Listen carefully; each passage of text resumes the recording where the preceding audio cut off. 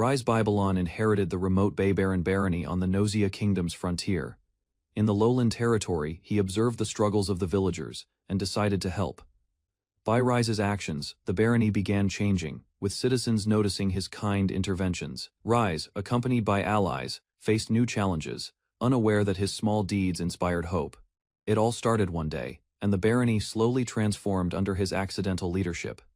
Two men clash violently, tensions erupting as old grudges ignite a street fight. The city's streets reveal widespread drug abuse, leaving bodies and despair scattered throughout. Prostitution and robbery fill the alleys, showing the town's lawlessness and corruption. A wild, monstrous boar charges through, embodying the untamed danger of the wilderness. The man swings a makeshift weapon at the beast, determined to survive the chaos. The frontier of Babylon Hell revealed a harsh, desolate landscape scattered with bones. Rise Babylon, frustrated and overwhelmed, struggled to adapt to life in the harsh barony. His meals were scarce, filled with weeds, highlighting the barren land and lack of resources. He lamented his noble upbringing, longing for luxury he had never experienced. Despite personal hardship, Rise focused on the citizens' welfare, prioritizing their safety above his desires. Rise Babylon observed the barony, emptied of everyone but the sick, subhumans, and infidels. The previous leader's death left the territory in chaos, with alcohol and disorder rampant. Rise received the official letter naming him the new lord, shocked by the sudden responsibility. With only healing magic and limited skills, he faced the challenge of protecting the people. Surrounded by vicious and desperate citizens, Rise struggled to survive and find a way to lead effectively.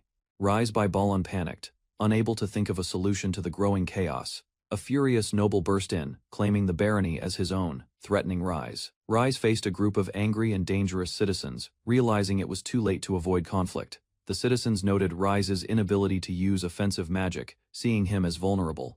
Rise contemplated survival strategies, questioning what he could do against people trying to kill him. Rise Babylon maintained composure, surprising the citizens despite his usual scared demeanor. The angry mob questioned his toughness, expecting him to falter under pressure.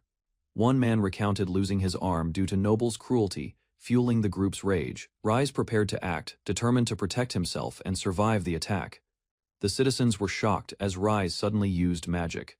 Turning the tide of the confrontation, one of the attacking citizens screamed as Rise's magic hit, causing confusion and shock. The man's severed arm unexpectedly regrew, astonishing both him and the crowd. Rise realized he had used healing magic on an enemy, feeling foolish yet effective.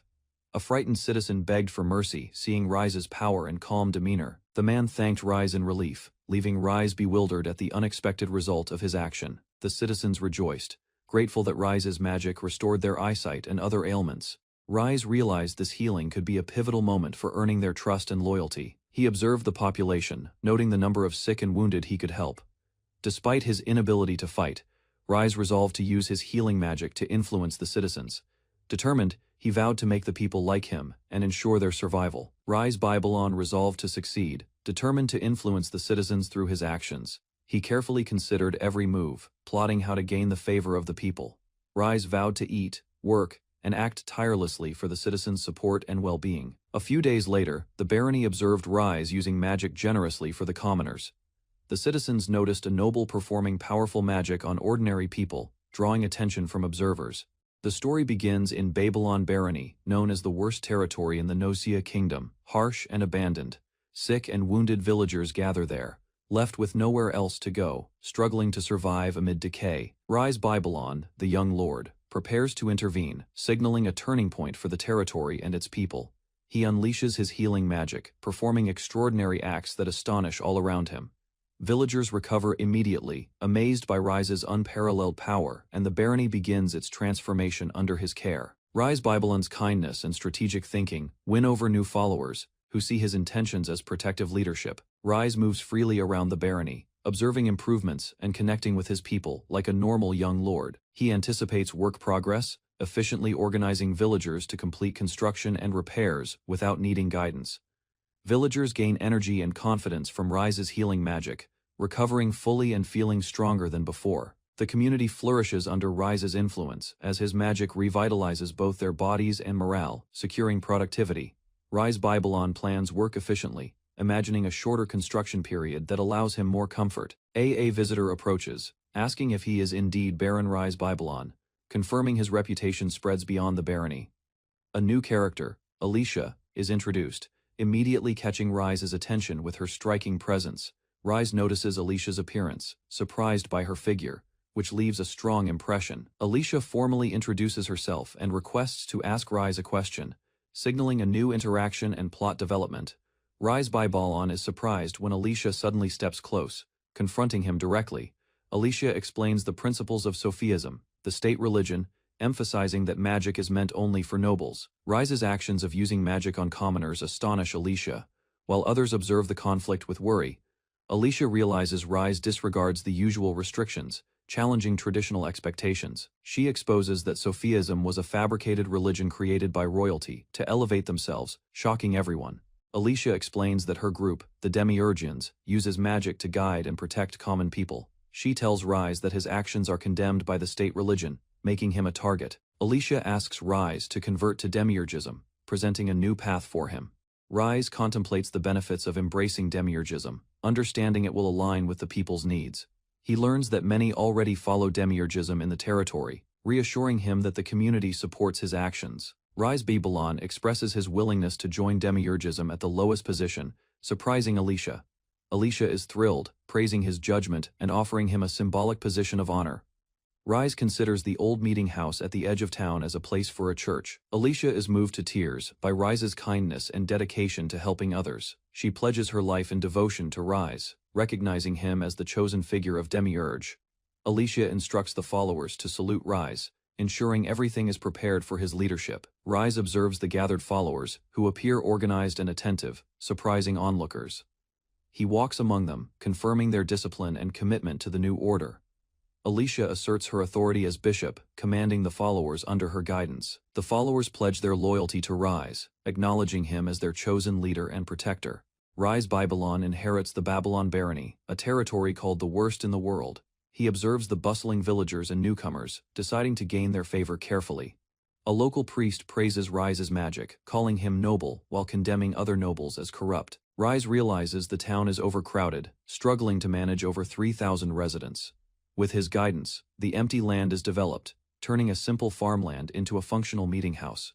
Rise notices the blonde priest using his growing fame for personal gain, seen as a messiah by villagers. He observes the Afro-delinquent benefiting from Rise's recovery magic, becoming stronger and super-healing his body. The villagers ask Rise to help with a problem in the suburbs, requesting his guidance. Rise discovers a group of runaway beast folk illegally occupying the land, former captives of war. He feels conflicted, afraid of neglecting them, but also fearful of getting involved with dangerous outsiders. Rise receives updates that the beast folk are occupying the land, monitoring the town's movements.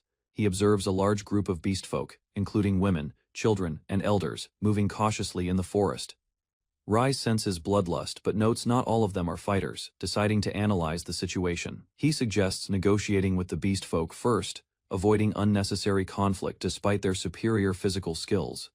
The blonde priest advises using healing magic, anticipating injured or sick people among the many villagers. The blonde priest laughs, impressed with his own cleverness, planning to exploit situations for advantage. Rise steps forward, declaring himself Lord of Babylon Barony, and demands to speak with their representative. He faces both the beast folk and his own allies, preparing for tense negotiations. The beast folk leader, a young fox woman, draws her weapon, asserting dominance over the humans. The blonde priest is stunned, surprised that the foxwoman is the actual leader of the group. The foxwoman challenges Rise, accusing him of seeking a chance to cheat, despite claiming to negotiate. Rise insists he only wants to help the wounded, careful not to provoke the group behind her. The foxwoman reacts angrily, refusing to trust the nobility who aided her enemies, the beast folk. She draws her bow, aiming at Rise and his companions to assert control. The blonde priest is shocked at her reaction, realizing her strength and leadership are undeniable. Rise prepares to confront the beast folk, holding his arrow defensively as tension rises. The foxwoman and others assert their strength. The blonde priest notes the short-tempered, aggressive allies. The beast folk declare their intent to take the land by force, challenging both humans and allies. Rise intervenes, commanding both sides to halt, asserting his authority as Baron. The situation grows chaotic, as villagers, the foxwoman, and Rise's companions react, signaling an intense standoff. The blonde priest introduces herself as a Sophianist, clarifying her devotion to the true god Demiurge. She passionately explains that Rise is their unique messiah, capable of saving the people from corruption. The foxwoman listens carefully, considering the priest's words while remaining cautious of the nobility's intentions. Rise notes that gathering the sick and wounded under the priest's guidance is impossible in the current chaos. Despite the challenges, Rise, the priest, and their companions stand firm, facing the enemy with resolve. Rise instructs the priest and companions to start healing the wounded child, taking initiative. The child begins to recover, regaining movement and vitality, astonishing everyone around.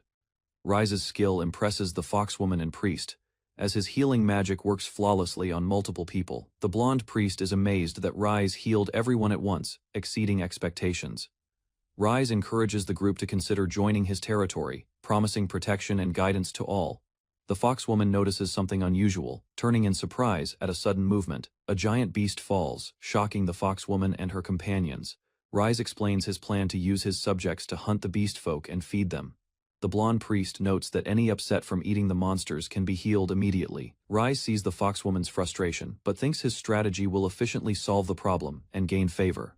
The foxwoman looks flustered, realizing the situation has spiraled beyond her expectations. The beast folk cheer, excitedly thanking Rise for providing them food. The blonde priest is surprised by the reaction, unable to believe their enthusiasm. The foxwoman praises Rise for his generosity, calling him a really good guy. An elder beast folk explains that the monster meat is highly valued, showing respect for Rise's knowledge. The foxwoman, Irina, offers to repay Rise for his generosity, eating the food he provided. She commands her followers, praising Rise's courage, compassion, and healing abilities, inspiring the people to join him. Rise Babylon inherited Babylon Barony, a desolate frontier known as the walking garbage dump. He began organizing the land, writing reforms and plans to help helpless people survive.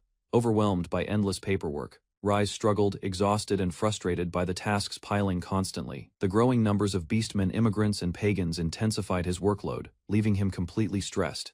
Rise wanted to hire help, but lacked funds, forcing him to work alone endlessly. Rise collapsed under piles of paperwork, overwhelmed by his endless responsibilities and mounting administrative chaos. Alicia arrived, noticing Rise struggling, offering assistance and concern for his increasingly frantic workload. She explained her hallucinations, worried about Rise, while he remained startled by her sudden presence. Irina appeared, teasing Rise, asking about their discussion, adding to the chaotic but lively scene.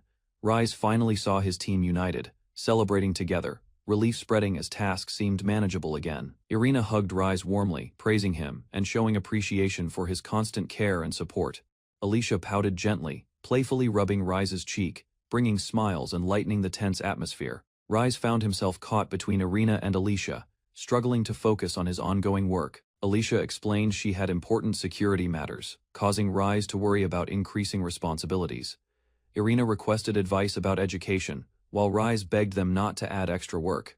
Alicia explained their simple training exercises, demonstrating how they were improving skills across the fiefdoms. The trainer shouted aggressively at soldiers, demanding strict effort and discipline during the grueling exercises. Rise's team pushed through physical drills, motivating soldiers while observing the improvements and successes around them. Rise supervised elementary education for children, teaching skills, while ensuring proper guidance and instruction consistently. The children cheered happily, praising Rise and Irina, showing the results of their patient efforts. Alicia and Irina smiled warmly, inviting Rise to join them later, radiating cheerful encouragement. Rise panicked internally, wondering if the two women were romantically interested in him suddenly. He imagined the consequences, internally shouting, "No way."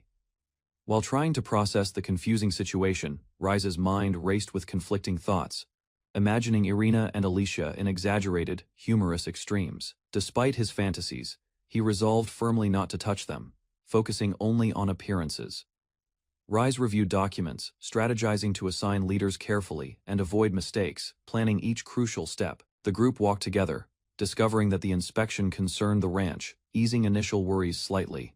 Rise emphasized the urgency of maintaining a stable food supply, discussing priorities with companions. They considered hunting monsters for meat, noting potential challenges and ensuring safety during the task. Rise decided to handle livestock issues personally, solving problems efficiently while reassuring Alicia and Irina. Alicia and Irina excitedly discussed using Rise's healing magic on livestock, imagining tasty possibilities. Rise gathered everyone, agreeing it was time to move forward with their next plan. They approached the ranch, noticing livestock resting peacefully, a sign of the barony's progress. Villagers greeted Rise warmly, requesting his help, trusting him to solve their pressing problems. Rise raised his hand, using his magic to heal the livestock efficiently and safely. The cows reacted joyfully to Rise's presence, showing signs of health and lively energy. Rise explained that healing magic could treat livestock illnesses, preventing unnecessary suffering or deaths.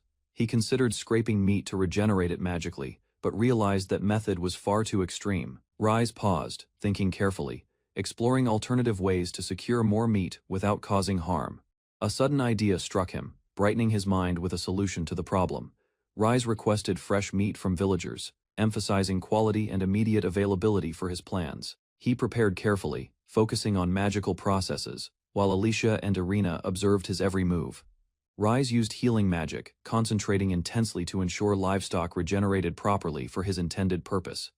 The magic began affecting the livestock, transforming them in unexpected ways before anyone could react. Everyone, including Rise, Alicia, and Irina, stared in shock at the strange magical results. Rise was thrilled, amazed that healing magic could create new life for livestock safely.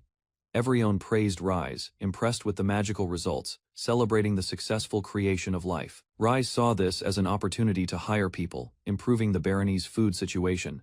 He playfully petted the livestock, enjoying their presence while supervising their magical regeneration carefully. 1 month later, the territory thrived, with carts moving supplies and livestock healthy everywhere. A weary girl appeared, battered and desperate, signaling the story's conflict would continue further.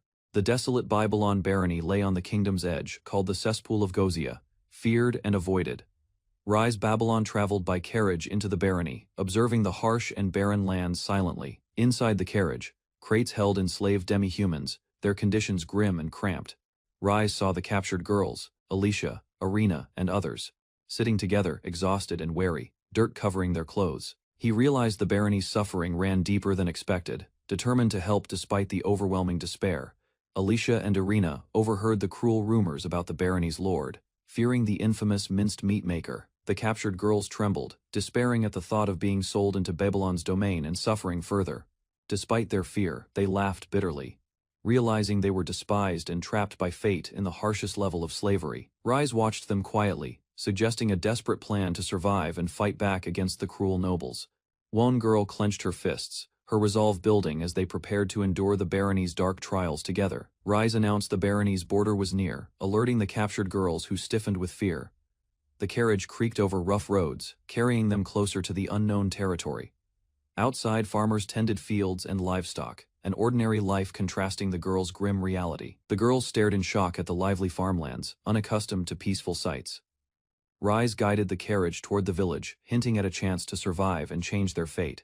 The girls stepped off the carriage, finally entering Babylon, their eyes wide with both fear and curiosity. Local villagers reassured them, praising Rise's protection and hinting at safety, despite the barony's grim reputation. Alicia, Irina, and the others looked around, skeptical that this could truly be the dreaded territory. Footsteps approached, and the girls stiffened as a commanding presence made them uneasy.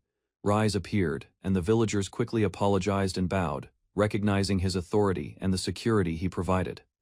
Rise stood confidently, smiling at the girls who blinked in shock, struggling to believe their eyes. He introduced himself as the barony's lord, explaining his plan to heal the wounded slaves and gain their loyalty. The girls stared at him in disbelief, surprised that a noble would speak directly and kindly to them. Rise offered his magic to heal them first, showing care beyond what they expected. He cast his healing spell, radiating power, and the girls felt a glimmer of hope for the first time. The girls felt a miraculous change. Pain disappeared, limbs moved, and they could stand freely for the first time. They stared at Rise in awe, realizing his noble status had not stopped him from using divine healing magic on slaves. Rise told them they would work as maids in his mansion, but first needed rehabilitation. He assigned Alicia to the church's care while the others embraced their new life, calling her Wani-chan. The villagers cheered, welcoming the girls as part of Babylon's fiefdom, showing hope and belonging in the barony.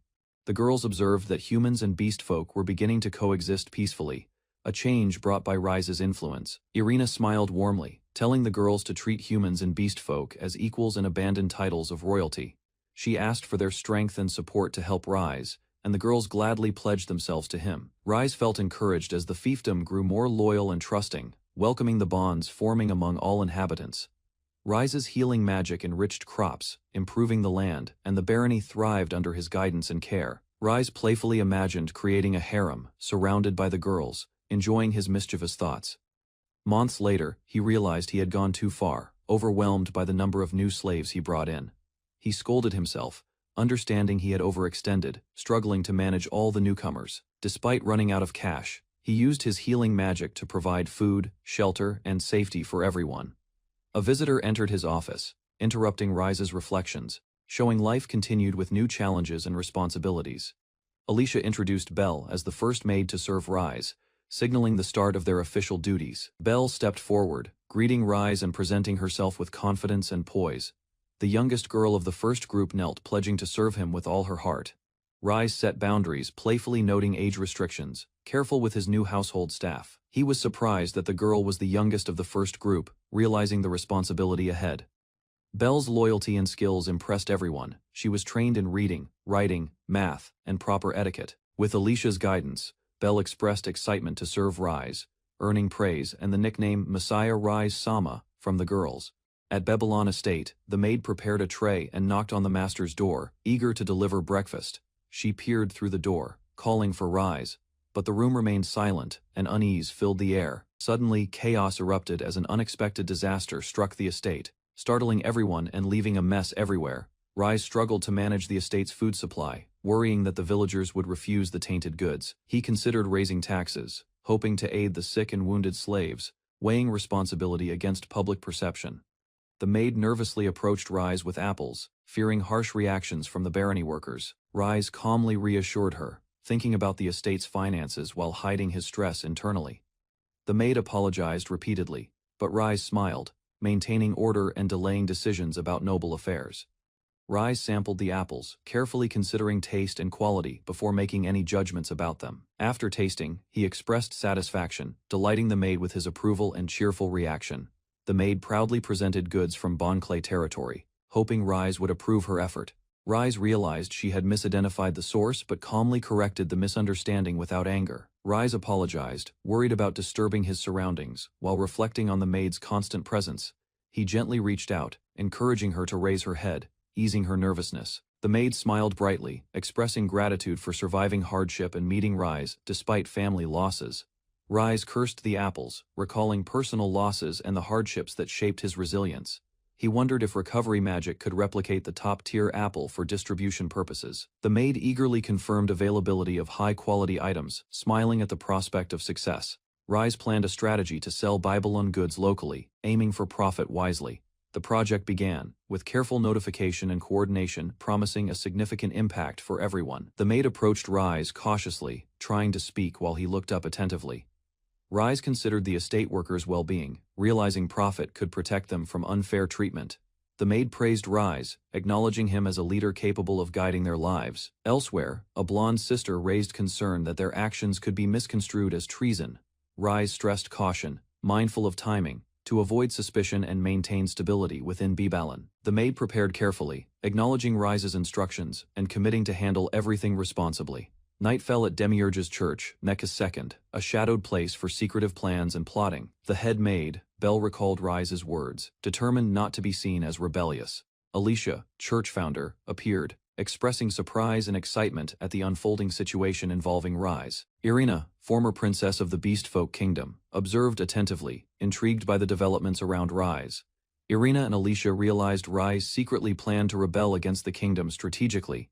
Rise opposed using magic on commoners, acting against typical nobles' practices and expectations. The first step in his rebellion was economically copying neighboring territories' specialties. Successful copying would divert money into Babylon, weakening rivals while strengthening Rise's own lands. Plans included using insiders, smuggling routes, and territorial forces to expand influence carefully. Belle praised Rise as magnificent, acknowledging his kindness and cleverness toward his slaves. Irina admired Rise's fairness, treating beastfolk as equals, despite their status in society. The group discussed maids' loyalty, ready to sacrifice for Rise's guidance and protection. Alicia noted Rise's uniqueness among nobles, highlighting his selection of partners and allies. A new character expressed willingness to partner with Rise, impressed by his reputation. A new character offered to become Rise's partner, impressed by his actions and kindness. Irina tried to confirm, unable to discern clearly, asking for Belle's assistance cautiously. The character wondered how Rise resisted temptation, struggling with embarrassment and unexpected situation. A female beastfolk revealed herself, shocked by sudden exposure, caught in a compromising moment. Irina reacted similarly, blushing and surprised as Rise and companions observed the chaotic scene. Belle pleaded as Alicia and Irina teased, creating a chaotic but humorous situation at Babylon. The girls laughed, teasing each other, showing camaraderie and playful rivalry within the group. Night fell at Babylon, and chaos continued.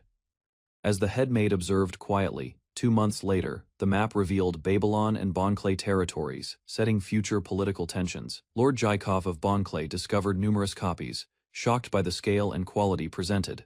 Lord Jaikov demanded an explanation for the sudden surge in goods from his inventory. Guard Captain Klaus tried explaining, reporting stores closing due to unexplained inventory discrepancies. Klaus lost control, frustrated at failing to notice the counterfeit situation earlier.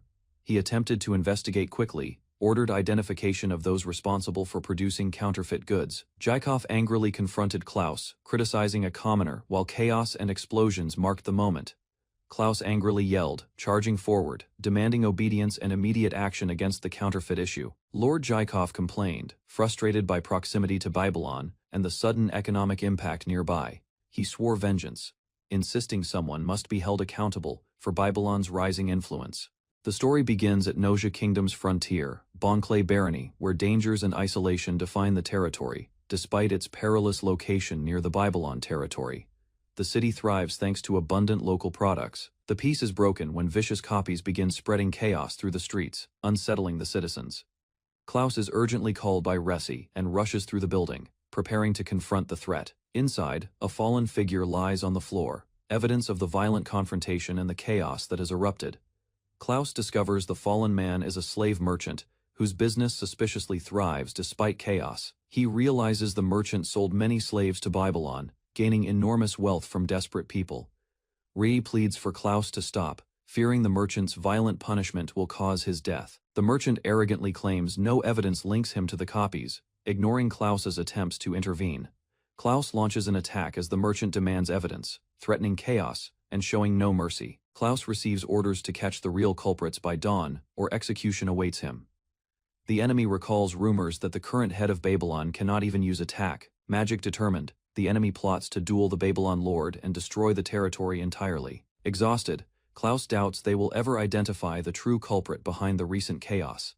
Alicia appears, revealing herself as the smuggling guide, offering Klaus a path to stop it. Klaus and Alicia sit on a bench, discussing why she helped with the smuggling operation. Alicia admits she enjoyed seeing Jaikov get angry, even if it caused damage in territory. Klaus considers how removing Jaikov could allow a lord who cares for the poor to rule. Alicia insists Klaus cannot abandon the weak people, inviting him to join Rise's cause fully. She encourages Klaus to see Babylon himself, promising he will not regret witnessing the land. Klaus arrives at Babylon Estate, a grand manor, signaling a shift from chaos to strategy. Two maids eagerly offer assistance, showing loyalty and readiness to serve their master in every task. Klaus notices former slaves from Bonclay territory are lingering, attracting attention and complicating his plans. A new figure identifies themselves as the estate guard captain involved in handling the copies. The maids recall his kindness in Bonclay, realizing he may be as sly and gentle. The guard wonders what a man of Klaus's abilities could want with their assistance indoors. Klaus desperately pleads to Rise Sama for asylum, hoping for protection after surviving recent chaos. Klaus is inspired by Babylon's harmony, amazed at how differences in status and race coexist. The captain notices Klaus is bruised from previous conflicts and expresses concern for his condition. The captain begins healing Klaus, using magic to restore him from the injuries he suffered. Klaus is shocked as Rise Sama heals his wounds, restoring him from the injuries he suffered. Klaus thanks Rise Sama, thrilled she matches her reputation, and acknowledges her help with Bonclay dealings.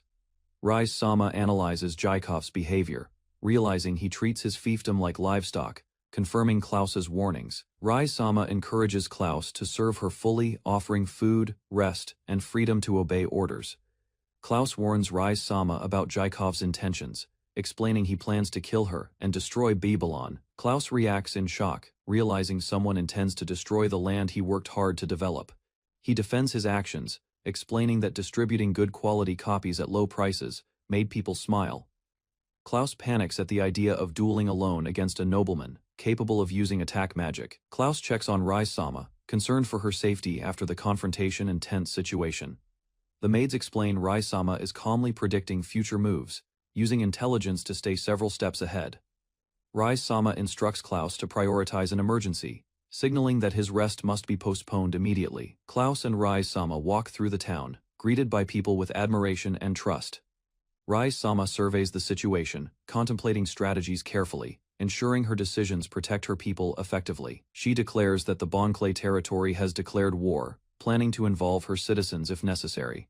Rise-sama challenges her people to protect the land, demanding commitment even at the risk of life. Rise-sama commands her people to take up arms, declaring that defending their land is officially war. The townspeople gather, signaling that the long-awaited conflict has begun under Rise-sama's leadership and planning. Alicia and her companion comment on Klaus's decisive actions, acknowledging his quick response and reliability.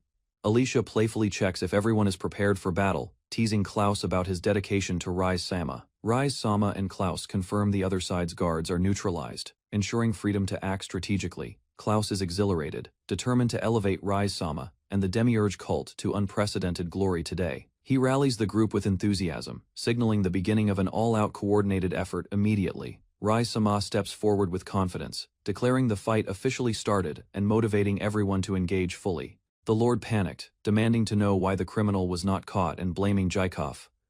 A framed portrait of the Baron loomed over the room. As officials shouted in anger, the citizens protested outside, accusing the Lord of high taxes and the economic recession. Jaikov crouched in despair, labeled as the true culprit by the frustrated Lord.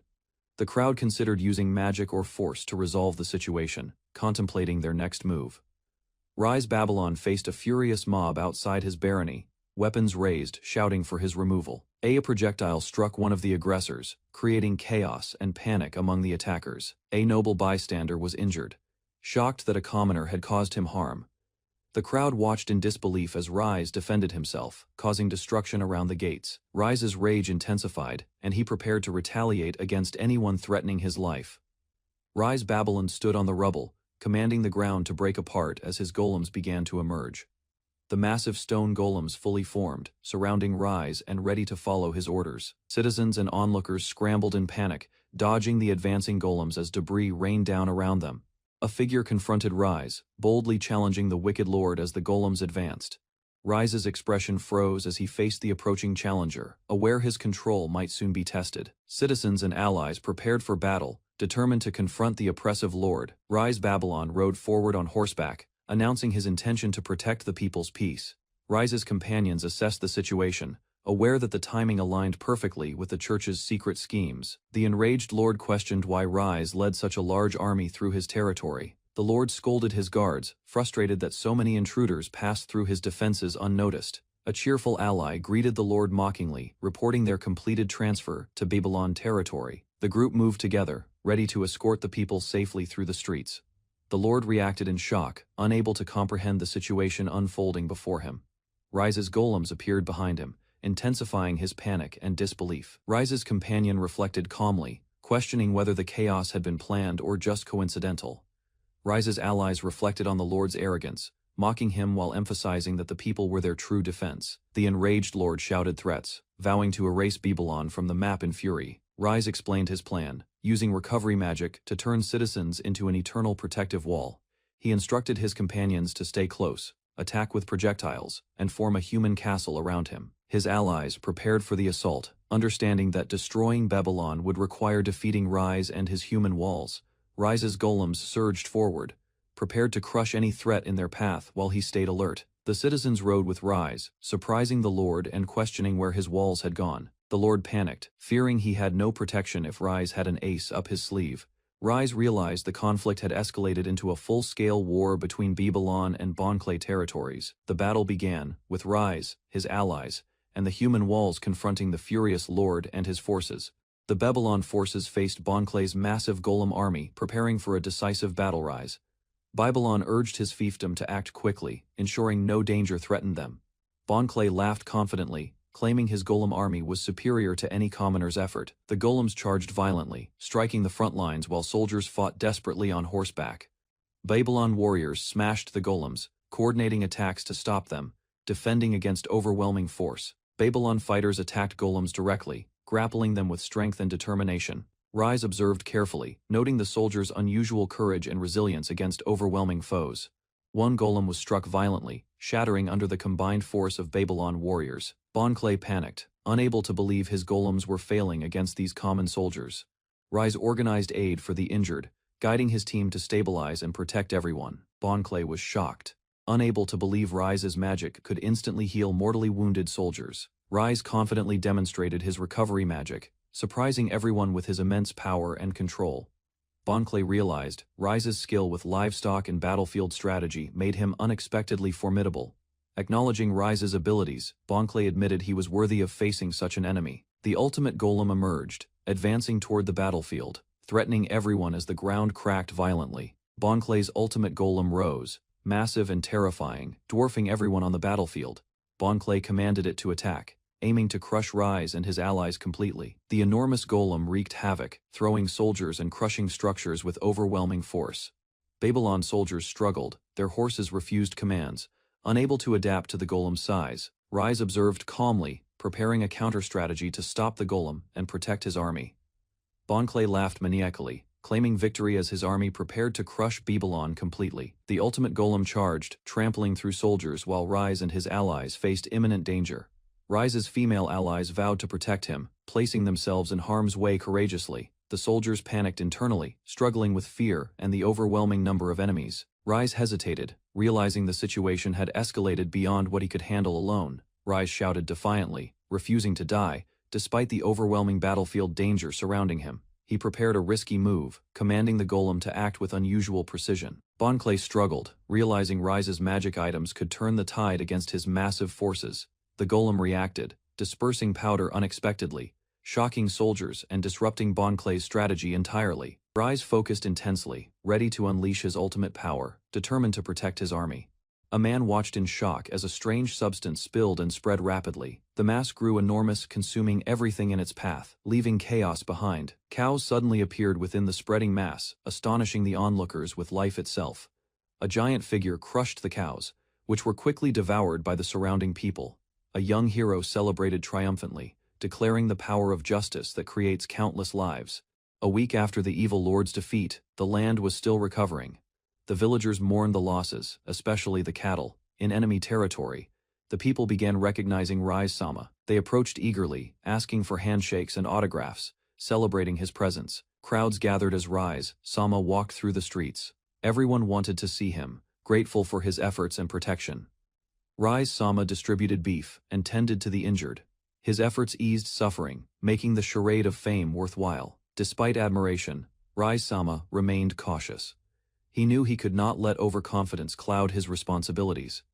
The city's economy suffered under poor management, but Rise-sama arrived, promising hope to the citizens. He ensured criminals who supported Jaikov were rounded up and held accountable for their actions. Rise-sama coordinated arrests of those responsible for past wrongs, including those who harmed Belle's family. Belle looked relieved and grateful as Rise-sama's guidance restored safety and trust among the people. With justice served, Rise-sama prepared to formally claim the land, planning its future carefully. The leaders explained that Duke Hohenheim's approval was required to claim the territory. Rise-sama questioned whether the noble could be trusted, but allies reassured him of safety. The noblewoman revealed he was once thought to be their messiah, surprising everyone present. Though unable to use magic, the Duke was respected for his fairness and integrity. He used clever methods to help commoners, proving his leadership extended beyond magical power. Allies agreed that Rise-sama's territory was now properly governed, making the people happy and secure. Rise-sama considered etiquette and the consequences of offending a high-ranking noble, feeling unsure how to act. He realized the Duke would not visit directly, giving Rise-sama time to prepare cautiously. Suddenly, a messenger announced that Duke Hohenheim had arrived personally, surprising Rise-sama and his companions. The Duke laughed, explaining Jaikov's mismanagement and declaring he had come to discuss matters in person. Rise-sama explained that he defeated the enemy to protect their people and uphold justice. The Duke listened and noted that Rise-sama had a good reputation and earned local trust. Rise-sama humbly described himself as a victim of Jaikov's betrayal, showing relief at understanding. The Duke praised Rise-sama's actions, recognizing him as a capable and responsible leader. He mentioned that despite some ongoing issues, overall the territory's governance had improved under Rise-sama. The Duke entrusted Rise-sama with Bonclay's territory, expecting him to manage it responsibly. Rise-sama reflected that the Duke was a good man, unlike many nobles he had met. The Duke observed Rise-sama politely, noting his efforts to respect lineage despite his ridicule. Rise-sama praised the Duke's service to the people, acknowledging him as more capable than magic users. He admitted his own arrogance, prompting the Duke to comment on social expectations and etiquette subtly. The Duke gave Rise-sama full control of Bonclay's territory, expecting him to manage it responsibly. Rise-sama realized that dealing with the Duke was surprisingly comfortable and reassuring compared to other nobles. The Duke observed Rise-sama politely, recognizing his efforts to respect lineage and behave with decorum. Rise-sama reflected that true leadership lay in serving the people, not just wielding magical power. They pledged to protect the country together, promising sacrifice and cooperation to ensure peace and prosperity. Rise-sama was amazed to hear the Duke even used magic to help his people, showing true dedication. The Duke explained that the welfare of the people ultimately determined the well-being of nobles themselves. He pledged to meet again, urging Rise-sama to destroy evil and grasp peace with determination. Rise-sama reflected on the Duke's actions, recognizing a powerful man facing a failing lord and rebels. Rise-Babylon observed the newly reformed barony of Babylon on the kingdom's frontier. The land was wild, filled with forests, mountains, and uncertain borders. He planned carefully, thinking about governing the former Bonclay territory. Strategy and order were needed to stabilize the barony and protect its citizens. Hohenheim's trusted aide agreed to assist, eager to contribute to the barony's management. Even Irina felt the immense work ahead. Rise acknowledged the territory's extremes. Dangerous creatures and isolated communities posed challenges that required patience and careful attention. With mutual understanding, Rise and Hohenheim's aide prepared to restore peace. Both were determined to govern wisely and effectively. Rise Babylon and Hohenheim's aide clasped hands, agreeing to coordinate fully. Rise promised local cooperation, strengthening mutual trust and understanding. They arrived at the outskirts of Babylon, where the beastfolk settlements began. The land was rugged, mountainous, and sparsely populated. Rise led the inspection carefully, cautious of unusual residents and unpredictable terrain. Every area required careful observation. He called out to Irina, needing her assistance in handling potential issues. Her presence was essential for communication. Rise discovered evidence of previous conflicts, including bones and remains. The territory revealed dangers hidden among its wilderness.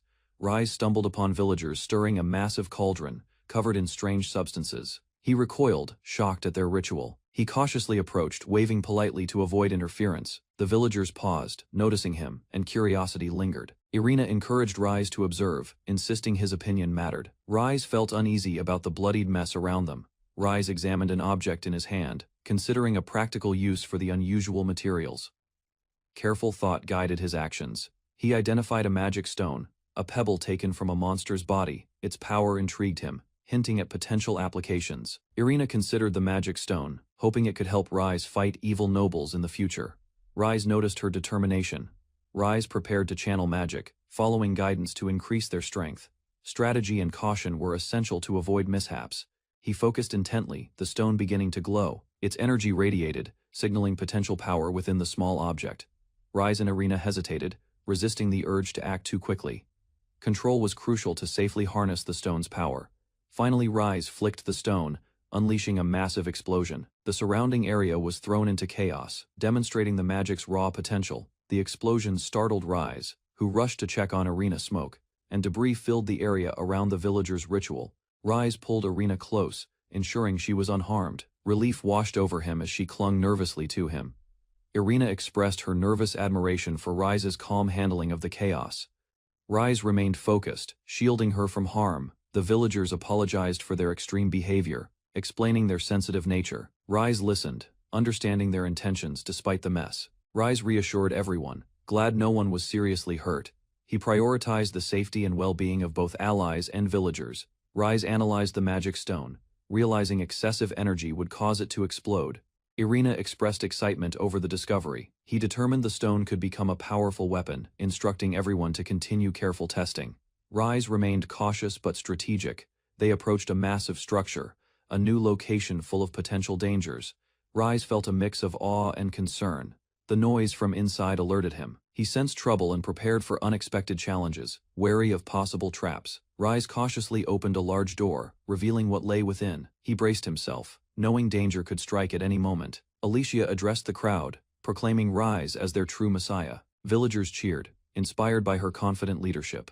She raised her voice, inviting everyone to join in a hymn, emphasizing unity and devotion to Rise. The crowd followed Alicia's lead, declaring Rise their one true savior. Faith and excitement filled the hall. Alicia's fervor turned aggressive, urging rebellion against the corrupt nobles. Her intensity shocked some, but motivated others.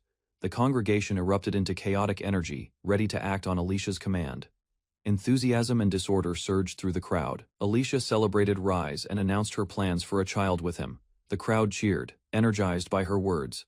Rise observed from a distance, hearing the villagers' support and their wish for the child to inherit royalty. After the chaotic event, Rise reflected alone in the hallway, trying to process what had just happened. A companion called out to him, concerned. Rise remained silent, still recovering from the spectacle he witnessed. Another ally reported completing tasks for the guard, seeking Rise's approval. Rise listened, balancing leadership with personal overwhelm. Rise was relieved to see Claus safe. He expressed gratitude, acknowledging the importance of trusted allies. Claus addressed Rise respectfully, but Rise insisted on simplicity, asking to be called just Rise. The bond between them strengthened. Rise offered to cook, hoping to share a meal and care for Claus. Claus eagerly volunteered to help. They walked down the hallway together, discussing responsibilities and daily tasks, blending leadership with camaraderie. A young observer watched, heart racing. Seeing Rise with another gentleman stirred emotions, highlighting the intensity of admiration and affection. In the frontier barony of Nausea, Baal surveys the seedbed of unusual things. An old ruin quietly waiting, across open fields. Villagers run together, unaware their peaceful land hides changes, slowly spreading beyond the distant mountains. Children play nearby while Baal's influence grows, shaping lives subtly as the territory begins shifting into something different.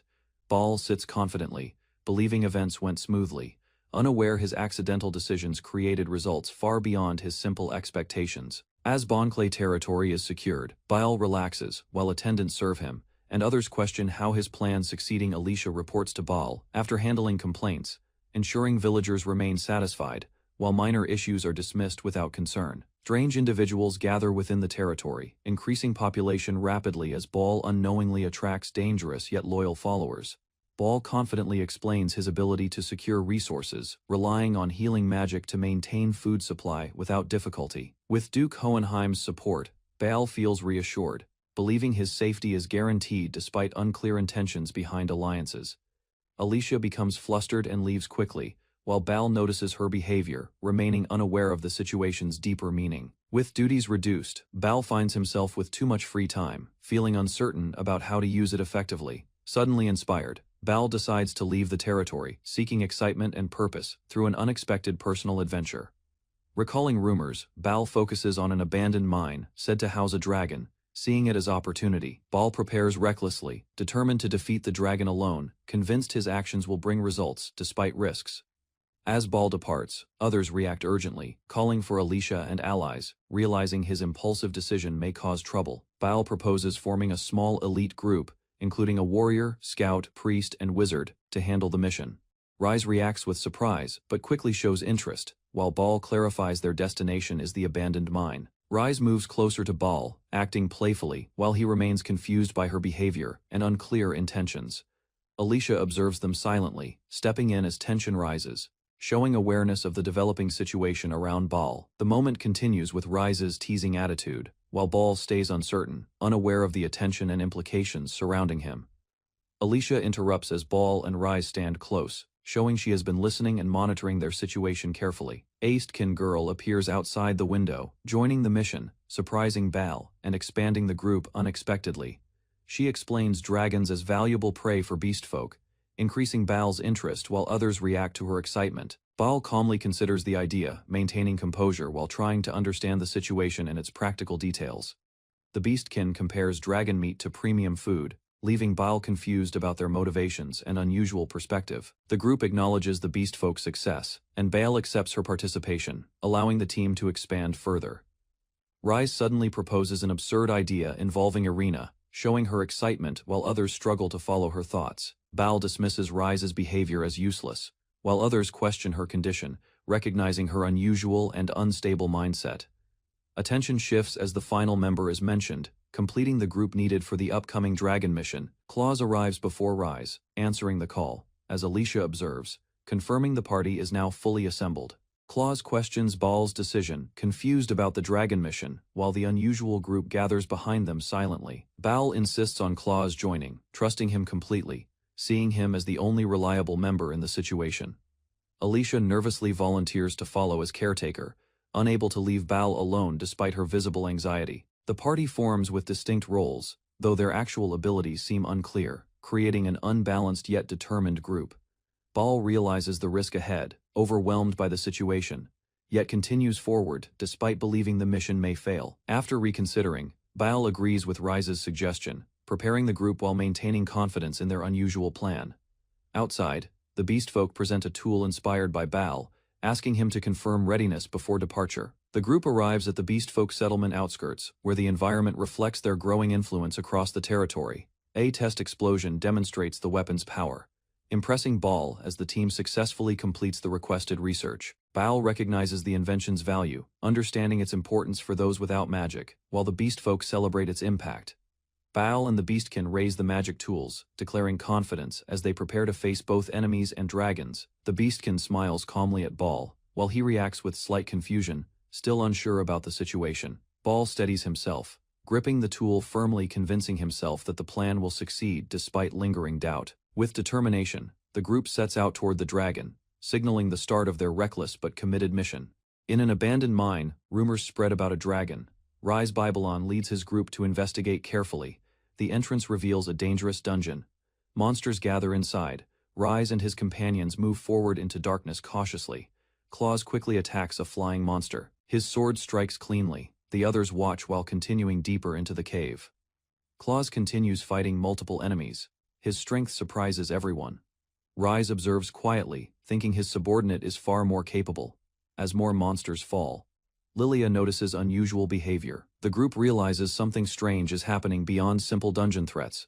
Lilia is thrown through the air during battle below. Several monsters collapse after being struck by powerful attacks. The group's roles become clear as they advance. Rise Babylon stands confused while others perform their duties efficiently. Claus defeats another monster with ease. His strength overwhelms the enemy, while Rise quietly acknowledges the result. The group regroups after clearing enemies.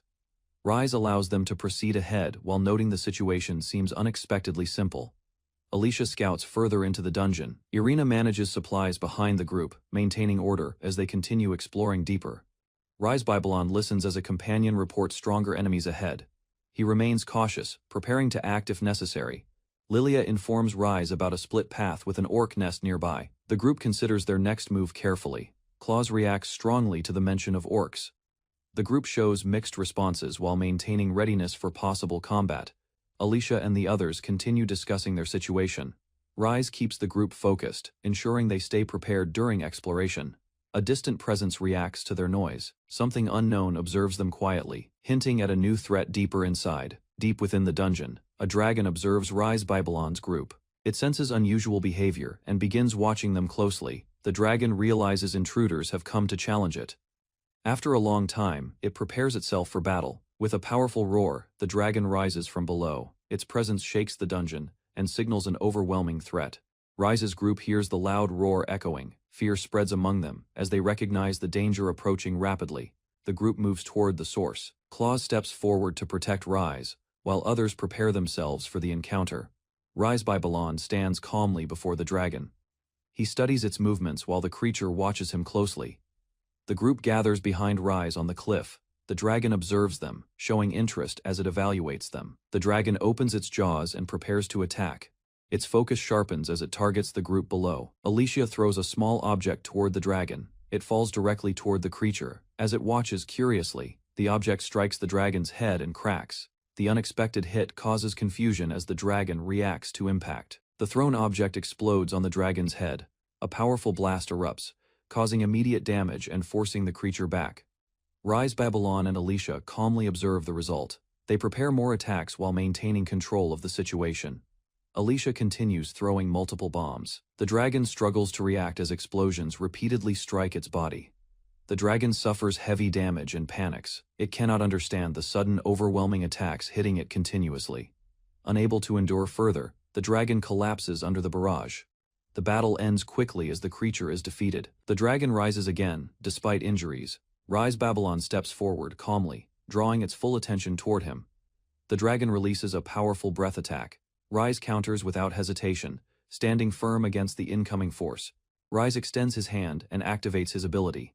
A strange power spreads, confusing the dragon instantly. The dragon begins weakening rapidly. It realizes something is wrong as its strength fades under Rise's influence. Rise declares the outcome with certainty. The dragon collapses completely, unable to resist the overwhelming power anymore. The dragon's body begins shrinking and destabilizing. Rise Babylon's group watches from a distance as its form changes. The dragon suddenly struggles to breathe. Its body swells unnaturally, reacting to the strange power affecting it. The creature transforms into a small, harmless form. Its overwhelming presence disappears, leaving it completely weakened. After the battle, the group departs the area safely. Their journey continues as they leave the dungeon behind. Rise reveals the result of his ability. The former dragon becomes a small pet, surprising everyone with the outcome. Rise Babylon gently cares for the small dragon. He feeds it while observing its behavior with calm interest. Alicia happily interacts with the creature. The small dragon responds, showing signs of attachment to the group. The group rests together after the battle. Rise watches quietly as everyone recovers from the earlier fight. Claws and others relax while holding the small creature. Their tension fades as the situation becomes peaceful. The group reflects on the quick battle. They realize the dragon was defeated far faster than expected. The small dragon continues making noises. It remains harmless, confirming the battle has completely ended. Babylon sits alone in his territory office, thinking seriously about future plans. After the dragon incident, feeling uncertain and pressured. Dorotora plays happily with a small creature while Alicia watches nearby, creating a lively atmosphere inside the normally quiet room. Dorotora and Alicia become noisy and energetic, disturbing the space, while Babylon remains seated, trying to stay calm and focused. Alicia moves closer to Babylon and asks about his thoughts, while Dorotora reacts playfully without understanding the situation. Babylon regains composure and reflects seriously, focusing again on developing the Babylon territory, despite constant distractions around him. Dorotora worries about the territory's poor reputation and lack of tourists, realizing the situation keeps repeating without improvement or outside attention. Babylon sits quietly in his office, thinking carefully about possible ways to improve the territory and attract more visitors.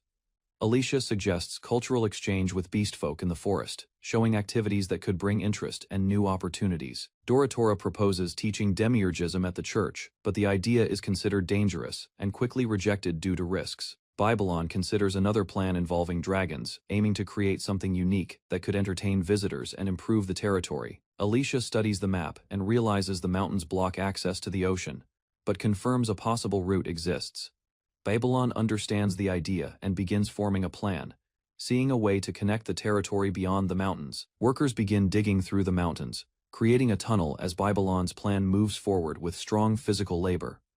The tunnel construction progresses successfully, supported by magic and effort, allowing steady advancement through the difficult terrain. Babylon reflects on the teamwork, appreciating everyone's cooperation while believing his simple idea may not deserve such dedication. A worker informs Babylon that someone is injured inside the tunnel, requesting Rise's recovery magic to handle the situation quickly. Rise confidently steps forward and prepares to use her recovery magic, assuring that the injured worker will be restored.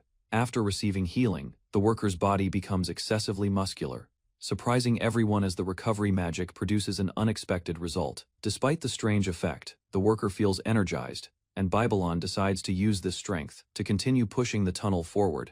Rise enhances the worker further with magic, increasing energy and stamina, allowing rapid progress as the tunnel breakthrough approaches. The overpowered worker suddenly releases immense strength, smashing rocks violently as the tunnel shakes from his uncontrolled physical power.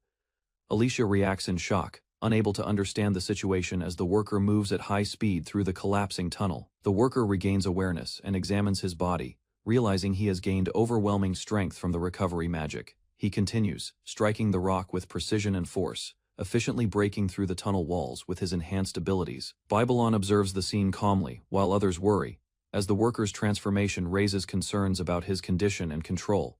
More workers gather around Rise, requesting her recovery magic, forming a line as they seek strength to continue tunnel work. Babylon reflects on the process, acknowledging unexpected outcomes while remaining satisfied that the plan is progressing successfully overall. The group reaches the ocean, discovering a completed path through the mountains, marking a major achievement for the territory's development. Babylon quickly plans the next step, deciding to build a resort and port, aiming to attract visitors and improve the territory. Rise approaches Babylon at the beach, showing excitement, while he reacts calmly as the group begins enjoying the new location. Alicia stops Rise from changing clothes, warning about unknown dangers near the beach, while Babylon observes their behavior calmly. As the group stands near the shore, something begins moving beneath the water, signaling a hidden threat approaching from the ocean. Babylon ordered a route through the mountains to the sea, aiming to build a resort and attract visitors.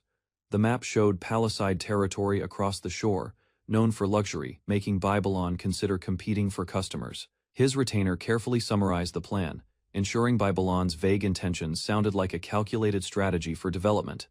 Belle and others tested the beach, enjoying the water, while unintentionally promoting Babylon's territory as an appealing destination. Babylon joined the activity, believing it was research, while his actions strengthened the image of a successful resort plan. Belle invited Babylon and Claus to play with a beach ball, while Babylon observed, unsure about the activity. Claus mentioned rumors of a kraken in the ocean, but the group continued playing, believing the area was safe. Babylon suddenly realized the danger, recalling the kraken, and panicked as he recognized the beach was unsafe. He considered defeating the kraken using past experience, assuming similar methods used against a dragon could work again. The group reacted with shock as Babylon proposed slaying the kraken, turning a simple outing into a serious mission.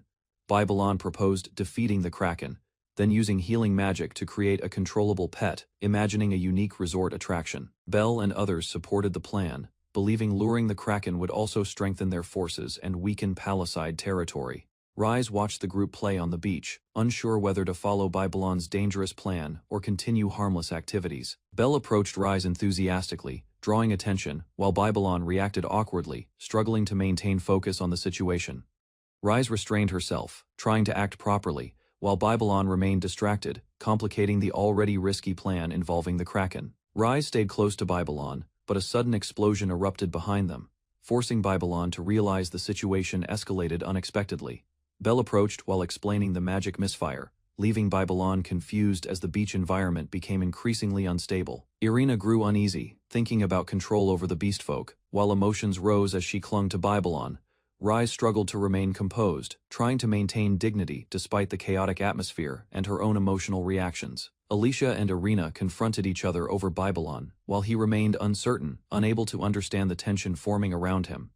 Claus warned everyone to leave the ocean immediately, as Babylon noticed a massive presence approaching from behind the shoreline. The kraken emerged from the sea, towering over the beach, confirming the danger Babylon had previously feared. Claus rushed forward to protect Rise, pushing her away as the kraken's attack struck toward their position. The impact hit Claus directly, sending him crashing into the sand while Babylon stood frozen, unable to react quickly.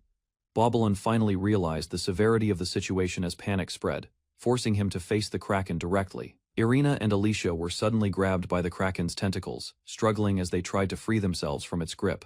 The kraken revealed its full form, towering over the beach as the true threat of the sea became clear. Babylon released Dorotaro toward the kraken, hoping the creature could fight, but it showed no effectiveness. Dorotaro failed to act properly, leaving Babylon realizing his plan was ineffective against the kraken's overwhelming strength. Babylon acknowledged the situation was worsening, understanding he needed a stronger method to defeat the kraken immediately. Babylon realized using the bomb would endanger Irina and Alicia, since they were still trapped by the kraken. He reached a conclusion, forming a new plan after recognizing the risks and limitations of his current approach. Babylon ordered Belle and Claus to prepare the bomb, while others objected, concerned about leaving him alone.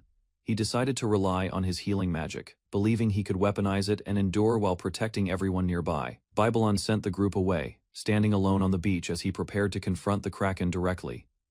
The kraken launched a powerful attack, forcing Babylon to raise his arm and endure the incoming strike alone. Babylon countered immediately, striking back with force, committing fully to his plan to stop the kraken's advance.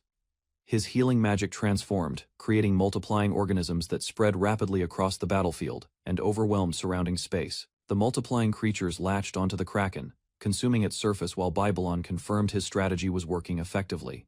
The kraken struggled under the relentless spread, showing signs of weakening as Babylon's unusual ability dominated the fight. Babylon launched starfish-like creatures toward the kraken, continuing his attack while refusing to stop the assault.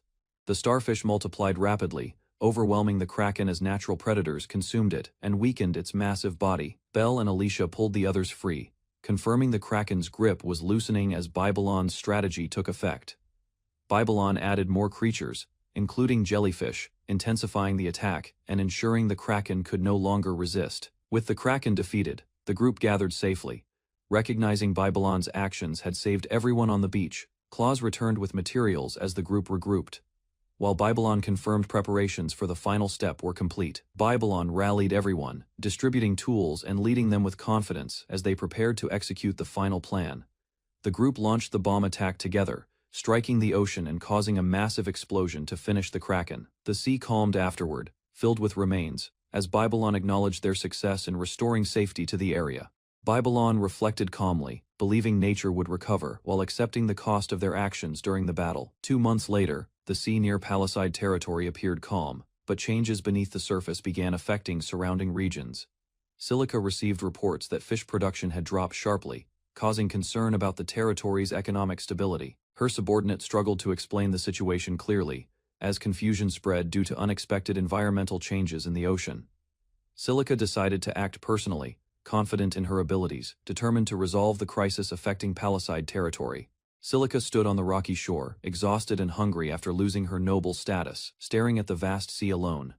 Rise appeared suddenly, loudly declaring himself while pointing at Silica, surprising her as he approached with confidence and strange enthusiasm. A few days earlier, Rise trained outside, breathing heavily while Claus watched, concerned about his condition and unusual behavior. Rise looked toward the sea, thinking seriously about the kraken, unaware his thoughts would soon lead to unexpected events. Claus and Rise reflected on the unknown danger, realizing the giant kraken existed, yet no one had understood the threat before. Rise faced a giant baby kraken, realizing it was still young, yet already massive and far beyond normal expectations. Claus complained about the creature, explaining it scared visitors away and consumed seafood, worsening problems in the coastal territory. Claus fell silent when questioned, causing Rise to feel uneasy as he tried to understand his subordinate's unusual reaction. Rise worried about betrayal, recalling Claus's past, yet still tried to accept him and resolve the situation peacefully. Claus suddenly grabbed Rise's hand tightly, surprising him, showing strong emotion while calling out to him with urgency. Claus credited Rise for defeating the kraken, while expressing worry about being abandoned and questioning his own usefulness. Rise reassured Claus by treating him as a friend instead of a servant, strengthening their bond and easing his concerns. Belle secretly watched them from behind a tree, surprised and emotional after witnessing their sincere and unexpected interaction. Belle quickly hid her reaction, pretending she was only sketching, trying to avoid revealing what she had just seen. Belle regained composure and informed Rise that Alicia requested his presence at the port for an important matter. Rise called out to Claus, deciding to head to the port, while Claus agreed enthusiastically and followed without hesitation. At Babylon Port, Alicia welcomed Rise warmly as people gathered, showing excitement toward his arrival at the planned location. Alicia pulled Rise closer and tried to lead him aside, while others reacted noisily, creating confusion around the situation. Another woman noticed Rise and Alicia together, pointing toward them as she approached quickly, drawing attention to their interaction. Everyone noticed a strange ship in the sea, realizing it resembled a pirate vessel, raising concern about a possible threat. Rise became overwhelmed as reports spread about criminals appearing, confusing him just as the territory had begun improving. He panicked internally, thinking about problems in his land, feeling unprepared to handle sudden threats and worsening situations. A guard noticed movement at sea and pointed out a small boat, drawing Rise, Alicia, and Claus to observe carefully. Men on the boat shouted for help, but the situation seemed suspicious, making Claus warn Rise about a possible trap. Rise decided to approach calmly, believing they might need help, and aimed to resolve the situation without conflict. The rescued men felt moved by Rise's words about helping others, showing gratitude as they began to trust him. However, their tone changed as they demanded money and asked Rise to handle dangerous people instead of helping them. One man suddenly attacked, revealing hostile intent as the group abandoned their act and rushed forward aggressively. Rise realized they had many dangerous individuals among them, including former slaves and sick people causing chaos. The attackers charged across the water at high speed, shocking everyone as they advanced toward Rise and his group. The attackers rushed forward but were suddenly struck down mid-charge, crashing into the ship as their assault failed instantly. More enemies tried advancing, yet confusion spread as they realized something invisible had stopped their momentum completely. Their leader remained confident, ordering them to continue attacking despite the strange situation and unexpected resistance. He charged forward himself, aiming directly at his target, believing a direct strike would end the fight quickly. However, his attack failed, and the group froze in shock, their confidence breaking as the situation turned against them. The rescued people knelt before Rise, expressing gratitude after being saved, showing relief and exhaustion from their suffering. Rise used magic to heal their injuries, further increasing their respect as they recognized his kindness and unexpected abilities. Rise calmly asked about their situation, focusing on understanding how they became involved with the pirates. They explained they were fishermen captured at sea and intended to be sold, revealing the pirates' true actions. Alicia reacted firmly, stating such actions were unacceptable, emphasizing justice against those who kidnapped innocent people. Rise realized the situation was a serious crime, while another figure saw it as an opportunity to gain advantage. The territories were compared, showing Palicide's prosperity, while someone planned to take advantage of Babylon's situation. The hidden figure revealed selfish intentions, thinking of using the crisis for personal benefit. Despite the ongoing suffering, Rise remained determined, deciding to rely on his people, while considering how to act despite uncertainty about the situation. He approached the suffering group and questioned their situation, preparing to guide them toward a better outcome. The fishermen cried, explaining their situation was hopeless, as even their efforts could not solve the problems they faced. Rise stepped forward, offering to take responsibility for their suffering and emotions, trying to give them reassurance and direction. Alicia and the others silently agreed, supporting Rise's decision and showing trust in his leadership. Rise made a firm decision, declaring they would move to Palicide, aiming to change their situation and provide stability. At the estate, reports revealed declining fish supplies and repeated accidents, worsening the crisis affecting the surrounding waters. A noble argued that they had identified causes of the problems, while another admitted even working with pirates failed. Frustration grew as the situation remained unresolved, leading her to refuse meeting officials and avoid further complaints. She stood alone by the sea, reflecting on her troubles, as her inevitable encounter with Rise drew closer.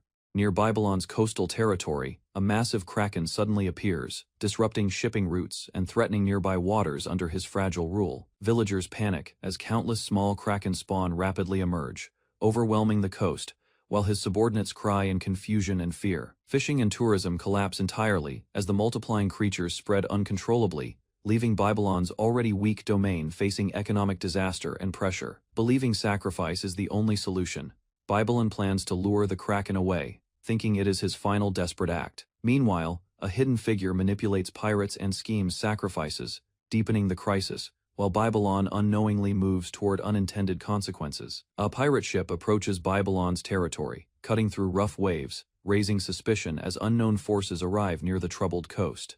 A subordinate notices movement and reacts with shock, recognizing the return of enemies as tension quickly spreads across the area. On the rocky shore, a girl signals loudly toward the approaching ship, trying to draw attention and reveal her presence.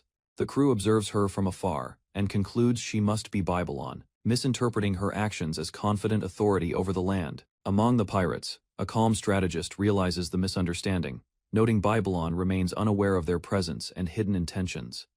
Rise Babylon gathers evidence against the corrupt lord, believing this situation will help her gain influence and future advantages. Confident and determined, Rise leads her group forward, declaring justice as she moves to confront the enemy controlling the territory. She arrives at the rocky hill where the supposed lord stands, boldly revealing her identity and purpose to condemn wrongdoing. The girl on the hill reacts with confusion and fear, questioning why someone like Rise would appear in such a place. Meanwhile, Babylon watches with a dark grin, deciding to exploit the situation and let events unfold to his advantage. Babylon remains calm despite the situation, while Silica worries that the pirates may have already revealed their plans and secrets. Silica steps forward with confidence, deciding to eliminate all evidence and obstacles, determined to protect her position and authority. A massive surge of water erupts violently, shocking Rise and her group, as the unexpected display of power changes the battlefield. Silica proudly demonstrates her magic, while Rise observes carefully, recognizing the strength behind the attack despite the chaotic situation. As the waves crash, villagers panic and flee, while approaching forces create further danger, leaving Babylon's territory in deeper crisis. Rise's actions confuse the observers, who criticize her behavior, while tension rises as her intentions remain misunderstood by everyone present. Rise declares her previous attack only a test, preparing to reveal her true power as she gathers energy for a stronger strike. With confidence, Rise unleashes a far greater attack, surrounding herself with destructive force that threatens everything in the area. Her allies quickly react, stepping forward to protect her, recognizing the danger of the incoming clash and preparing to defend. Rise releases the attack toward the crowd, escalating the conflict further as Babylon's territory faces even greater chaos and destruction. Rise's attack collides with resistance as defenders intercept the force, shielding others while fragments of power scatter across the battlefield. Additional attacks descend from above, forcing nearby fighters to react quickly as projectiles rain down toward the already unstable ground. Caught in the chaos, Rise is suddenly struck and pushed back, losing control as the battle shifts unexpectedly against her. A swift fighter charges forward through the confusion, closing distance rapidly and grabbing Rise before she can recover from the impact. Rise struggles desperately, attempting to break free as another attack forms nearby, threatening to overwhelm her completely. Rise is struck again by a strange force, resisting the attack while an unknown fighter spins forward with precise and controlled movements. Observers grow confused as the battle continues, realizing the opponent is unusually strong despite appearing ordinary and lacking refined magic skill. Rise regains composure and faces the opponent directly, preparing herself as the situation shifts into a serious one-on-one confrontation. The opponent focuses and gathers power, deciding to end the fight decisively, using a unique magic technique against Rise. Overwhelmed by the sudden pressure, Rise breaks down and surrenders, begging for her life as the battle abruptly concludes. After surrendering, Rise kneels before Babylon and his group, trying to negotiate calmly while the others observe the tense situation. Suddenly, the fishermen reveal the truth, accusing Rise of ordering pirates to capture them. Shocking everyone present, Rise panics and questions the situation, confused as the supposedly sacrificed fishermen appear alive before her. Babylon reacts with disbelief, realizing Rise's plan involved sacrificing innocent people, exposing her true intentions to everyone. Cornered by the accusations, Rise breaks down and blames the Kraken crisis, claiming her actions were forced by circumstances. Babylon reacts quietly as the mention of Krakens arises, showing little emotion while the situation becomes more complicated around him. Rise breaks down and explains the environmental damage and sea creature outbreaks, revealing the scale of the disaster affecting the region. Babylon reflects internally, realizing the situation may connect back to him, while others watch his calm and composed behavior. Observers interpret Babylon's actions as calculated strategy, believing he cornered Rise intentionally for Babylon Beach's benefit. His subordinates further misunderstand, assuming Babylon predicted everything, even Silica's actions, and credit him for controlling the Kraken crisis. Babylon steps forward and interprets Rise's actions as concern for her people, believing she acted to protect lives rather than herself. Rise quickly agrees with his conclusion, hiding her true motives while presenting her actions as selfless sacrifice to gain sympathy. The fishermen discuss her fate, acknowledging her wrongdoing but considering leniency as she offers compensation and shows apparent remorse. Relieved, Rise tries to move past the issue, but the unresolved Kraken problem remains, bringing attention back to the larger crisis. Babylon confidently takes responsibility, assuring Silica he will handle every Kraken, unknowingly reinforcing his image as a capable leader. The coastline becomes quiet again, with no sign of Krakens, as Babylon's territory slowly returns to normal after the conflict. A few days later, the sea appears calm and clear, showing signs of recovery as the crisis seems to have ended. Villagers resume their daily lives along the beach, with fishing and normal activities returning under peaceful conditions.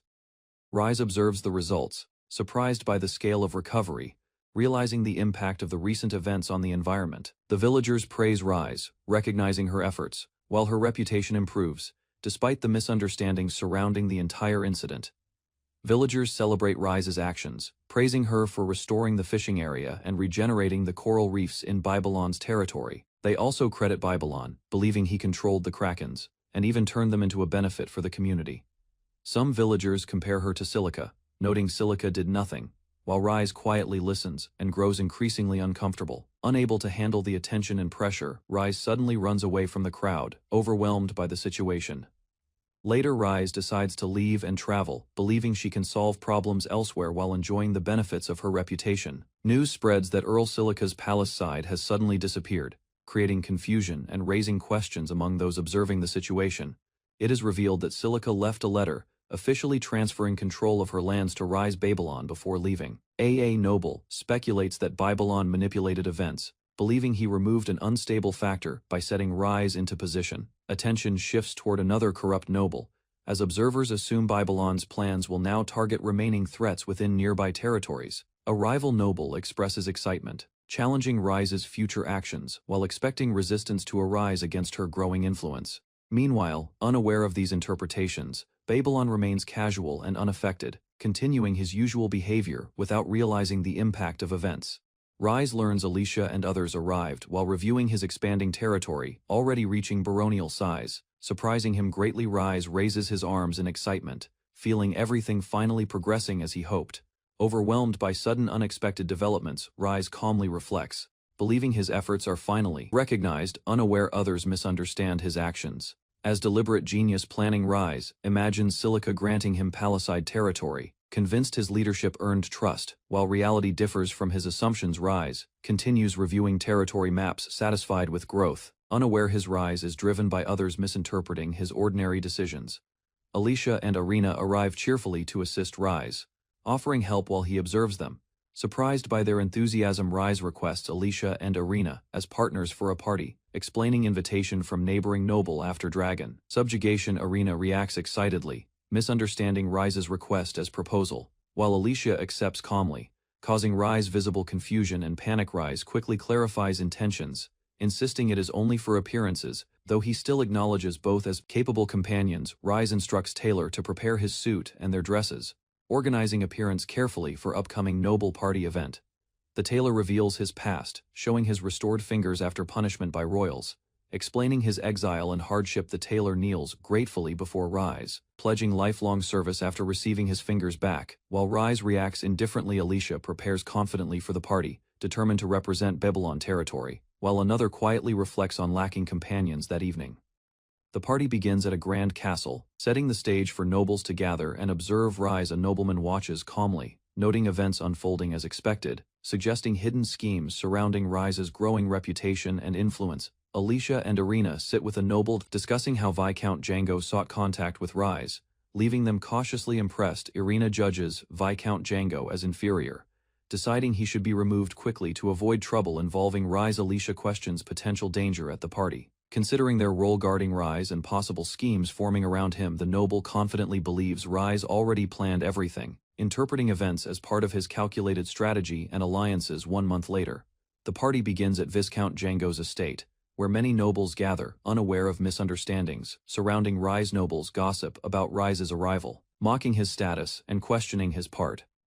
Expecting something improper and lacking refinement, a composed noble interrupts, discouraging rude assumptions. As attention shifts toward the expected arrival of Rise Viscount Snail, Django greets guests politely, presenting himself as host while others flatter him. Unaware of his intentions, the nobles prepare to mock Rise publicly, planning to expose his lack of aristocratic knowledge. During the gathering, Rise arrives with Alicia and Irina in formal attire, surprising everyone with their appearance and immediately drawing attention. Viscount Snail, Django reacts in shock upon seeing Rise arrival, unable to understand the unexpected change in atmosphere. The surrounding nobles notice Alicia and Irina's refined appearance, questioning how such elegance came from a lowly domain. Alicia introduces herself politely as Rise's partner, presenting confidence and grace that impresses the gathered nobles. Irina introduces herself firmly, showing loyalty to Rise while warning others through her presence and sharp demeanor. Despite their elegance, nobles remain confused, focusing on their origins and questioning Rise's decision to bring them there. The nobles admire Alicia and Irina's beauty, pairing them to divine figures. As their presence shifts attention away from Rise Viscount Snail, Django reacts with visible shock, unable to accept the unexpected elegance and confidence shown by Rise's group. Rise approaches calmly, greeting the host politely, maintaining composure despite the tense atmosphere and attention from surrounding nobles. Rise apologizes awkwardly while recalling noble etiquette, but his words unintentionally provoke Viscount Snail, creating immediate tension. Viscount Snail grows angry, misinterpreting Rise behavior as sarcasm and arrogance. While Rise remains confused by the reaction, Viscount Snail angrily raises his hand to attack Rise. Losing control as tension escalates in front of the gathered nobles, Duke Hohenheim suddenly appears, stopping the situation, his presence shocking Viscount Snail and immediately changing the atmosphere. The Duke questions Snail's behavior, criticizing his actions, and highlighting the seriousness of attacking another noble at the party.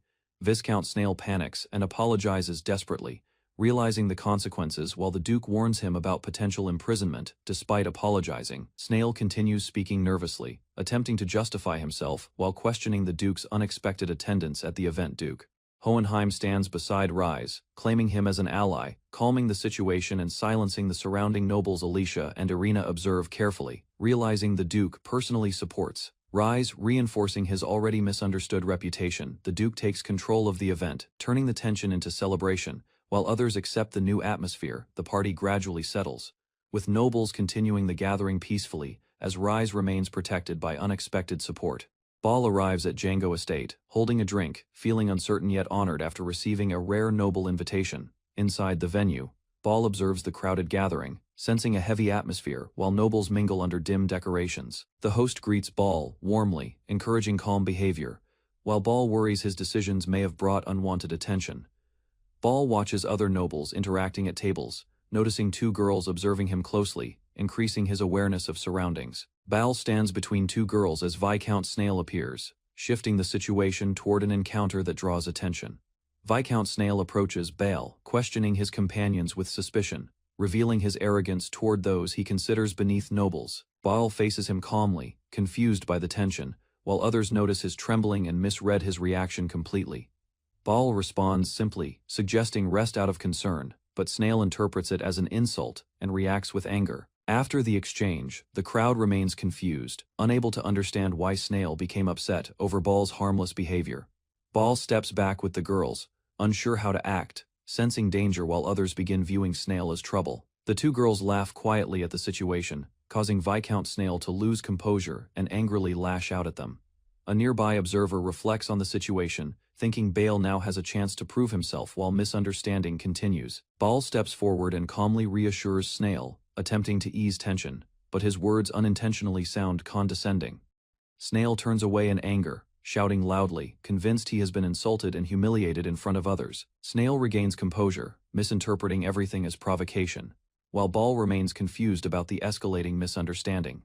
Ball bows slightly and comments on Snail's hairstyle, speaking honestly while explaining his rural background without awareness. Viscount Snail explodes in anger, shouting threats while declaring his territory's strength, trying to assert dominance over Ball. Ball responds calmly, adding another remark, while observers begin recalling rumors about a dragon tied to recent events. Eyestander connects Ball to the dragon incident, reinforcing misunderstandings and increasing tension surrounding Ball's presence. Ball questions Snail directly about the dragon, while Snail reacts defensively, unable to maintain composure under pressure. Ball becomes confident, believing he can fix the situation, planning to improve matters, while others misunderstand his intentions again. Ball politely invites Viscount Snail to visit his territory, bowing respectfully, while attempting to build a better relationship. Snail's attitude changes instantly after hearing about the dragon, realizing Ball's influence and reconsidering his previous hostility. Snail proudly accepts Ball's words, acting superior again, while demanding recognition and trying to maintain control of the situation. Ball agrees casually, while Snail warns about consequences, leaving both sides believing they have gained advantage from encounter. Viscount Snail suddenly screams in rage, losing control completely as his emotions overflow in front of everyone at the party. Snail collapses onto the ground unexpectedly, shocking the surrounding nobles while Ball stands confused by the sudden outcome. Servants rush in panic, assuming a medical emergency, quickly carrying Snail away while others speculate about his condition. A nearby girl realizes the situation could be useful, thinking this event might create an opportunity to gain favor. Ball steps forward offering healing magic, attempting to help sincerely, while others view his action as impressive capability. After the incident, Ball reflects calmly while another noble praises him, believing he handled the situation with great skill. Duke Hohenheim laughs and speaks with Ball, treating him casually while assuming Ball understood everything about the situation. Hohenheim believes Ball acted intentionally to improve his mood, misinterpreting Ball's actions as thoughtful and deliberate planning. Ball becomes confused by the praise, unable to understand the meaning behind Hohenheim's words and expectations toward him. They share a toast under the night sky, strengthening relations, while Baal unknowingly gains trust and respect from another noble. The two girls stand together calmly, watching the aftermath of the party, while the atmosphere slowly settles around them. Baal speaks with Duke Hohenheim again, inviting him to visit Babylon, continuing to build relations despite earlier confusion. Hohenheim escorts Baal out confidently, while nearby nobles watch in surprise at their sudden closeness and cooperation. The scene shifts to Baal's mansion in Babylon, marking the continuation of events following the party encounter.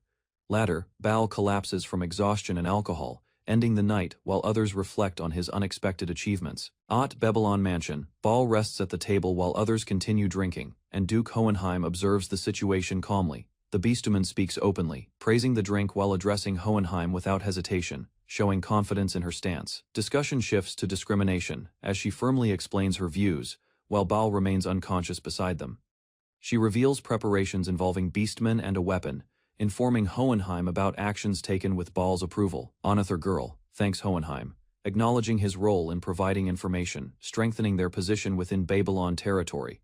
Duke Hohenheim acknowledges Baal's influence, deciding to keep Babylon's situation hidden while recognizing the importance of his actions. Hohenheim declares his support, raising his resolve, showing readiness to back Baal when the situation escalates further. While Baal sleeps unaware, others align around him, as plans move forward quietly under his name and growing reputation.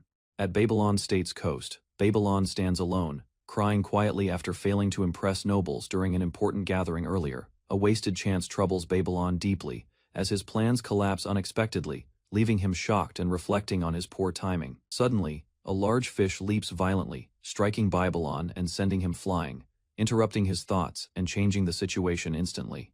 Babylon regains composure, deciding to prove his worth through action, using the fish to demonstrate Babylon's unexpected abundance. Motivated further, Babylon plans improvements, aiming to renovate the town and elevate it to rival the royal capital. Babylon inspects a strange creature carefully, showing confusion while trying to understand its nature and purpose within his territory. Babylon decides to rebuild the city, realizing large amounts of wood will be necessary for his ambitious development plan.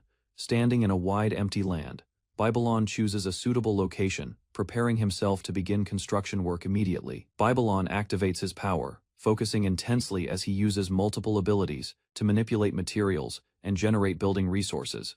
A powerful effect spreads outward, as Babylon's ability transforms the surroundings, rapidly producing materials needed for constructing the city. Babylon runs through a dense forest as the ground trembles, trees shaking violently, while his actions begin affecting surroundings. Babylon reflects calmly, believing his healing magic supports him. Unaware his power is actually far beyond simple restoration abilities. Babylon considers his growing mana, remembering his role as apostle of God, while followers unknowingly amplify his misunderstood abilities. Looking over the forest, Babylon decides to organize his territory, forming a plan to improve structure and development efficiency. Nearby, observer reacts with shock, realizing Babylon's plan could drastically reshape the territory and alter its future entirely. Babylon sits before his subordinates, acknowledging the territory's growth while they credit both his leadership and the people's efforts. Babylon confidently urges everyone to improve further, pushing his group to take their performance and ambitions to a higher level. His companions respond with excitement and determination, each showing readiness to support Babylon's vision for future development. One subordinate interprets his idea as constructing a new castle and reorganizing the land, expanding the scope of his intention. Another member suggests hosting a large party, believing it will attract people and help achieve Babylon's goals efficiently. Babylon's group discusses planning carefully, while a confident ally claims to know someone capable of helping their construction efforts. They recall a skilled chief carpenter once involved with the royal castle, known for secrecy and high-level craftsmanship. Babylon shows interest, recognizing the carpenter's experience as valuable, believing such skill would greatly support their plans. His companions expand the idea, suggesting copying the royal castle's design to elevate their territory's appearance and status. The group becomes excited, praising Babylon's direction, convinced his plan will impress nobles and strengthen their growing reputation. Alicia pledges loyalty to Babylon, while the people increasingly believe in him, strengthening his influence across the territory. Babylon reflects on the plan, thinking copying the design with changes will show loyalty and improve their standing. Babylon confidently signals the start of the project, as his group immediately prepares to follow his ambitious orders. Left alone, Babylon realizes the plan has grown larger than expected, far beyond his original simple intention. Babylon considers additional needs, understanding that besides wood, stone will also be necessary to complete the construction project. Babylon plans to improve transportation, deciding to accelerate dragon training to support the growing demands of his expanding territory. 3 months later, near Snail, Django State's border, the area remains tense as movement in the forest begins drawing attention. A group of exhausted men pushes forward through dense foliage, struggling while encouraging each other to reach their destination. Among them, one man expresses deep resentment toward a powerful snail figure, blaming it for their current suffering. A fierce individual glares ahead, filled with anger and determination, silently vowing to confront and defeat the enemy someday. At Babylon's border, Babylon led dwarves through dense forest, aiming to secure cooperation and improve his struggling territory. A dwarf leader followed behind, exhausted but determined, trusting Babylon's judgment. Despite the harsh journey through unfamiliar lands, the dwarves pushed heavy loads forward, showing pride and strength, believing their effort would prove loyalty to Babylon's leadership. Some dwarves questioned Babylon's reputation, unsure if escaping their homeland for this place was truly a wise decision. The dwarf leader silenced doubts, maintaining discipline, ensuring the group continued forward under Babylon's misunderstood, yet effective guidance. The dwarf leader remembered humiliation in Babylon's territory, urging his group to seize their only chance to escape. Babylon calmly addressed the dwarves, proposing improvements to their food, drawing attention from both guards and exhausted workers. The dwarves admitted their desperation, explaining starvation would continue unless Babylon provided a solution for their survival. A noble mocked the dwarves harshly, belittling their demands, while tension grew between authority and the struggling group. The dwarf leader responded firmly, offering blacksmithing skills in exchange for materials, asserting value despite insults from opposing nobles. The noble insulted the dwarf leader harshly, exposing deep discrimination, while the dwarves endured humiliation within the confined territory. The noble unleashed violent power, striking the dwarf leader, asserting dominance as the dwarves reacted in panic and desperation. Chaos spread among the dwarves, some attempting escape, others protecting their leader, while danger escalated rapidly within the enclosure. The noble mocked their suffering, maintaining control, as imprisoned workers watched silently, unable to resist the oppressive authority surrounding them. Despite fear, the dwarf leader resolved to resist oppression, believing any outcome was better than enduring constant abuse under tyranny.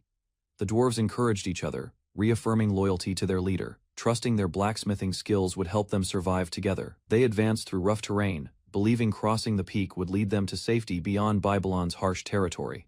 The leader suddenly noticed something ahead, stopping mid-step, sensing danger or an unexpected presence blocking their path forward. The group gathered closely, confused by the halt, watching their leader carefully as tension quietly spread among the exhausted dwarves. Shock spread across their faces as they realized something unforeseen awaited them, threatening their fragile hope of escape and survival. The dwarves reached a high vantage point, shocked to see a vast city and a massive castle dominating the territory. They noticed something approaching from above, growing anxious as an unknown flying presence moved quickly toward their position. A dragon descended before them, its massive form overwhelming the group as fear spread among the already exhausted dwarves. Babylon appeared riding the dragon, observing their condition and recognizing they had fled from another territory in distress. He moved closer, preparing to assist, while the dwarves reacted with confusion and shock at his unexpected and overwhelming presence. Babylon reassured the dwarves, explaining the dragon was under his control. Though his strange explanation caused confusion among them, he urged the dwarves to head toward the city quickly, offering them a safer destination after their difficult escape. The dwarves followed cautiously, still uncertain, trying to understand Babylon's intentions while moving through the forest path together. One dwarf angered Babylon with a careless remark, causing him to react sharply, revealing unexpected authority and seriousness. The dwarves regained trust, believing Babylon would help them, placing hope in his leadership despite their uncertain situation. Babylon assured the dwarves that Rise accepted everyone, giving hope to those who had suffered oppression for long. Elsewhere, at the former lord's mansion, the situation shifted as events began unfolding separately from Babylon's group. A woman inside the mansion called for Rise, drawing his attention as he worked quietly within the building. She approached him with unusual enthusiasm, holding a personal item she had discovered from his past belongings. Rise showed little concern, allowing her actions, while she celebrated happily, treating the item as something extremely valuable. The woman separated the items carefully, assigning different purposes, while Rise observed, confused by her unusual behavior and decisions. Rise reflected on their move to the castle, realizing preparations needed to begin seriously, despite distractions within the mansion. Another subordinate arrived carrying books and documents, reporting progress in organizing materials taken from the former lord's residence. Rise praised the effort, acknowledging the work, while the subordinate reacted with surprise at receiving such direct recognition. The subordinate presented another discovered item, continuing the sorting process as Rise's group steadily prepared for relocation to the castle. A photograph was revealed, showing Rise's parents together, capturing a rare moment from the past preserved within the mansion. Rise recognized the image immediately, recalling memories of his parents, understanding it was taken during an important moment in their lives. His companions reacted with surprise, noting his mother's appearance, while Rise explained parts of her complicated background and circumstances. The discussion became awkward as details emerged, but Rise remained calm, accepting his past without hesitation or embarrassment. Before the moment continued, a subordinate arrived urgently, informing Rise that the dragon riders were requesting his presence immediately. Rise and his companion looked at the photograph again, silently acknowledging its meaning while uncertainty remained between them. Rise confirmed the dwarves had escaped danger, understanding their situation and recognizing the hardships they endured under another ruler. The dwarf leader expressed determination to help, while Rise assured them they would not be forced to return to suffering. Rise prepared to act, raising his hand as he decided to address their condition before anything else could proceed. He activated his ability, beginning to restore the injured dwarves, signaling the start of support under his leadership. The dwarves realized their wounds and fatigue disappeared, shocked as Rise's healing magic restored their bodies instantly and completely. They expressed gratitude, but Rise focused on their condition, recognizing their hunger and prioritizing their immediate well-being over anything else. Rise ordered his subordinates to prepare food, believing kindness would ensure loyalty, while the group accepted his instructions without hesitation.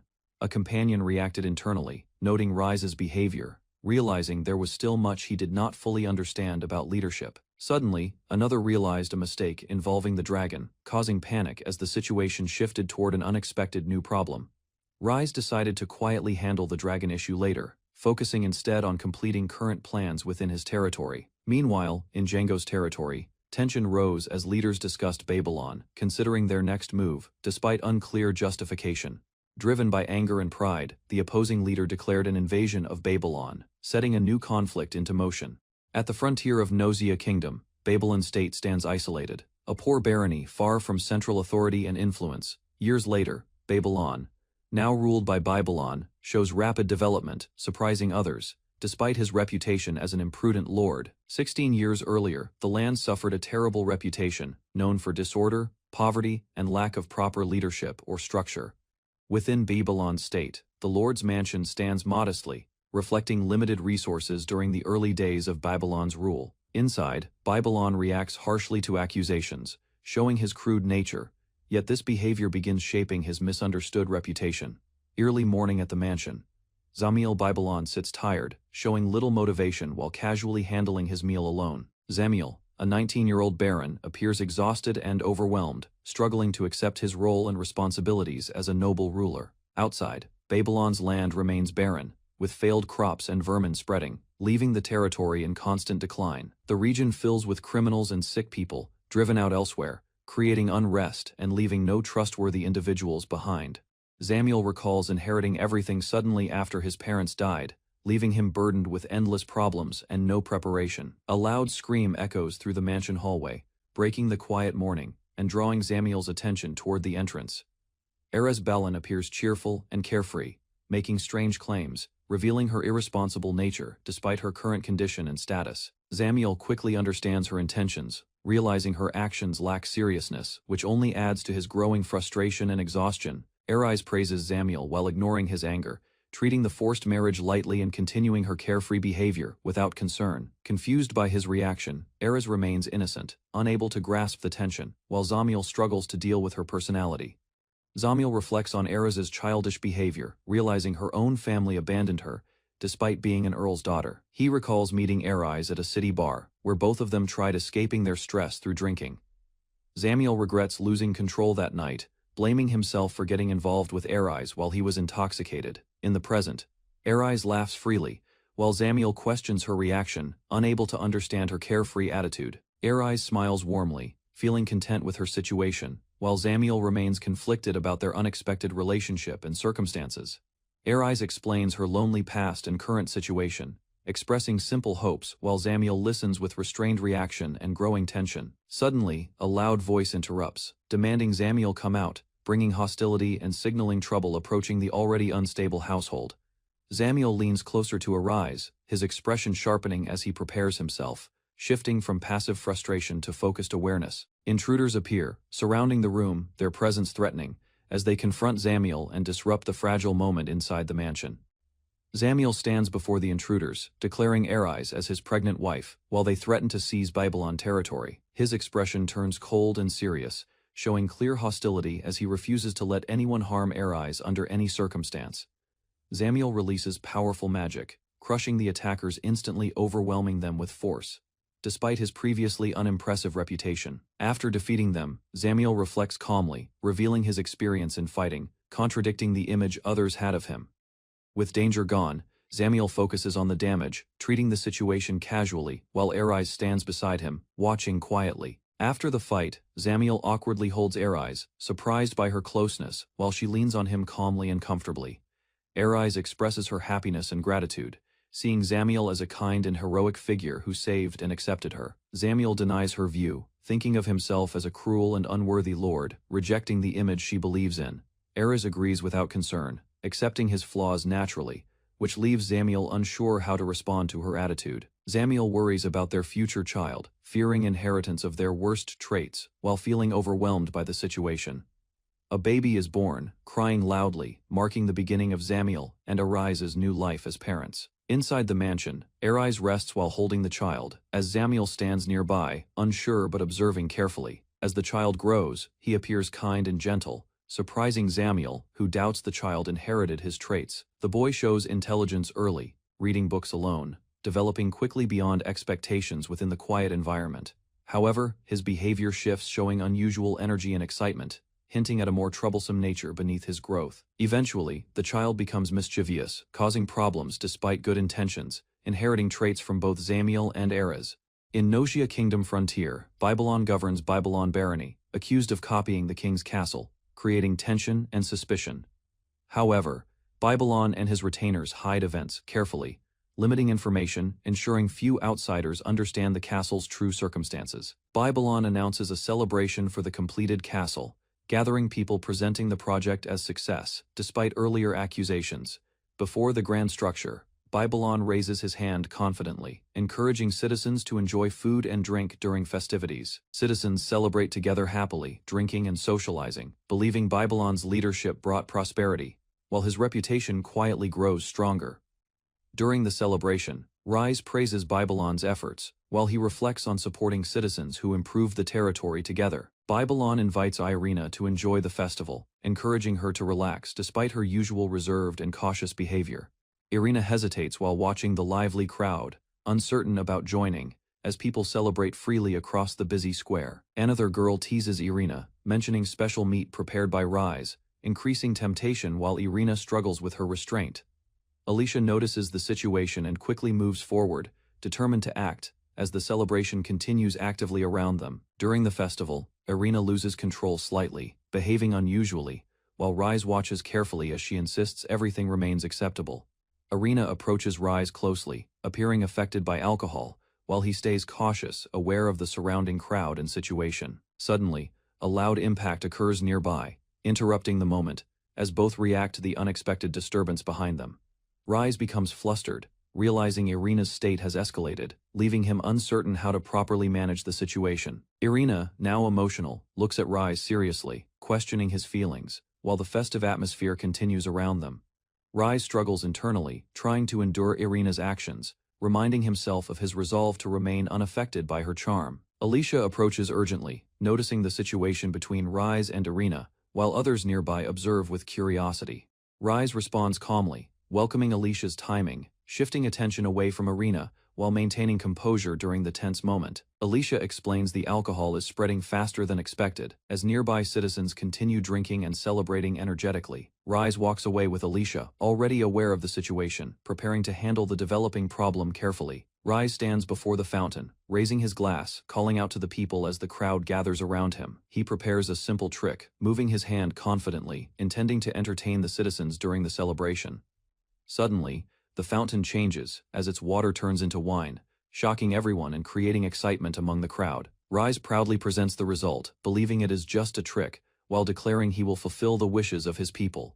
Alicia reacts with surprise, while Rise considers inviting other nobles, unknowingly strengthening his reputation further. Rise notices a shift in the crowd's mood, as people begin reacting strangely while watching the ongoing celebration.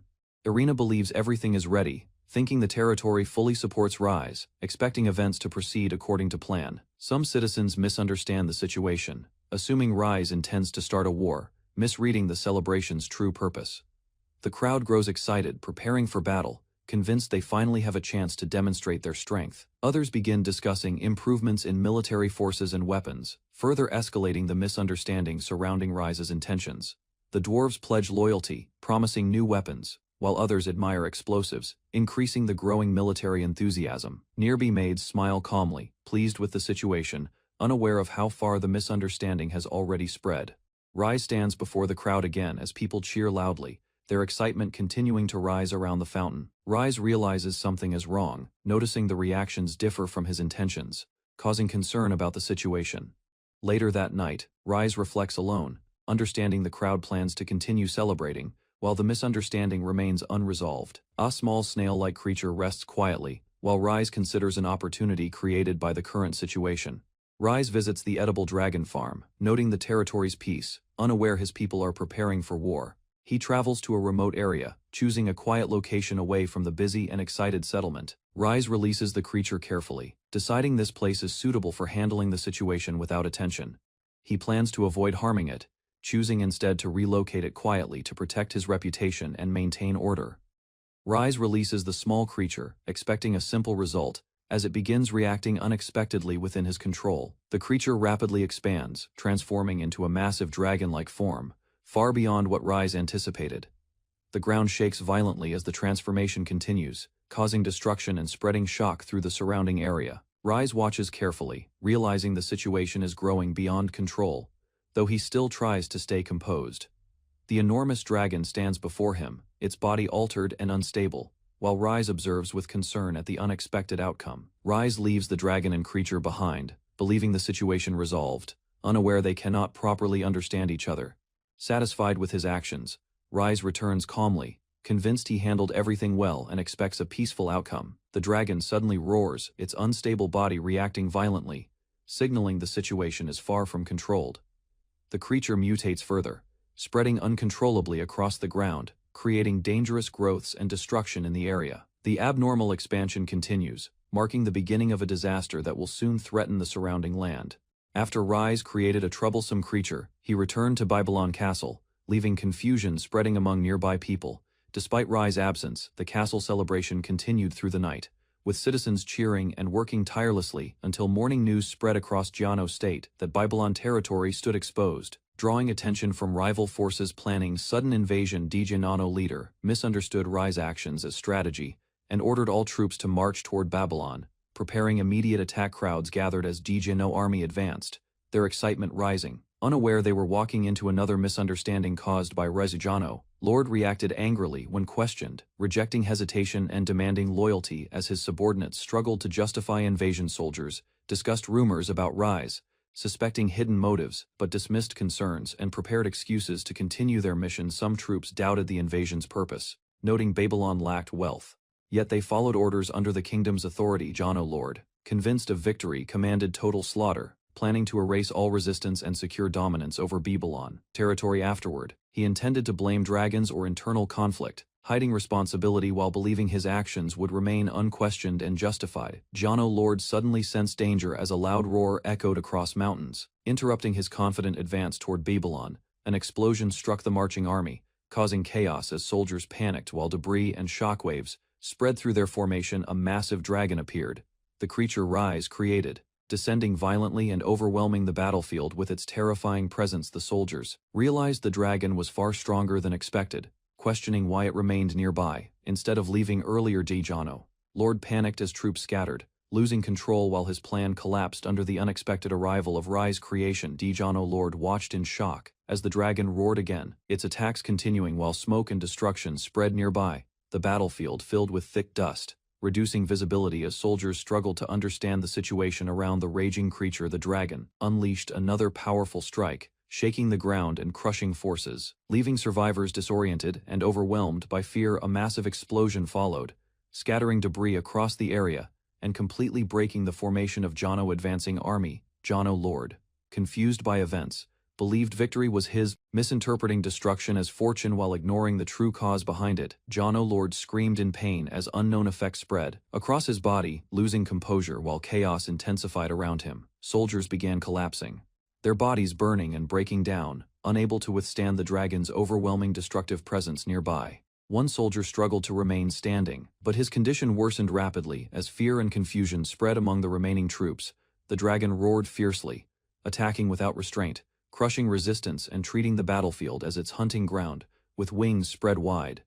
The dragon dominated the sky, leaving surviving soldiers in despair as their invasion completely failed. The dragon multiple lied and rampaged wildly, overwhelming remaining soldiers as its hunger drove it to continue destroying everything nearby.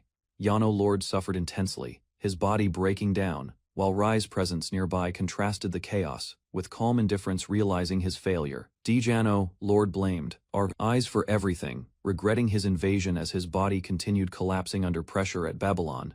Rise calmly observed the peaceful morning, unaware that his actions had completely destroyed the invading army. Rai's companions praised his restraint, believing he intentionally stopped the threat, further deepening the misunderstanding surrounding his abilities. After the incident, Rai's companions relaxed, noting the celebration continued as people enjoyed themselves without concern for recent events. Rai's bodyguard stayed close, insisting on protection due to possible tension with nobles. While Rise remained uncertain about situation, the bodyguard observed the surroundings carefully, hinting that others nearby were behaving differently than usual. Within the castle, maids secretly watched Rise from a distance, whispering among themselves while trying to hide their growing admiration. The maids continued observing quietly, expressing their feelings indirectly, while Rise remained unaware of their attention and intentions. Rise kindly offered the maids a day off, hoping to improve relations, though he felt uneasy without understanding why the maids politely refused, expressing gratitude while insisting on continuing their duties. Despite Rise's consideration toward their rest, Rise reflected on their response, believing they were simply tired. Remaining unaware of their true admiration and intentions, the maids excused themselves, claiming post-celebration duties, while mentioning Beal-sensei's work, leaving Rise confused by the topic. Rise's companion explained Beal's popularity within the territory. While Rise struggled to understand the ongoing situation around him, Rise reflected that Babylon had grown prosperous, believing his territory now allowed citizens to appreciate culture and artistic works. While speaking with his bodyguard, Rise was suddenly called by someone approaching quickly from inside the castle. A messenger arrived in haste, drawing attention as Rise noticed her urgency and asked about the situation immediately. The messenger reported refugees from Jano territory, explaining their village had been destroyed by an unidentified monster attack. Rise and his bodyguard reacted with shock, unable to connect the disaster to the events caused by Rise's earlier actions. In Babylon outskirts, villagers gather anxiously after destruction spreads from Jiangfei state, leaving fear and uncertainty across the settlement. Babylon, the young lord, steps forward and listens carefully. As reports about the ruined village reach him with urgency, the villagers beg Babylon for help, grieving their losses, while he prepares himself to respond. Despite his uncertainty, Babylon uses his healing magic to restore their condition, focusing on relieving fatigue and stabilizing their weakened spirits. The villagers recover quickly, their pain gone, expressing gratitude as Babylon's simple action brings relief and renewed stability. Rise calms the villagers and gathers information, feeling confident while his companions support him and trust his leadership. An old man explains the incident happened before dawn, describing the sudden disturbance that struck their village unexpectedly. In the rural Django area, a frightened cow reacts wildly, showing signs of panic as something approaches nearby. The cow breaks into a barn, alarming villagers, while warriors are called as confusion spreads about a possible beast. The noise suddenly stops, leaving the barn quiet, and the villagers realize the cow has disappeared without any trace. The old man cautiously enters the damaged barn, noticing broken walls and darkness inside, while sensing something dangerous nearby. Inside, a large monster feeds on the cow, revealing its presence as it calmly devours its prey in silence. The old man peeks closer and locks eyes with the creature, realizing too late that he has been noticed. Terrified, he runs out shouting about a monster, while the creature steps forward from the barn and begins pursuit. A villager runs past in panic, warning others to flee, as confusion spreads and no one understands the real danger. A wounded villager struggles forward, revealing he was bitten, while his body begins reacting strangely under growing pain. His condition worsens as heat rises and scales appear, alarming others who realize something unnatural is happening to him. The old man freezes in fear as the transformation continues, sensing the danger increasing beyond control. Panicking, the old man runs away while the creature moves behind him, closing the distance as chaos spreads further. A large monster emerges fully, unleashing a loud roar as its presence confirms the true threat facing the village. Rise reacts to the report, realizing the threat involves a massive creature resembling Viscount Snail attacking the area. The old man confirms the details, while Rise listens seriously and begins analyzing the situation with growing concern. Rise concludes the creature can infect others, identifying it as a dangerous monster capable of turning victims into similar beings. His companion reacts in surprise, as Rise quickly reaches a conclusion showing confidence in understanding the enemy's nature. Rise steps forward and addresses the villagers, declaring the attackers are artificial monsters while taking control of the situation. Rise explains the monster's nature, stating such a creature could not exist naturally and must be created artificially. He considers the possibility of a magic user, suggesting only someone with power could produce such dangerous beings. The villagers understand his reasoning, connecting the attack to prior events, and realizing the situation was carefully planned. Rise identifies Snail as the main culprit, concluding the attacks were intended to turn villagers into a controlled monster force. More details emerge about Snail's deception, revealing his broader ambition and confirming his role behind the unfolding crisis. Rise turns as his name is called, remaining calm while preparing to respond to the urgent situation unfolding nearby. Claus and Irina report that refugees from Django are arriving, describing widespread attacks by an unknown monster across villages. Rise reflects on the information, realizing time is limited while his companions watch and wait for his decision. Rise addresses the people of Babylon, revealing Snail as the culprit and explaining his plan to create monsters and spread chaos. Claus and Irina accept Rise's orders, gathering fighters quickly as preparations begin to rescue the remaining citizens of Django. Rise assigns Alicia to care for the refugees, ensuring the injured are treated while organizing support within Babylon. Rise declares his resolve to stop Snail, stepping forward with determination as he prepares to confront the true enemy. Django territory had long prospered under capable lords, remaining remote, yet stable, with Babylon quietly governing its distant lands. Suddenly, destruction spread across the capital, fires rising as the peaceful territory collapsed into chaos and suffering without warning. An evil mage transformed the current lord into a monster, creating dragonfolk soldiers who began attacking and destroying everything. A massive dragon-like creature rampaged through the city, crushing buildings while overwhelming the remaining forces within Django territory. Driven by confusion and fear, Babylon returned, facing the raging monster as the situation worsened beyond control. And danger spread. Terrified citizens prayed for help as destruction continued, believing no one could stop the dragon and its spreading chaos. Rise Babylon stepped forward with his allies, declaring himself boldly while confronting the evil dragon's army threatening the territory. Rise identified the true enemy and prepared to stop the tyranny, though he felt nervous, seeing the overwhelming number of enemies. The dragon creatures charged forward, roaring loudly as they attacked, forcing Rise and his group to face them directly. Despite fear, Rise resolved himself, believing in his allies, and prepared to confront the evil dragon and end the disaster. The dragon charged through the forest, destroying trees as Babylon stood ahead, forcing the creature to focus on him. A sudden impact struck the ground, throwing dragonfolk aside as the force scattered enemies and disrupted their advancing formation. The dragon crashed violently, its body slammed into the ground, weakening as Babylon's unexpected power overwhelmed the battlefield. Witnesses watched in shock, believing Babylon possessed divine or magical abilities after seeing the overwhelming attack destroy the enemy. Babylon calmly explained the situation, recognizing everyone as victims of Snail's plan, while maintaining control over the battlefield aftermath. Babylon stepped forward and decided to save the victims, focusing his strength to restore those affected by the dragon's curse. He activated his power, releasing a bright energy from his hand as his ability spread across the battlefield. The dragon and infected humans reacted in shock as the strange power began affecting their transformed bodies. Witnesses noticed the monsters changing, realizing something unusual was happening as Babylon's power continued spreading. The dragon folk bodies dissolved, returning to normal forms, as Babylon successfully removed the curse and saved the victims. The transformed victims returned to normal, their bodies restored as Babylon's power removed the effects of the dragon's curse. Across the city, those injured by fire also recovered. As the healing effect spread and restored the suffering citizens, people realized the scale of the miracle, watching survivors stand again as the destruction no longer claimed their lives. Babylon remained calm, having reversed the transformation and saved countless people from death through his unexpected ability. The citizens gathered around Babylon, praising him as their savior, while he became the central figure of hope. Babylon stepped forward confidently, declaring his intent to end the chaos caused by the evil mage snail.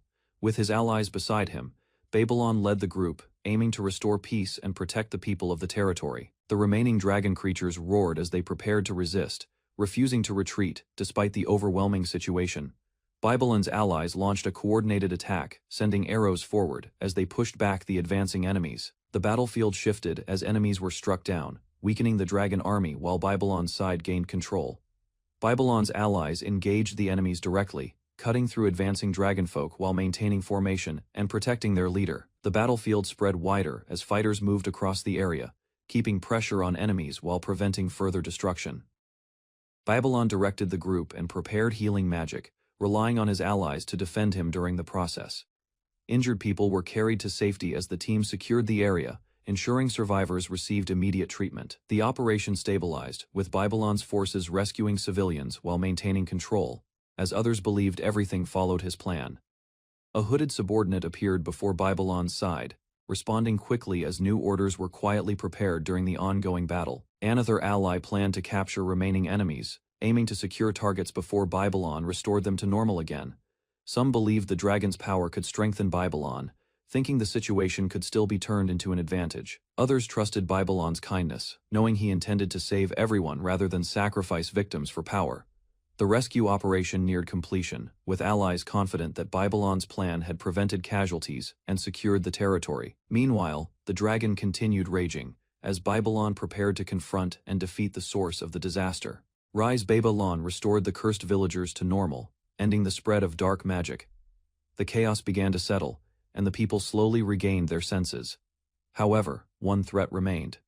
Viscount Snail had transformed into a massive dragon, becoming the source of the remaining evil. Rise prepared to confront him directly. Aki, observing the situation, realized that defeating Snail might not return him to normal.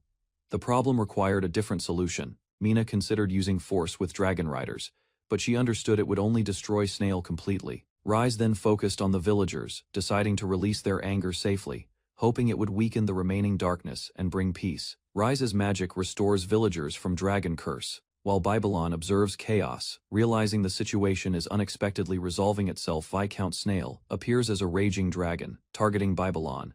As recognize him as the source behind the disaster, Babylon considers the aftermath, noting Snail might not return to normal, and begins thinking carefully about next actions. Rise evaluates a forceful solution using dragon riders, while Babylon hesitates, unwilling to cause unnecessary destruction. Despite pressure, Babylon decides to calm the suffering townspeople first, planning to release their anger. As the town regains order, Babylon stands with Rise and allies, preparing to address the villagers, deciding to guide the situation toward controlled resolution. Babylon reveals Viscount Snail's crimes, explaining the dragon transformation, directing the villagers' anger toward the true culprit behind chaos.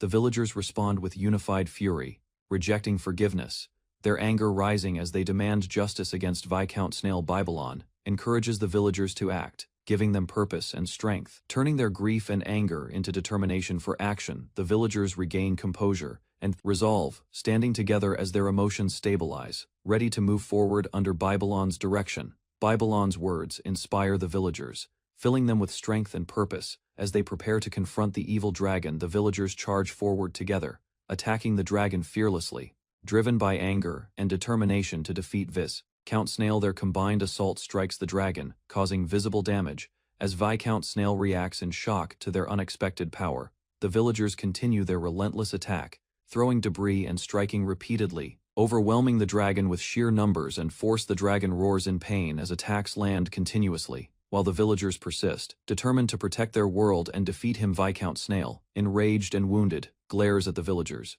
vowing retaliation as his dragon form struggles against their attacks. Rise moves forward to confront the dragon directly, while Babylon supports from behind. Trusting her strength to handle the threat, Babylon gives the command, signaling the dragon riders to begin bombardment.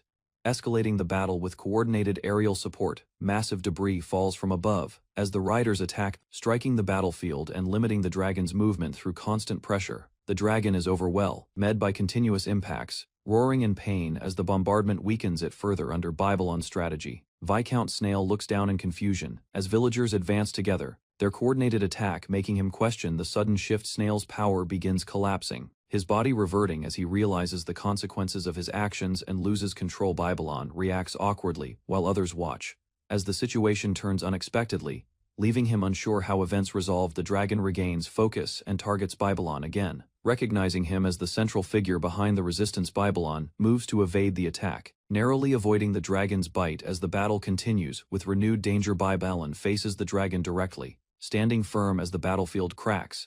While rejecting the dragon's distorted claims about justice, the ground splits violently under pressure, spreading destruction across the area as the clash between forces intensifies further. Strange vines bind the dragon's body, weakening it steadily. As its strength fades and control over the situation slips away, the dragon becomes immobilized within stone and debris, as Babylon's plan confines it, delivering final judgment upon Viscount Snail. Viscount Snail revert as and screams in defeat, buried under rubble as his ambition collapses, and the battle finally ends. Rise and the others stare in shock, realizing the battle has ended unexpectedly. Struggling to understand what just happened, Viscount Snail transforms completely into a large tree, frozen in place, marking the final consequence of his actions. The villagers accept the outcome, seeing the tree as punishment, while deciding to protect their land and move forward. The destruction becomes clear as the town lies damaged, leaving behind heavy losses. Despite the victory over the threat, Rise encourages everyone to rebuild, guiding the villagers to recover together and restore the town after the battle ends.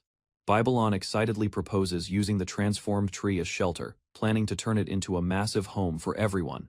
While Snail suffers silently in tree form, the villagers begin working together, following Babylon's idea to rebuild their lives. Rise defeats Viscount Snail, who transformed into an evil dragon through wicked magic, ending the threat during chaos. The land remains a barren desert, a world without water, where survival is harsh and resources are extremely limited. Silica shows confidence in her abilities, believing her power as a water mage surpasses others, despite harsh conditions. She explains her magic, creating water barriers that reflect sunlight and reduce heat, helping people endure the desert. The traveler is revealed as Silica, the hidden water goddess, whose presence quietly supports the desert town's survival. Silica admits her disguise as a normal traveler is pointless, deciding to stop pretending and act freely instead. She plans to solve water problems, hoping her actions will earn recognition from Rise and impress the people. Silica creates water around her body, enjoying the sensation as she relaxes. After enduring the harsh desert heat, she continues using water magic to clean herself and her clothes, maintaining comfort despite the dry environment. Silica evaporates the water into the sky, unintentionally forming clouds that begin changing the desert's condition. Silica finishes her preparation, satisfied with her condition after using water magic to refresh herself in the desert. She follows underground water flow across the desert, searching for a large town before her limited supplies run out.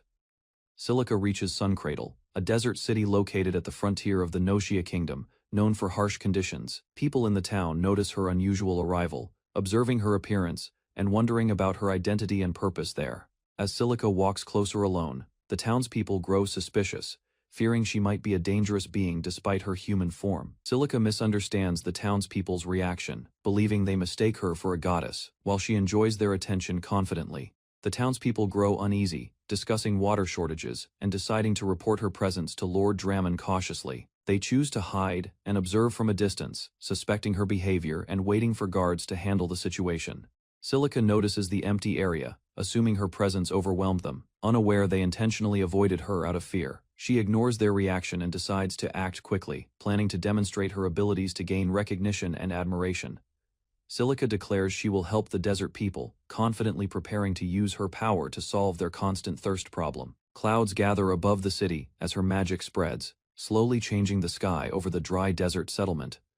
Rain begins falling unexpectedly, shocking the townspeople who cannot understand how water suddenly appears from the clouds. They question the source of the rain, realizing powerful magic is involved, and wondering why such help comes freely. Silica, unable to see their reactions, assumes her effort is insufficient and decides to increase her power further. Silica promises the people constant water, assuring them their suffering will end as long as she remains with them. She expresses satisfaction in helping others, believing their happiness proves her greatness and brings her personal fulfillment. Some townspeople doubt her actions, questioning her motives and worrying her magic may oppose established religious teachings. Despite concerns, the people kneel before her, showing submission and gratitude for the water she provided. Silica feels proud of their reaction, believing she has gained admiration, though she is confused by their sudden behavior. Silica is suddenly arrested, confused, and unable to understand why her actions led to punishment, despite helping everyone. She explains her reasoning, believing bringing rain made people happy, not realizing her actions caused unexpected consequences.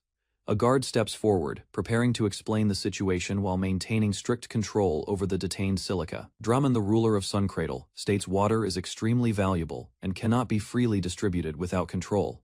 He explains the law forbidding unauthorized magic use, leaving Silica shocked as she realizes she unknowingly broke serious rules. Drummond explains that magic is dangerous and controlled, accusing Silica of causing trouble and even destroying villages unintentionally. Silica responds lightly, unable to fully grasp the seriousness, while Drummond leaves the final judgment to the court. Despite that, Draymond decides punishment is necessary, preparing to enforce the law against Silica for her actions. Silica protests desperately, insisting she did nothing wrong, but remains imprisoned as Draymond stands firm on his decision. Suddenly, a massive surge of water appears, breaking the situation and shocking everyone within the prison area. Silica panics as the water surge spreads uncontrollably, realizing her magic has overwhelmed the entire territory beyond her control. Draymond reacts quickly, using his own magic to block the incoming flood, while confronting Silica about the dangerous situation. Silica continues crying as the water spirals violently, unable to stop the power she released in panic. Draymond orders everyone to escape, recognizing the danger, while struggling to contain the overwhelming force of water. He warns Silica to stop immediately, fearing both of them will be consumed if the flooding continues unchecked. Silica remains calm, explaining she can survive the flood, unaware others face danger from her uncontrolled magic. The people accuse her angrily, believing she caused destruction, while Silica insists she only wanted to help them. Overwhelmed, Silica cries, feeling hurt by their reaction, as her water magic continues forming unstable masses nearby. She regains composure, deciding to stop crying and take action instead of staying trapped in her emotions. Silica leaves the desert, determined to become a hero like Rise, unknowingly beginning her reputation as a dangerous figure. 2 weeks after the battle, Babylon Castle stands quiet, as Babylon prepares for unexpected royal attention and scrutiny. Duke Hohenheim praises Babylon as a hero, amazed by his achievements and growing reputation across the entire kingdom. Babylon calmly receives the Duke inside his castle, remaining humble, while others continue to misunderstand his true intentions. The Duke treats Babylon warmly, acting familiar and impressed, further strengthening the misunderstanding of Babylon's supposed greatness. A companion observes the situation, noting Hohenheim's interest, and comparing Babylon's castle to the royal residence itself. Duke Hohenheim decides to grant Babylon the Django territory, surprising him with unexpected responsibility and future political consequences ahead. Babylon's allies celebrate loudly inside the castle, believing this decision proves his rising influence and success within the kingdom. Hohenheim explains that the incident has reached the king, despite attempts to conceal details about the events surrounding Django territory. Babylon learns he must meet the king soon, realizing the situation has escalated beyond his expectations and control. One companion reacts with excitement, believing Babylon's reputation has grown, while misunderstanding the seriousness of the royal attention entirely. Duke Hohenheim reassures Babylon, stating the royal family views him as obedient, though Babylon remains uneasy about the upcoming audience. Babylon gathers courage and presents ideas to Hohenheim, hoping to manage the situation despite limited understanding of political consequences. Babylon proposes holding a grand celebration at his castle, intending to strengthen relations with nobles and improve his standing. He further suggests inviting the king, believing it would resolve tensions, while unknowingly escalating the situation significantly. Hohenheim reacts with shock, realizing Babylon's plan could create major political complications and draw intense royal scrutiny. A companion confidently believes inviting the king will improve Babylon's reputation and prove his growth to other nobles. Babylon's maid suggests sending a message to the king, requesting him to personally witness the current state of Babylon territory. Duke Hohenheim listens carefully inside the castle, considering Babylon's proposal, while evaluating the potential political consequences of such actions. Hohenheim accepts the plan with determination, deciding to proceed despite understanding the risks involved in inviting the king. Trusting Babylon completely, Hohenheim commits to the plan, while the misunderstanding about Babylon's intelligence continues to deepen. Duke Hohenheim suddenly prepares to leave, confusing Babylon, who still wonders about the true purpose behind his visit. Hohenheim departs quickly by carriage, leaving Babylon territory as events begin moving toward larger consequences beyond the castle. Elsewhere, Hohenheim reflects seriously, preparing for upcoming developments and positioning himself carefully within the unfolding political situation. A masked figure acknowledges that the situation can no longer be hidden, as information about recent events begins spreading outward. Scenes of destruction reveal the scale of past incidents, suggesting that an official investigation from the capital will soon begin. Concern rises as observers consider threats against Babylon, believing powerful groups are secretly monitoring and protecting him from danger. Hohenheim reflects on Babylon's actions, convinced they are calculated moves meant to provoke higher powers despite his low status.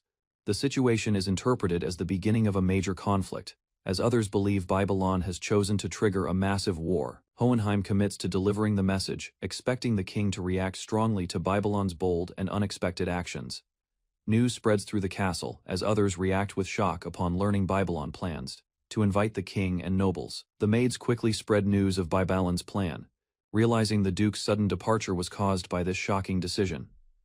One maid grows serious, deciding urgent action is needed and preparing to contact spies to gather information immediately. She approaches Alicia, requesting a private discussion, indicating the matter has become important and requires careful coordination.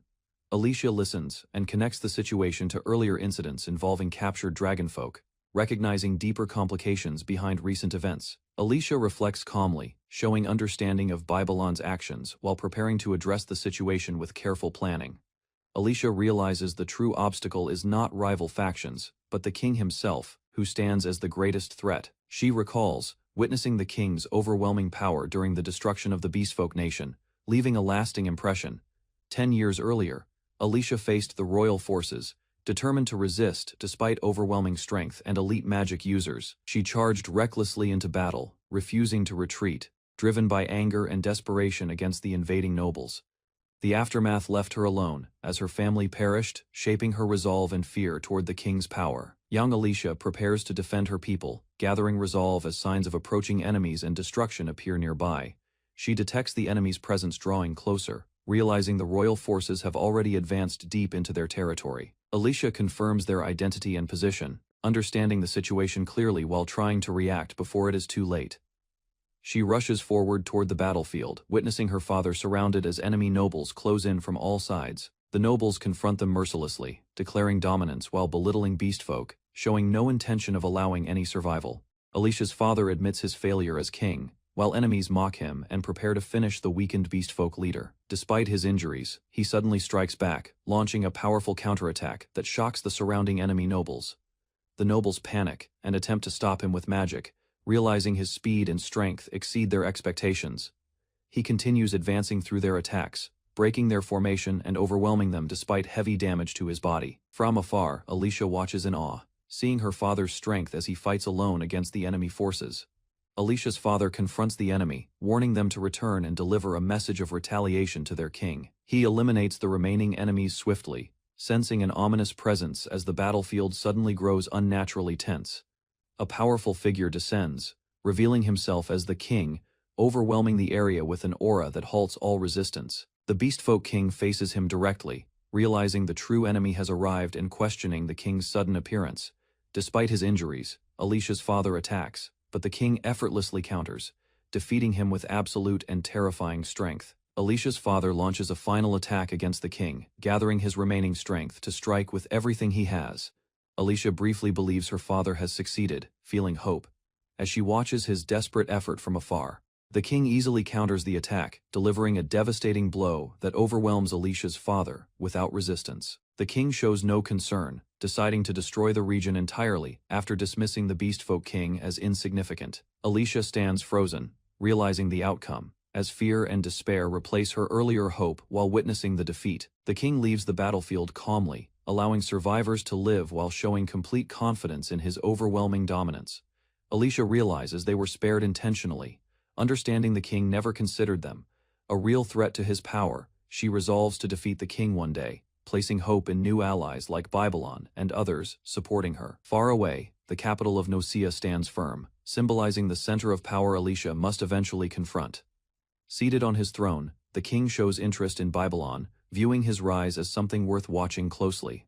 In Nosea Kingdom's frontier, Babylon's territory improves after clearing evil seeds, slowly gaining stability and recognition from surrounding lands. Within a supposed terrorist hideout, Babylon's allies gather, each possessing strength and loyalty, unknowingly supporting his growing misunderstood reputation. Babylon sits calmly as his retainers praise his foresight, while operations succeed smoothly, leaving others unaware of his true intentions.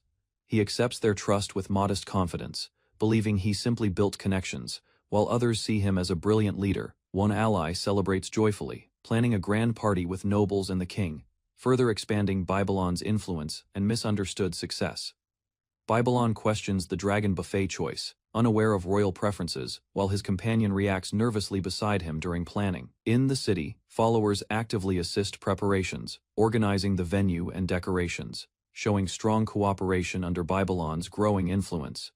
Inside, allies review plans and logistics, noting how even former critics now support Babylon, strengthening unity across different groups. Workers continue tirelessly, handling tasks and gathering supplies, ensuring everything is ready, demonstrating dedication toward the upcoming grand celebration. Babylon reflects on the situation, seeing the event as a chance to unite everyone, accepting the outcome without deeper consideration. At Nosea's royal castle, nobles angrily demand Babylon's execution, misinterpreting his actions as threats against authority and stability. Amid rising tension, a figure intervenes, urging calm as the court reacts emotionally to exaggerated claims about Babylon's conduct. King Jardaber acknowledges Babylon's flaws, but recognizes his achievement in defeating the evil dragon, granting him consideration. The king decides to evaluate Babylon personally, expressing interest in visiting his territory to understand his true intentions. Nobles remain doubtful, believing Babylon's actions are improper, while others suspect he seeks support through indirect, calculated methods. King Jardabert firmly maintains order in the court, emphasizing discipline as nobles continue reacting emotionally to the ongoing discussion. Guards step forward, surrounding a noble who hesitates nervously, unable to defend his earlier accusations against Babylon. The frightened noble is restrained, pleading desperately, while the court witnesses the consequences of reckless claims and disorderly conduct. Execution is carried out swiftly, silencing opposition and reinforcing authority, leaving others shocked by the sudden and severe judgment. Afterward, the court regains composure, and proceedings continue formally, with remaining nobles now cautious under the king's strict rule. At the royal court, King Jardabert decides to reward achievements, and considers granting Baron Rise's request regarding Babylon's territory.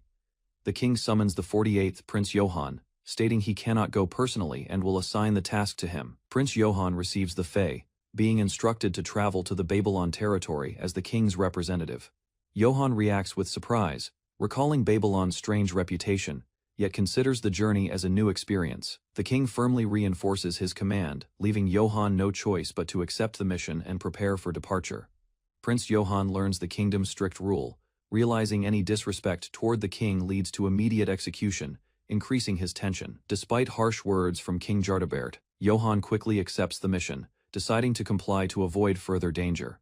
The meeting concludes as nobles are dismissed, leaving the decision finalized and Johann's assignment officially confirmed by the court. Johann exits the hall alongside others, the heavy doors closing behind them, marking the end of the tense royal audience.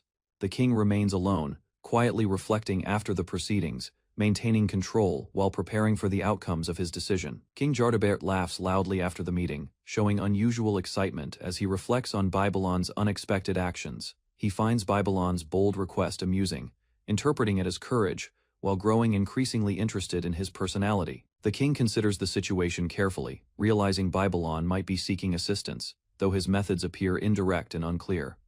He analyzes Babylon's behavior as reckless yet intriguing, viewing him as someone capable of disrupting the kingdom's balance. Jardabert becomes eager to meet Babylon, anticipating future events. Seeing him as a rare individual worth his attention, Jardabert reveals his manipulation, spreading hatred through religion and control, using chaos to divide people across the kingdom. He continues explaining his actions, invading other lands and enslaving people to strengthen rebellion and destabilize surrounding nations. Despite the chaos, he intentionally leaves Babylon's territory untouched, allowing it to grow separately from his destructive influence. Jardabert expresses excitement toward Rise, seeking a worthy opponent, driven by his desire to relive battle once more. He declares Prince Johann as a sacrifice, planning his death to ignite war and intensify conflict against the nobles. Meanwhile, Babylon remains unaware, enjoying peace in his territory, believing everything is progressing positively under his leadership. Rise Babylon announced a grand party at his castle, inviting all who wished for the kingdom's peace. Nobles doubted Rise's status, mocking him as a low-life baron and questioning his achievements and castle. Despite his anger, one advisor reminded the noble that Duke Hohenheim had signed the invitation, forcing attention. The noble pondered deeply, suspecting that Rise might have a secret strategy behind the invitation. With a confident smile, the noble declared he had devised a plan to neutralize risks while handling the situation. The noble decided to respond to Rise's invitation, instructing his advisors to confirm attendance immediately. 1 month later, the party at Rise's castle was prepared, with a young noble's son sent as a representative. Rise observed the young guest warmly, noting that his respect seemed genuine despite his naive nature.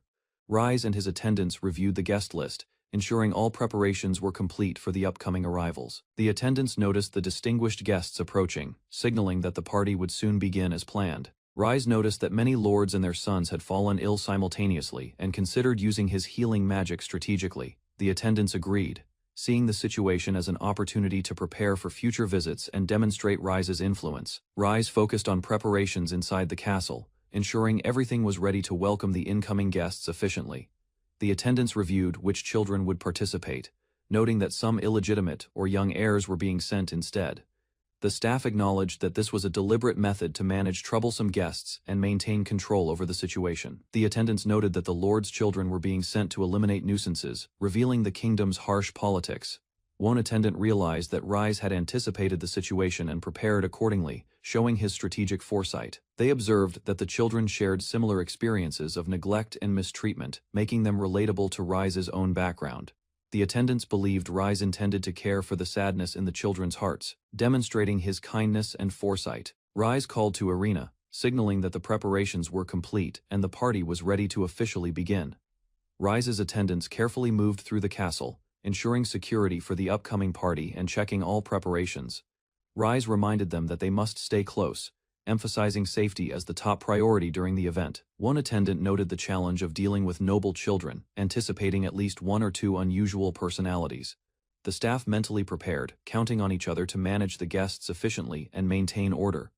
Rise sensed that trouble might appear early, showing readiness to face unexpected issues as the party began. Irina noticed commotion near the entrance, signaling that a guest had arrived unexpectedly at the castle.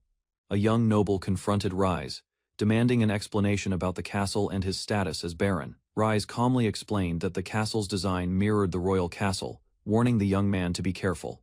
The young man revealed himself as Prince Johann Nocia, asserting his royal identity and expressing outrage. Rise's attendants worried about offending the prince, realizing the need to carefully manage the situation and his reaction. Rise tried to calm Prince Johann, explaining that his previous comments were only a joke about royal upbringing. Irina observed the situation, noting that Rise's words had unintentionally angered the prince. Rise teased Johann, suggesting he could use healing magic on him, further provoking the prince. The prince angrily criticized Rise's castle, pointing out its black paint and comparing it unfavorably to the royal castle. Rise responded calmly, hinting that the castle might remind the prince of home. While Johann's temper flared, Prince Johann demanded that Rise explain his intentions, expecting an immediate response to his anger. Rise noticed a group of noble children arriving, realizing new challenges were emerging beyond Johann's outburst. He observed the children, noting their short tempers and weak spirits, preparing for potential trouble during the event. Rise understood that the children had been sent for education and guidance, recognizing the responsibility entrusted to him. He instructed his attendants to restrain them as needed, showing readiness to manage the children safely and efficiently. Suddenly, Prince Johann and his group were struck, shocking everyone with the unexpected action. The children and nobles collapsed as mysterious hooded figures appeared, creating chaos in the castle hall. Rise instructed Irina to manage the situation, assuring her that the children would be properly educated and cared for. Irina stepped in to assist. while the attendants worked to maintain control and safety among the children. Rise decided to move the remaining guests to the underground temple, using healing magic to ensure none were harmed. Prince Johann awoke, confused about his surroundings, unsure of what had happened to him and the other children. He looked around and saw the other nobles' children similarly restrained, asking what would happen next. Rise and Irina appeared, smiling reassuringly, signaling that the children were under control and safe. The prince realized the situation was serious, but understood that Rise's intentions were to educate and guide them. Rise warned Johann to behave, promising that no harm would come if he followed the rules. Prince Johann angrily threatened Rise, claiming his father would never forgive him for what had happened. The beastwoman reminded him not to rely on his parents too quickly, and to develop as a man himself. She explained her plan to correct his way of thinking for the benefit of the kingdom's future. She asked Johann for his honest thoughts, checking if he truly accepted the current situation. The prince confessed his hatred for his father and other nobles, expressing frustration at being ridiculed as the youngest princess. Rise revealed a drug that forced honesty, explaining it was used to properly educate Prince Johann and the other children. Johann panicked, claiming the people were terrorists, while the others looked confused and terrified by the situation.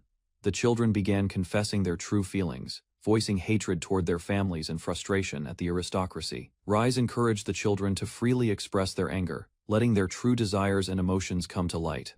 The prince suddenly admitted he couldn't hate his father, showing a surprising change after the drug's effect. Prince Johann expressed his anger and violent desires, including killing his father and older brothers, influenced by the honesty drug. The prince screamed in shock as the drug's effects intensified, experiencing a sudden surge of power. Rise explained that the strengthening drug, derived from devil dragonfolk samples, enhanced both mana and physical abilities. Rise encouraged the children to show their new strength to their parents and siblings, embracing the power within them. Irina and Rise observed as the children began expressing their newfound strength and abilities with excitement and energy. One attendant observed the children and nobles from afar, noting that everyone seemed to be thriving under Rise's guidance. Despite the chaos and power surges, one person remained oblivious to how serious the situation had become, focusing only on the party. Babylon Castle stood quiet, the morning after the grand party.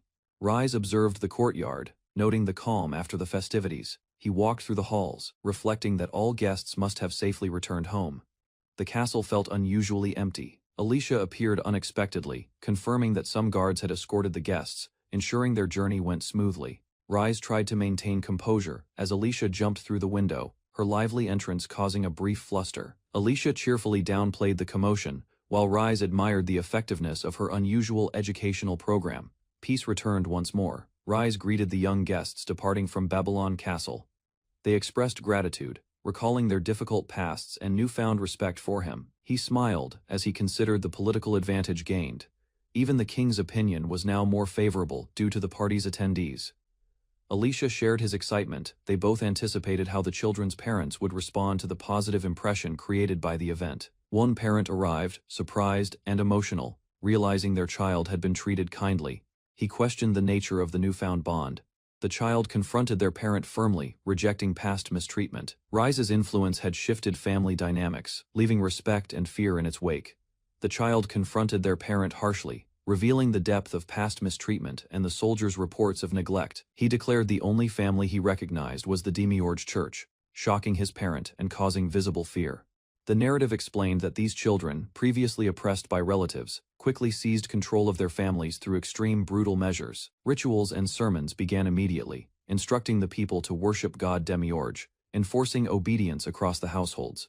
The children preached that true magic and divinity should guide with compassion, exposing lies of the royal family and establishing their new order. The child rallied the people, urging them to embrace demiurgism, spreading a new religious movement through the town.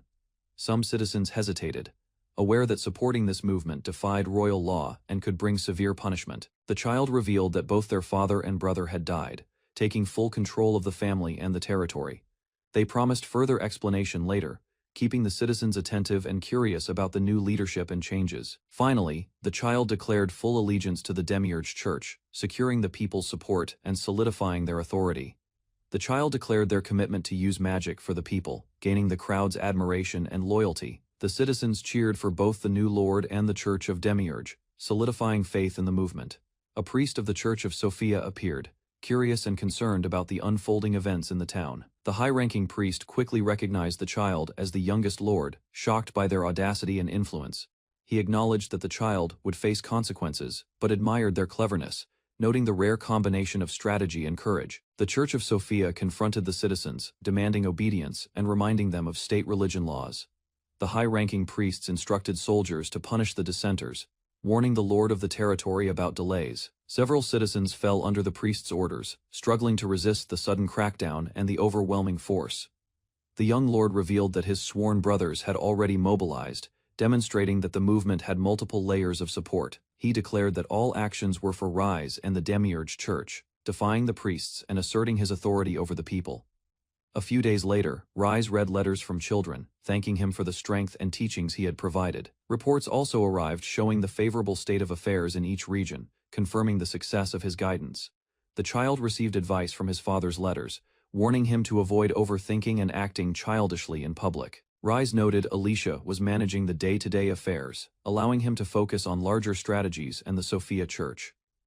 The story ended with the Church of Demiurge standing strong, signaling the consolidation of power and the new religious order under Rise's influence. Alicia hurried down the castle stairs. Arriving at a chamber where a group of priests had gathered, she faced them alone, standing against the entire assembly, challenging their authority with unwavering confidence. The priests protested, invoking the power of the Church of Sophia, claiming divine punishment would follow. Alicia smiled, her confidence unshaken, exuding a mix of mischief and bold determination. She taunted the priests, noting she had yet to be punished, despite being held captive, daring them to act. The priests shouted angrily, claiming the young lord and his followers were defying the state religion and summoning royal intervention. Alicia scolded them, accusing the priests of relying on authority figures, instead of taking responsibility for their own actions. The priests reacted with shock and fear, realizing the severity of Alicia's boldness and the shift in power. She smiled faintly, hinting at potential consequences if the priests continued to challenge her authority. Finally, Alicia reflected on her own doubts, admitting that there had been a time she regretted being born into the Demiurge Church. Alicia reflected on her past, remembering the parents she had lost to the Church of Sophia, and her initial hatred of God Demiurge. She recalled meeting Rise Babylon, whose wisdom and kindness completely changed her perspective on faith and leadership. Rise welcomed the Demiurge Church into his territory, gave them freedom to preach, and provided a joyful daily life for his people. Alicia's faith strengthened immensely, feeling gratitude toward Demiurge and recognizing the impact of Rise's benevolence. The priests, witnessing her devotion and radical change, were horrified and convinced she had lost her mind. Rise plotted to conquer the nation, seeing the chaos caused by Alicia's bold actions as an opportunity for strategic advantage. Alicia prepared a new experiment, smiling mischievously as she worked to improve the devil-dragonizing drug. She confronted the Sophia priests, asserting her power and declaring her devotion to Rise with unrelenting determination. Meanwhile, at Nozia Royal Castle, unrest grew as tensions from the Demiurge Church's influence reached the kingdom's heart. The royal supporters expressed outrage, vowing to kill in the name of loyalty and avenge Rise's family. One of Rise's allies shouted, challenging the old authority figure, demonstrating the youth and zeal of the new generation rallying behind Demiurge. Rise Babylon watched the storm batter his estate. Rain poured relentlessly, and dark clouds blanketed the sky, signaling an approaching crisis. He reviewed reports of turmoil across his territories. 23 regions had suffered uprisings, shaking the fragile balance of power. His influence had grown unexpectedly. Returning to the estate, Rise noticed news of additional nobles falling. 2 more territories had collapsed, bringing the total to 25. Advisors briefed him on the effects. The Demiurge Church's new lords had stabilized regions, reducing negative consequences from the sudden changes in leadership. Rise prepared his forces. High-ranking targets were secured, and the populace remained calm. He knew the time for decisive action had arrived. Rise Babylon commanded his agents to mobilize swiftly. He prepared to coordinate with new lords and allies, expanding his influence across territories. His subordinates listened intently and acted immediately. They moved through the halls, carrying instructions with precision and urgency. A report arrived. Prince Johann had rebelled at the royal castle, creating an unexpected crisis in the heart of the kingdom. Rise clenched his fists, his determination surging. The rebellion was personal, striking at both his ambitions and his pride. His anger fueled immediate action. Every plan accelerated, and Rise prepared to confront the chaos with relentless force. Rise Babylon's adversary laughed uncontrollably, emboldened by the situation. His glee contrasted sharply with the tension surrounding the conflict. Despite the threat, Rise advanced cautiously. Multiple opponents attacked, forcing him to defend with precision and speed. The battle escalated as Rise tried to restrain his enemies. His movements were strategic but met fierce resistance, creating a chaotic scene. The enemy revealed a powerful technique, combining defenses to maximize impact. Rise studied the attack, calculating his counter carefully. Prepared to act, Rise steeled himself. He readied his response, understanding the moment demanded full commitment and relentless focus. Rise Babylon clashed fiercely with his opponent. Explosions and force rippled around them as their attacks collided with devastating power. The tyrant leaped back, expressing admiration while plotting the next strike. Rise braced himself for another wave of destruction. A massive attack formed above them. The tyrant prepared his signature technique, ready to crush everything in its path. The city below trembled. Debris and shockwaves threatened all civilians as Rise assessed the scale of the oncoming attack. The tyrant unleashed his ultimate technique. Chaos erupted across the capital, leaving Rise determined to endure and respond to the overwhelming assault. Rise Babylon fell through the air, battered but determined. He struggled to regain his footing amid chaos. The scale of the danger became clear. The attack threatened more than himself. It endangered the innocent citizens below. Rise twisted through the air, calculating a path to minimize harm. The capital's population hung in the balance. Fury and resolve surged within him. He denounced the tyrant, calling out the injustice and deception surrounding the attack. Summoning every ounce of strength, Rise positioned himself between the falling debris and the people, ready to protect their lives. Rise Babylon hung desperately as massive debris threatened to crush him. He gritted his teeth, refusing to surrender. Pain surged through his body, but determination flared brighter. He screamed, channeling all energy into defiance. The debris loomed above, a near impossible threat. Rise assessed the falling mass, calculating how to confront it head-on. With fierce resolve, he struck, fists colliding against the oncoming destruction. Blood and grit marked his relentless effort. Rise unleashed a flurry of punches, refusing to yield. Every strike displayed his resolve, fighting back with unyielding strength. Rise Babylon struggled through exhaustion, fighting with everything he had. He aimed to show his strength and determination to the people. Pain and fatigue surged, yet he clenched his fists and yelled, unleashing all his power with unrelenting force. The debris and attacks threatened him, but Rise calculated his strikes precisely, countering the falling destruction with skill and courage. He struck the source with overwhelming force, shattering the enemy's attack and sending shock waves across the battlefield. Rise collapsed, exhausted but triumphant. The city was safe, and he had proven his strength and commitment to his people.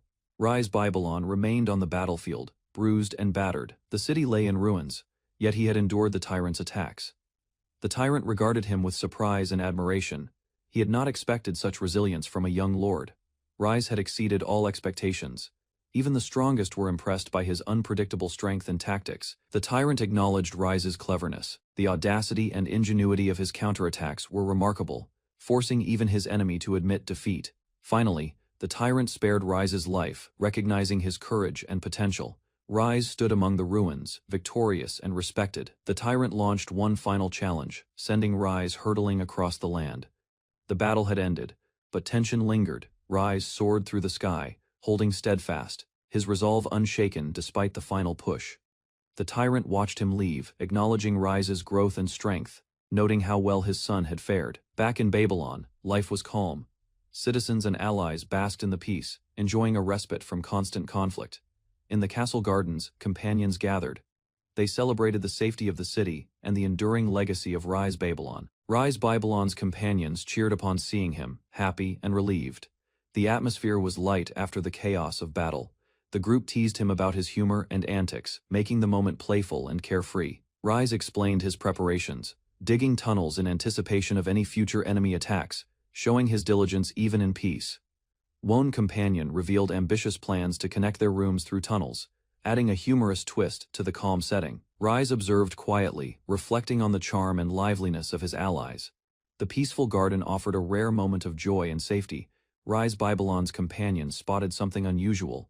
Alarmed, they called his attention toward the approaching threat. Rise's allies expressed their wishes for proper heroes and protagonists, unknowingly hinting at the coming chaos. A strange force rapidly approached, catching everyone's attention.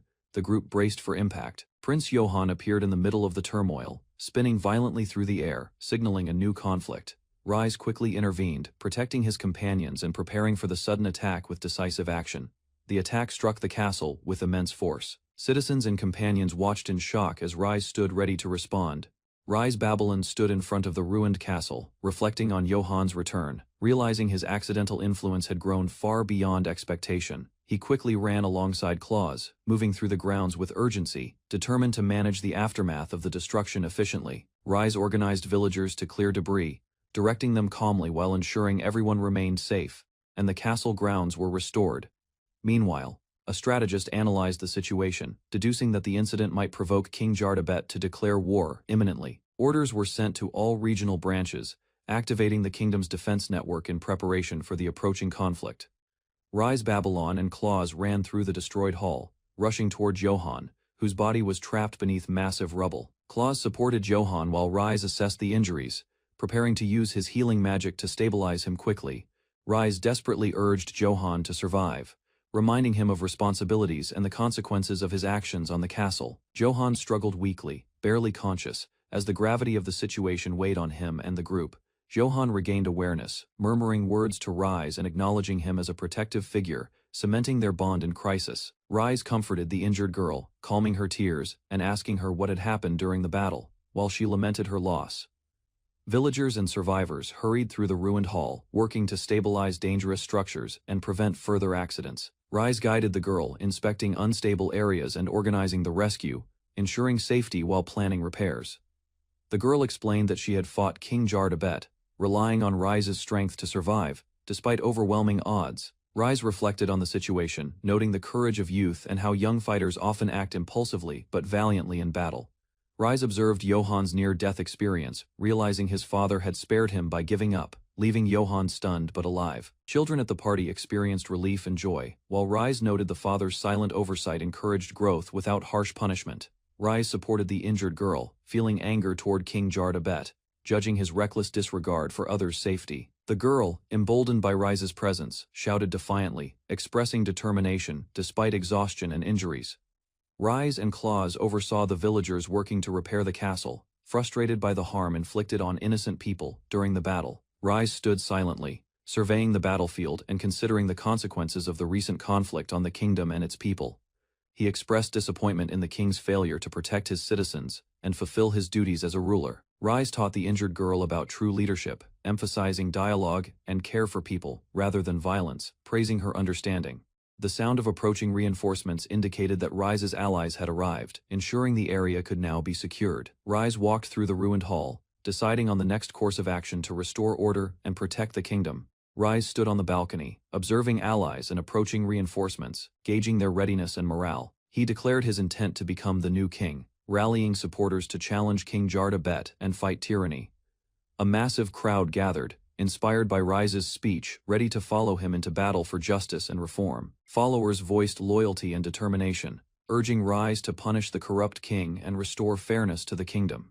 An ancient adversary revealed himself, recognizing Rise after a long time, signaling that a major confrontation awaited. King Jardabet sat on his throne, reflecting on Rise's audacious actions and wondering what strategy his opponent had planned.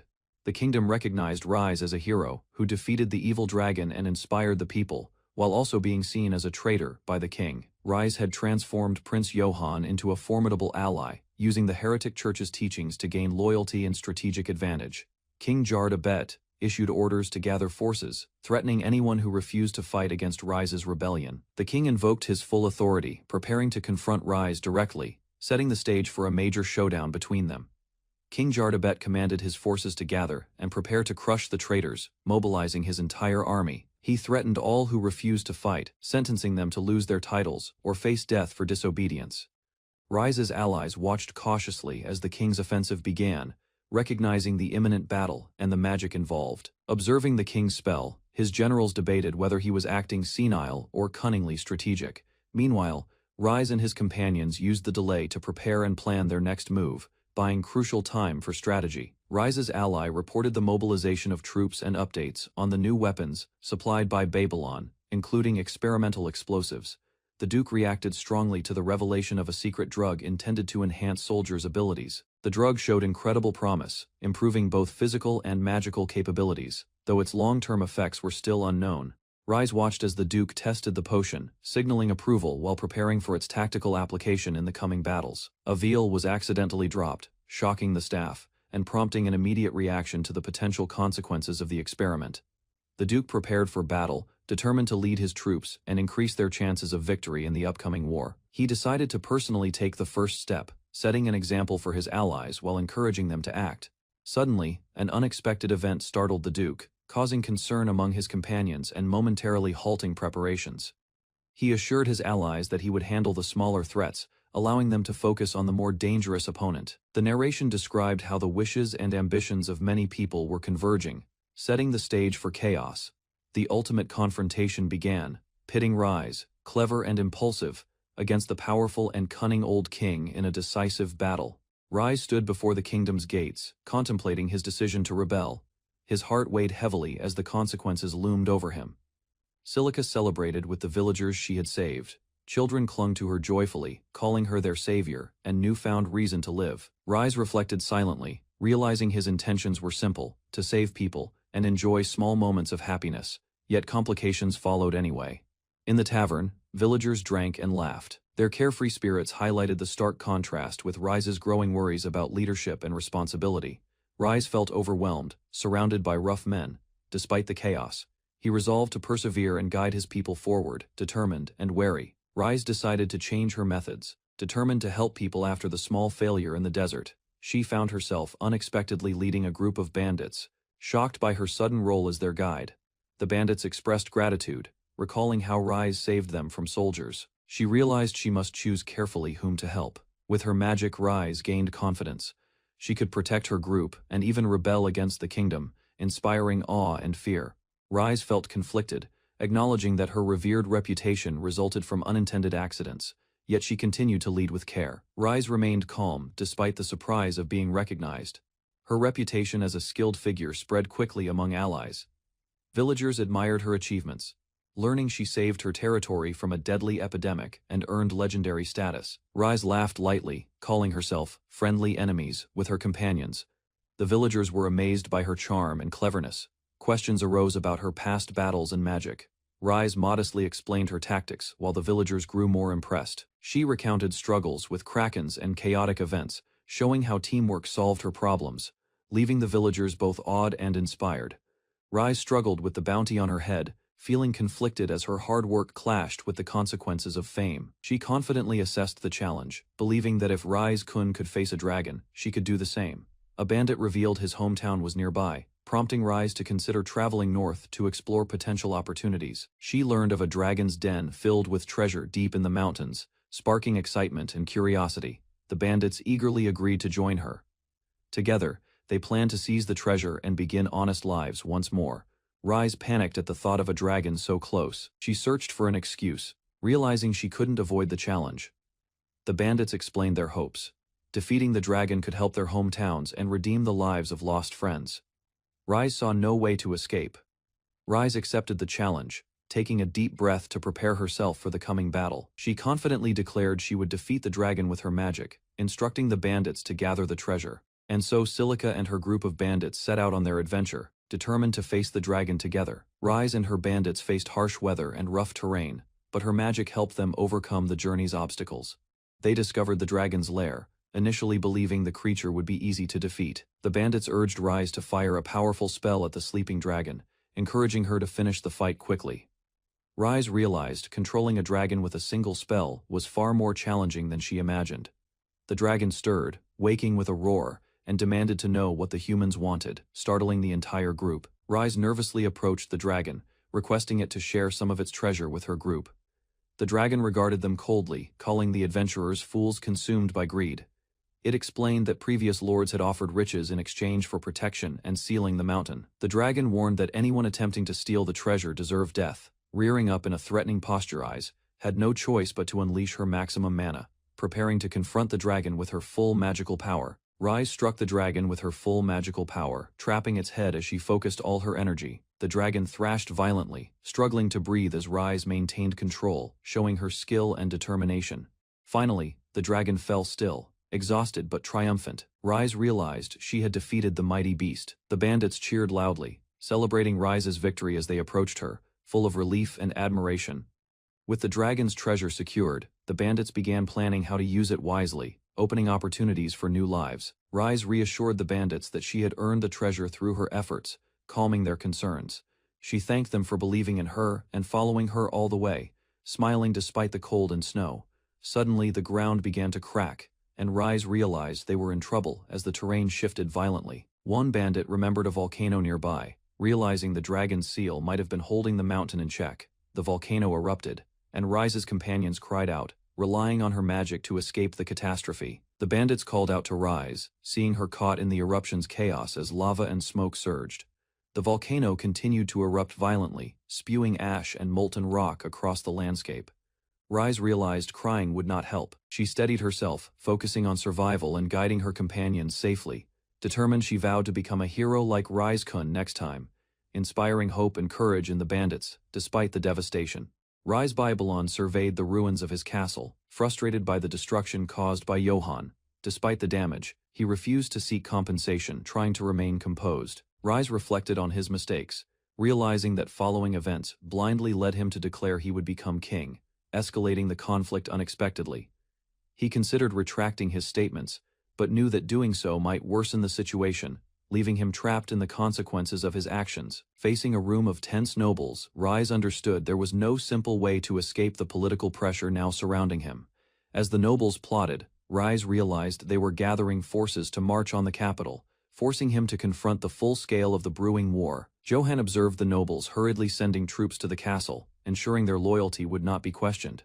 Rise grew concerned, realizing that something about the nobles' actions seemed unusual and unpredictable, causing unease in his mind. Rose watched Clayes with jealousy as he was surrounded by two men, feeling a sudden flame of rivalry in her heart. Rise questioned the behavior of the group in the basement church room, bewildered by their excitement and apparent madness. As events unfolded, Rise understood there was no alternative but to act. Thinking carefully of a strategy to survive, Rise approached the ruined throne room cautiously, noticing the damage and the kneeling soldiers within. King Jardabert received a report that his troops were prepared for deployment, confirming readiness for the coming battle. The king and his advisor walked through the castle hall, inspecting the damage and planning the army's sortie. Jardabert appeared on the balcony, observing the troops gathered below, his expression calm but commanding. Facing a massive assembly of warriors, King Jardabert raised his hand, praising their loyalty and inspiring them for the upcoming campaign. King Jardabert commanded his army to eliminate Baron Rise Babylon, labeling him a traitor to the nation. The knights questioned the logic of sending such a large force to confront a single lord at the southern frontier. Jardabert dismissed their doubts, stating he expected little from the knights, while emphasizing his authority. He lifted a massive stone, demonstrating his power and inspiring fear and respect among the gathered soldiers. The knights prepared to advance, following the king's command and marching toward Babylon's territory with determination and discipline.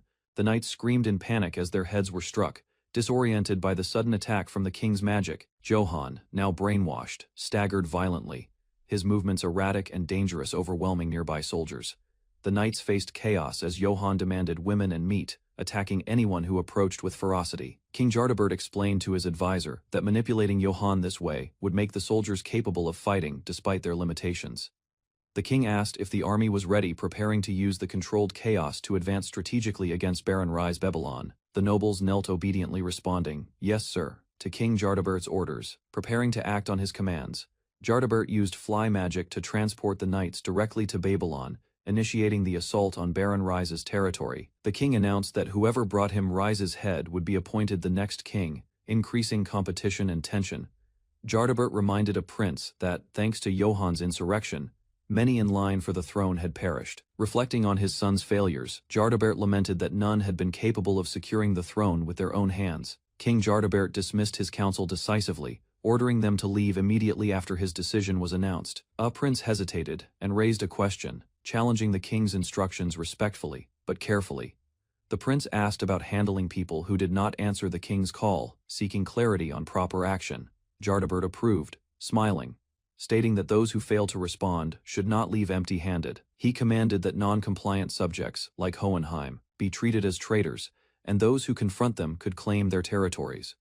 King Jardabert observed from above as all minor roles of his strategy fell into place, satisfied with his plan. From the ground, the soldiers, driven insane by stimulants, prepared to act recklessly against their enemies. From the sky, noble mages, motivated by greed, descended to join the attack and pursue their own objectives. The insane soldiers caused uncontrollable destruction, while the mages targeted specific enemies with precision, creating chaos and fear. Jardabert confronted Rise Babylon, challenging him to face all the pawns he had orchestrated, testing Rise's leadership and skill. A horde of soldiers prepared to march on Babylon, following King Jardabert's cruel orders. The city faced imminent destruction as the invading army moved relentlessly. Rise and his companions observed from above, utilizing their magic to travel swiftly. They pushed forward, aware of the long path ahead and the dangers that awaited. The army's advance shook the landscape, the ground trembling beneath their numbers. Villages and forests were swallowed by their approach. Soldiers attacked indiscriminately, targeting women and livestock, spreading panic and chaos among the unarmed commoners. Rise reflected grimly on the suffering caused by the king's influence. He noted the effects of the enemy's drug, which twisted the villagers into violent, unthinking creatures. King Jardabert planned cautiously, ordering his soldiers to test the strength of Rise Babylon's forces, with lesser pawns first, wary of the Dragon Slayer's reputation. Rise's enemies schemed among themselves, plotting that whoever could bring his head home would claim victory, thinking they could outsmart him. Jardabert encouraged his pawns to prove their usefulness, subtly manipulating them to gauge Rise's strength while keeping the true threat hidden. Lone Noble analyzed the greedy soldiers' mindset, predicting their reckless moves while recognizing the unexpected danger posed by Rise. He concluded that the king's unusual interest in Rise meant the young lord possessed exceptional potential, and capturing him promised high rewards for those daring enough. Allies joined forces to confront the traitors, preparing to prevent betrayals among the greedy soldiers while advancing toward strategic targets. The group planned their march to Duke Hohenheim's territory and Earl Palicide's lands, knowing the journey would test both strategy and loyalty. Silica Palicide emerged as a determined presence, taking command and signaling her readiness to influence the battlefield. Old grudges surfaced, as memories of past shame during a marriage interview fueled anger and determination among the nobles. With resolve, the group advanced, ready to wreak havoc on enemy territories while securing their own positions and asserting control over the unfolding conflict. Rise Babylon observed the approaching enemy, noting mages flying overhead, while soldiers marched across the land toward his territory. He expressed frustration at the sudden aggression, feeling unprepared, as he had not officially declared war despite respecting the royal family. Claus remained calm, receiving constant reports on enemy movements, demonstrating foresight and strategic control over the situation. Claus revealed he had prepared extensively, readying defenses and planning contingencies to counter the invading forces. Rise delegated command of soldiers to Claus and distributed weapons crafted by the beastfolk and dwarves, ensuring his territory was fortified against the impending attack. Rise assessed the battlefield, confident that his allies, including the Dragon Riders' units, could handle the flying mages and protect his forces. He enlisted help from Uncle Hohenheim, strengthening the army and expanding strategic options to counter the enemy's moves. Irina and Alicia were assigned a special mission, their skills critical to increasing the odds of victory while the main battle unfolded. Claus secured a safe position away from the front line under the pretext of tending to the wounded, maintaining control over operations. Despite enemy mage units invading the Palicide region, Rise remained calm, coordinating responses and ensuring the defense was organized and effective.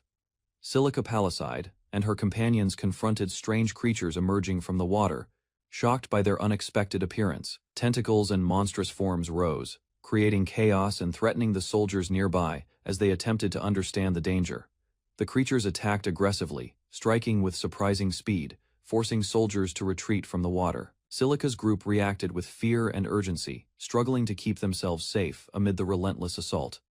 The monsters revealed their full form, including massive eyes and tentacles, confirming the peril as Silica shouted in alarm, preparing for the next wave of attack. Rise's planning paid off as the krakens he dispatched wiped out enemy forces, earning praise from Irina and Alicia. He admitted difficulty controlling the massive creatures and sent them far from friendly ships, ensuring no accidental damage while still targeting the enemy. Rise considered the safety of Uncle Hohenheim and monitored how the creatures prioritized Palicide, noting unexpected but effective outcomes.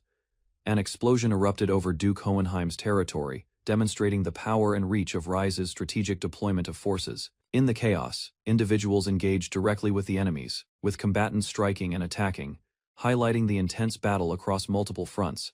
On the battlefield, Enemies were astonished at the skill and coordination of Duke Hohenheim's soldiers under Rise's indirect command. Rise and Claws launched defensive maneuvers, including casting ice shields, countering attacks with precision and protecting key positions. Soldiers engaged in close combat, combining physical skill and magic to repel enemy advances, demonstrating superior training and strategy. A skilled combatant executed aerial maneuvers, striking decisively while maintaining agility and awareness of the chaotic battlefield. Despite heavy assaults, the warrior remained unscathed, leaving enemies shocked and emphasizing the effectiveness of Rise's planning and the soldier's prowess. Enemies speculated wildly, believing Duke Hohenheim might have made a pact with the devil to gain his formidable power, astonished at his combat prowess. Silica Palisade multiplied in the battlefield, overwhelming opponents with speed and coordination, demonstrating that their fears were exaggerated and ineffective.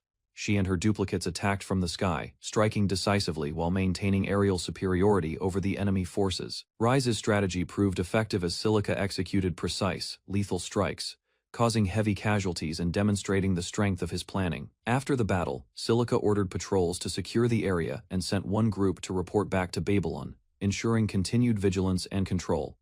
Silica assured the Baron that the land would be protected in his absence, promising vigilance and safety. Rise acknowledged the support, contemplating the unfolding battle and preparing mentally for the challenges ahead. News arrived that Duke Hohenheim's spies had successfully dispersed the noble's magic assault unit, strengthening their position and reducing immediate threats. Rise calculated the enemy's arrival, estimating their speed and planning defensive measures accordingly, awaiting the main force to approach Babylon.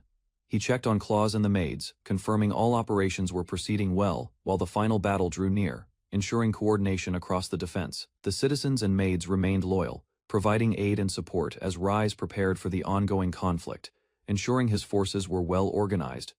Rise considered the situation with Claws, acknowledging the strength and reliability of his allies in maintaining order and executing strategies. A brief peaceful moment allowed Rise to reflect, noticing the cheerful interactions among the maids, providing a sense of calm before the next engagement.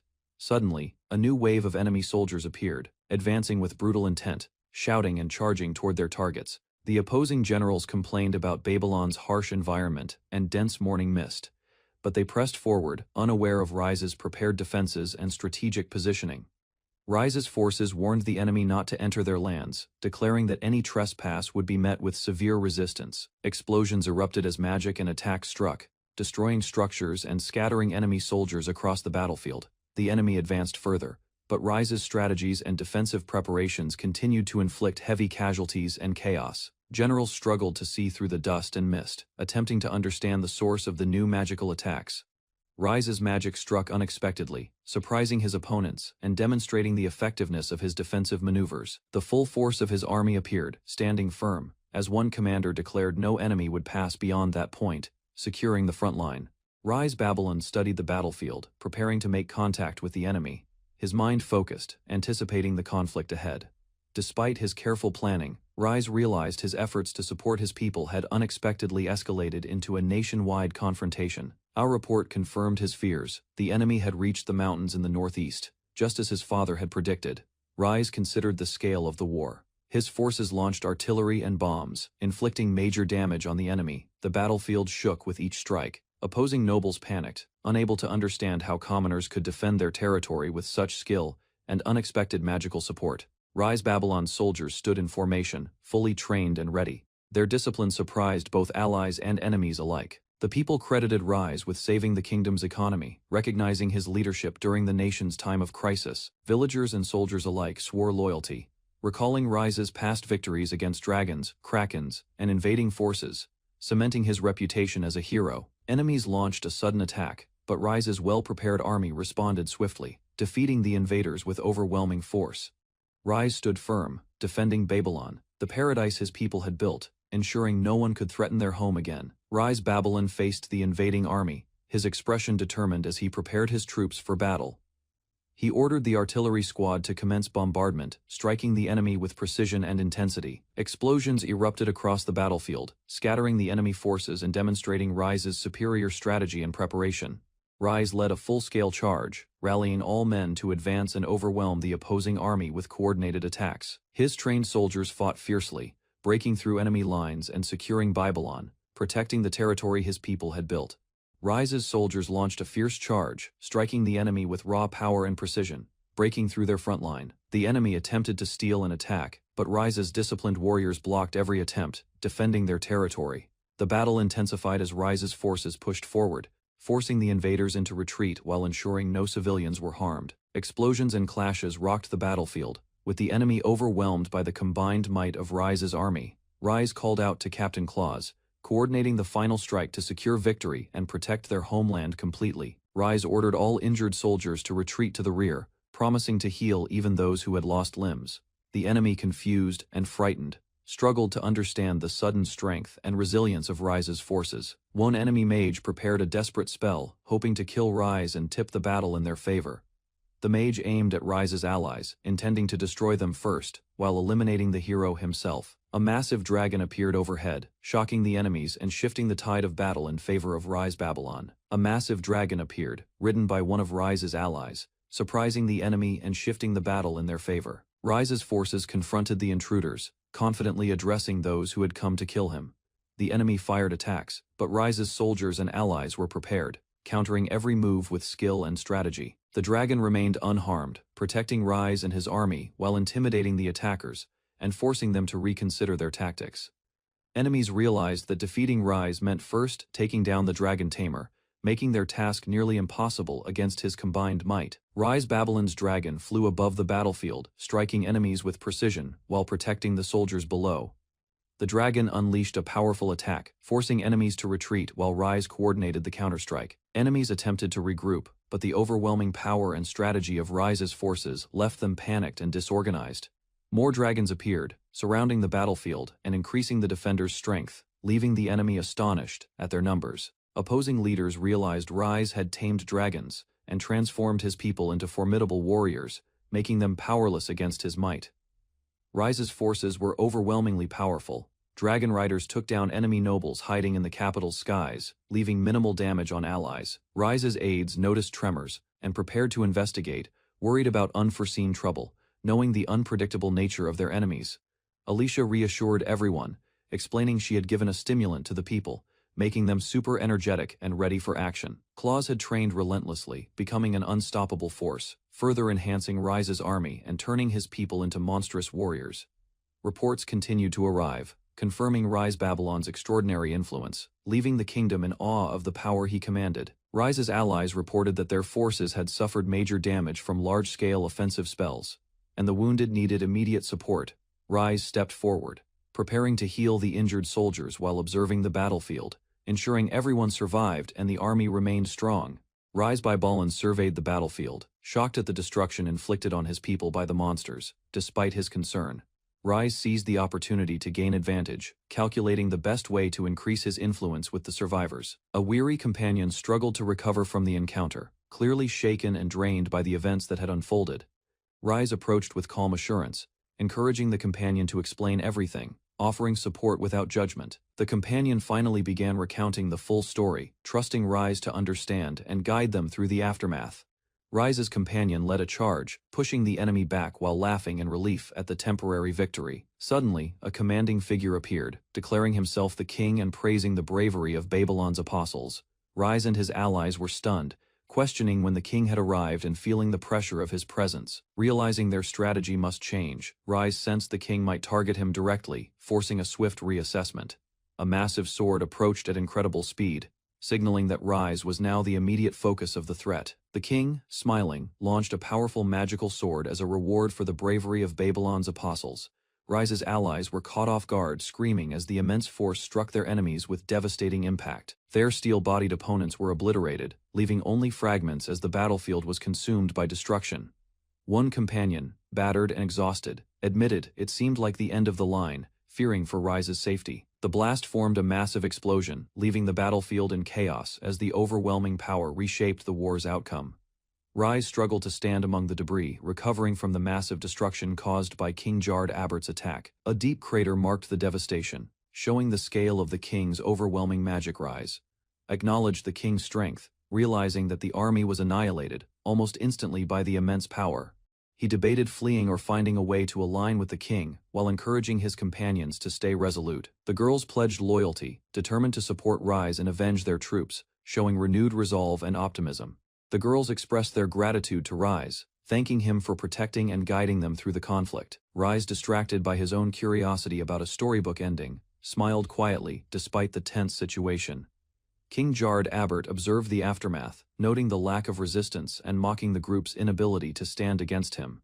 He challenged Rise directly, inviting him to a duel, signaling an imminent confrontation. In a bizarre turn, the king faced an onslaught of cows launched by a special skill, leaving him shocked and bewildered. King Jard Abert laughed at the cow attack. Intrigued by the unusual method of assault, he prepared his own counterattack, focusing his magical core to unleash a destructive light. Announcing his ultimate spell, Nuclear Light, the king sent a blinding, overwhelming force toward the battlefield.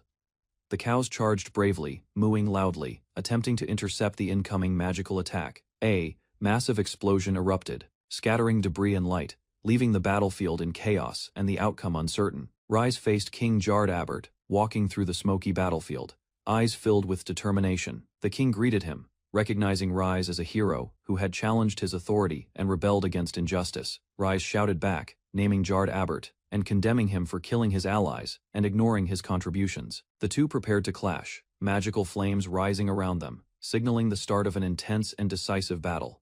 Rise Babylon turned sharply, refusing to hear pleas. The Baron's resolve strengthened as his companions begged him to reconsider. He watched the barony's residents, their hope and loyalty clear. Determined, he decided to face King Jard Abert, relying on his magic to protect everyone. Rise stepped forward, the heavy door creaking open, his cape fluttered, signaling the start of his decisive action. Kneeling, he unleashed his total healing magic. Trees, plants, and the land around him flourished, revitalized by his power. Across the battlefield, the enemy wizard invoked offensive spells. The stage was set for an epic clash between life and destruction. The enemy wizard raised his hands, casting a massive lightning spell. The sky darkened as energy surged through the battlefield. Rise countered immediately, targeting the enemy with precise magic. His attack aimed to protect the barony and his allies. A herd of cows was caught in the spell's effect, moving violently across the ground, amplifying the chaotic battlefield. The wizard laughed confidently, underestimating Rise's strategy. He believed his lightning could overcome any obstacle in his path. The cows, electrified yet unstoppable, trampled forward unexpectedly. The wizard's shock grew as his control over the spell faltered. Rise smirked confidently, explaining his endurance-style healing magic. His spell would help allies resist fatigue, weakening the enemy's advantage. The wizard grinned, preparing to stop the charging cows himself. His arrogance underestimated Rise's clever strategy and resilience. Electric energy enveloped the wizard's body. He fused with the storm, preparing to unleash a devastating attack with full power. Lightning crackled violently, arcing across his form. He called the electric wind to merge with his body, turning himself into living armor. The cows charged forward with unstoppable force. The wizard struck but was overpowered, flattened beneath the trampling herd as Rise's plan succeeded. The wizard Jard Abert laughed maniacally, vowing to destroy everything in his path. His power surged, threatening complete devastation. Rise observed the chaos, realizing the wizard's monstrous strength. He focused, preparing to counter with strategy and magic. With determination, Rise accepted the challenge. He resolved to act faster than Jard Abert, protecting his barony at all costs. Jard Abert unleashed a flurry of lightning strikes, his arms moving with blinding speed, attacking everything in sight. Rise responded, instantly pointing and launching a rapid series of spells. His offensive matched and countered Jard Abert's fury effectively. Jard Abert laughed, thrilled to face Rise. He admired the Baron's strength, anticipating a battle worthy of his own power. Rise shouted in anger, condemning the wizard for killing innocents and his own allies. His resolve hardened. He noticed the fallen cows, realizing the true scale of destruction. Rise's heart weighed heavy with the lives lost. The wizard exploited Rise's fatigue. The young Baron's mana depleted, leaving him vulnerable to the enemy's attacks. Jard Abert remarked on Rise's limited mana, launching another strike. The cows were sent flying, showing the cost of exhaustion. Jard Abert acknowledged Rise's strength, impressed by the young Baron's power and daring. He admitted enjoying the battle. Rise glared, furious over the destruction and lives lost. He vowed never to forgive the wizard's actions. Exhaustion overtook Rise as he realized the limits of his mana. The wizard seized the advantage, exploiting his fatigue. Jard Abert attacked again, launching Rise and the remaining cows across the battlefield. Rise struggled to maintain control. Rise reflected on the fight, accepting his defeat. He admitted his efforts weren't enough, feeling the weight of his responsibility as Baron. Rise felt the push of his allies' encouragement. Their voices reminded him of his strength and responsibility as a baron. Allies arrived unexpectedly, Baron Jykov and Viscount Snail. Their presence brought hope, reinforcing the morale of the exhausted barony. Both nobles expressed gratitude. They thanked Rise for saving their lands and preventing the enemy's evil schemes. They continued to cheer him on. Their belief in his abilities strengthened Rise's resolve to keep fighting. Rise, inspired by their support, realized giving up now would dishonor the sacrifices made. He prepared to continue the struggle. Rise stood firm, determined not to give up. His allies' encouragement reminded him of the stakes and his responsibility. He focused, channeling all his remaining power. Determination surged as he prepared to face the enemy head-on. The wizard's illusions caused terror among the nearby onlookers. They regretted interfering, overwhelmed by the scale of Rise's power. Rise relied on his inner strength and self-made illusions to regain focus. His confidence solidified, showing his independence. Jard Abert watched in disbelief. Rise remained visible and undeterred, his self-reliant strategy marking the birth of a miraculous protagonist. Jard Abert was shocked. He believed Rise had exhausted all mana, yet the young baron stood firm, prepared to continue. Rise appeared as a solid, unwavering silhouette, immune to the wizard's disbelief and overwhelming power. An enormous explosion erupted, shaking the battlefield. Rise's determination turned destructive energy into an opportunity for strategic advantage. He declared his return from the depths of his own limits, preparing to erase Jard Abert from existence. Rise's self-reliance reached its peak. His miraculous, self-created illusions formed the basis for a new, unstoppable, heroic form. Rise Babylon appeared before the old noble, his presence shocking everyone in the battlefield. The noble realized Rise had acquired a rare skill that allowed him to resist certain death itself. Rise's power shone with an intensity rivaling ancient magic, overwhelming anyone who saw it. The noble laughed, impressed by this unknown magic, but refused to admit defeat. Standing ready, with determination, the noble unleashed a powerful attack, intending to end Rise once and for all. Rise Babylon raised his hand, preparing to demonstrate his new skill, a shining light of justice. Unexpectedly, a herd of cows appeared, forming a barrier that blocked his attack completely. The old noble was stunned, unable to believe that mere cows could stop such a powerful light. Rise hovered above the battlefield, commanding the cows to maintain their formation while he readied his next move. The noble struggled against the unexpected defense, determined to uncover the secret behind Rise's new skill. Rise unleashed his attack, but the cows shielded him, sending shockwaves across the battlefield. The old noble struggled to comprehend the absurd amount of power contained within the strange barrier. He realized Rise's skill rivaled, and even surpassed, his own nuclear-level magic, leaving him stunned. Rise revealed that his true strength came from healing magic, the skill he had mastered above all. He explained that using his power solely for the people made it impossible for destruction-focused enemies to overcome him. Rise laughed, explaining how his magic differed from the noble's nuclear light, fueled by life rather than destruction. He activated an upgraded healing rate, amplifying his power beyond comprehension. Rise launched his ultimate attack, the planetary extinction Fey nuclear fission, cow laser, targeting the battlefield with precision. The old noble was thrown aside, unable to evade the unexpected force of Rise's offensive. Rise revealed the remaining airborne cows, prepared to counter any attack and secure his overwhelming advantage. Rise activated his next attack, the life energy exhaustion Fey cow dust, nuclear explosion, unleashing overwhelming force. The old noble was struck violently, unable to withstand the impact of the explosive blast. Rise's defensive shield protected him, allowing him to observe the battlefield safely while the attack landed. The old noble realized Rise's cunning. He had turned the fight into poison, weakening his enemy further. Rise's strategy forced the old noble to acknowledge his skill, combining healing magic and tactical poison to dominate the fight. The old noble embraced the battle, thrilled by Rise's overwhelming power and relentless determination. He acknowledged Rise's teaching, vowing to strive and match him as a worthy opponent. The noble released all his remaining energy, declaring he no longer needed his old body to fight. He visualized a new form, determined to become a young, beautiful, and powerful mage worthy of Rise. This transformation represented the culmination of his life as a mage, embodying the legend he aspired to surpass. A radiant figure emerged, glowing with divine light, capturing Rise's complete attention. Rise recognized the form as the god of magic, whose power had granted mana to nobles since ancient times. The figure solidified into goddess Sophia, her presence awe-inspiring and powerful beyond imagination.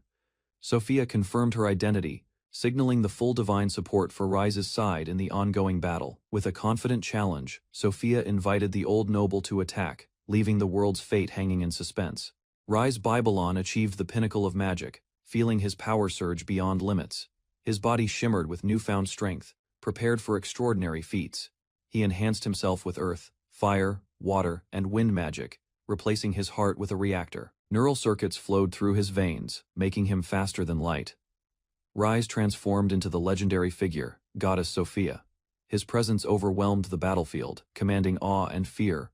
From all who gazed upon him, enemies attempted to resist. But Rise unleashed unstoppable attacks. Chaos spread as he pressed forward without hesitation. Finally, Rise called upon his people, drawing their power and unity. Together, they prepared to change the fate of the realm. Rise's forces advanced as the beastfolk charged into battle, leading their attack with precision and strength, overwhelming enemy positions. Goddess Sophia reacted in shock as the attack reached her, her confidence shaken by the unexpected assault from below. Rise arrived at the battlefield, apologizing for his delay, but immediately assessing the situation to direct his allies. The beastfolk elites, brought by Rise's orders, positioned themselves strategically, ready to fight under his command. Goddess Sophia's anger flared as she confronted Rise, her attack colliding with his defenses, sparking a fierce confrontation across the battlefield. Goddess Sophia looked shocked as reinforcements arrived on the battlefield, altering the fight's momentum with their unexpected appearance. Rise recognized Duke Hohenheim, calling out to him in surprise, acknowledging the powerful ally joining the fray. Duke Hohenheim explained that he had secured the surrounding territories, bringing the trained fighters under his command to aid Rise. He described his own success, mentioning the damage he had dealt to previous enemies using his magic and strategy. Rise and Hohenheim discussed tactics, while Sophia observed nervously, realizing the combined power of Rise and his allies could shift the battle. Goddess Sophia shouted in rage as Rise and his allies interfered with her duel, frustration spreading across the battlefield. Rise observed her reaction, noting her anger and feeling the tension rise as the fight escalated. An enemy voice announced themselves, calling out Sophia as Evil God Sophia, challenging her authority and presence in the sky. Alicia and Belle arrived with a giant dragon, converted from villagers into devoted believers, joining the fight to support Rise. The dragon's prayers and the people's devotion resonated, reflecting the gratitude and trust they placed in Rise for his guidance and kindness. Rise observed villagers and allies praying to him, calling him a savior, though he privately questioned the sincerity of their words. He confirmed he could hear their faith, feeling its power amplify his own magical abilities and influence. Rise's mana surged dramatically, shocking Goddess Sophia, who could not comprehend how his power grew so rapidly. He proudly declared that his healing magic had reached new heights, ready to wield it for the benefit of others. Rise announced he could now restore the lives of those lost, revealing that his healing was far more potent than anyone expected. Rise observed a group of revived people, waking in confusion and wonder, unsure of where they were or what had occurred. Broken bodies and remnants of previous battles littered the area, showing the cost of the recent conflicts. Rise confronted Jard Abbert directly, stating he no longer cared about maintaining a duel and would act according to his will. Goddess Sophia realized her efforts were futile. Rise dismissed her as insignificant, comparing her to a mere pebble on his path.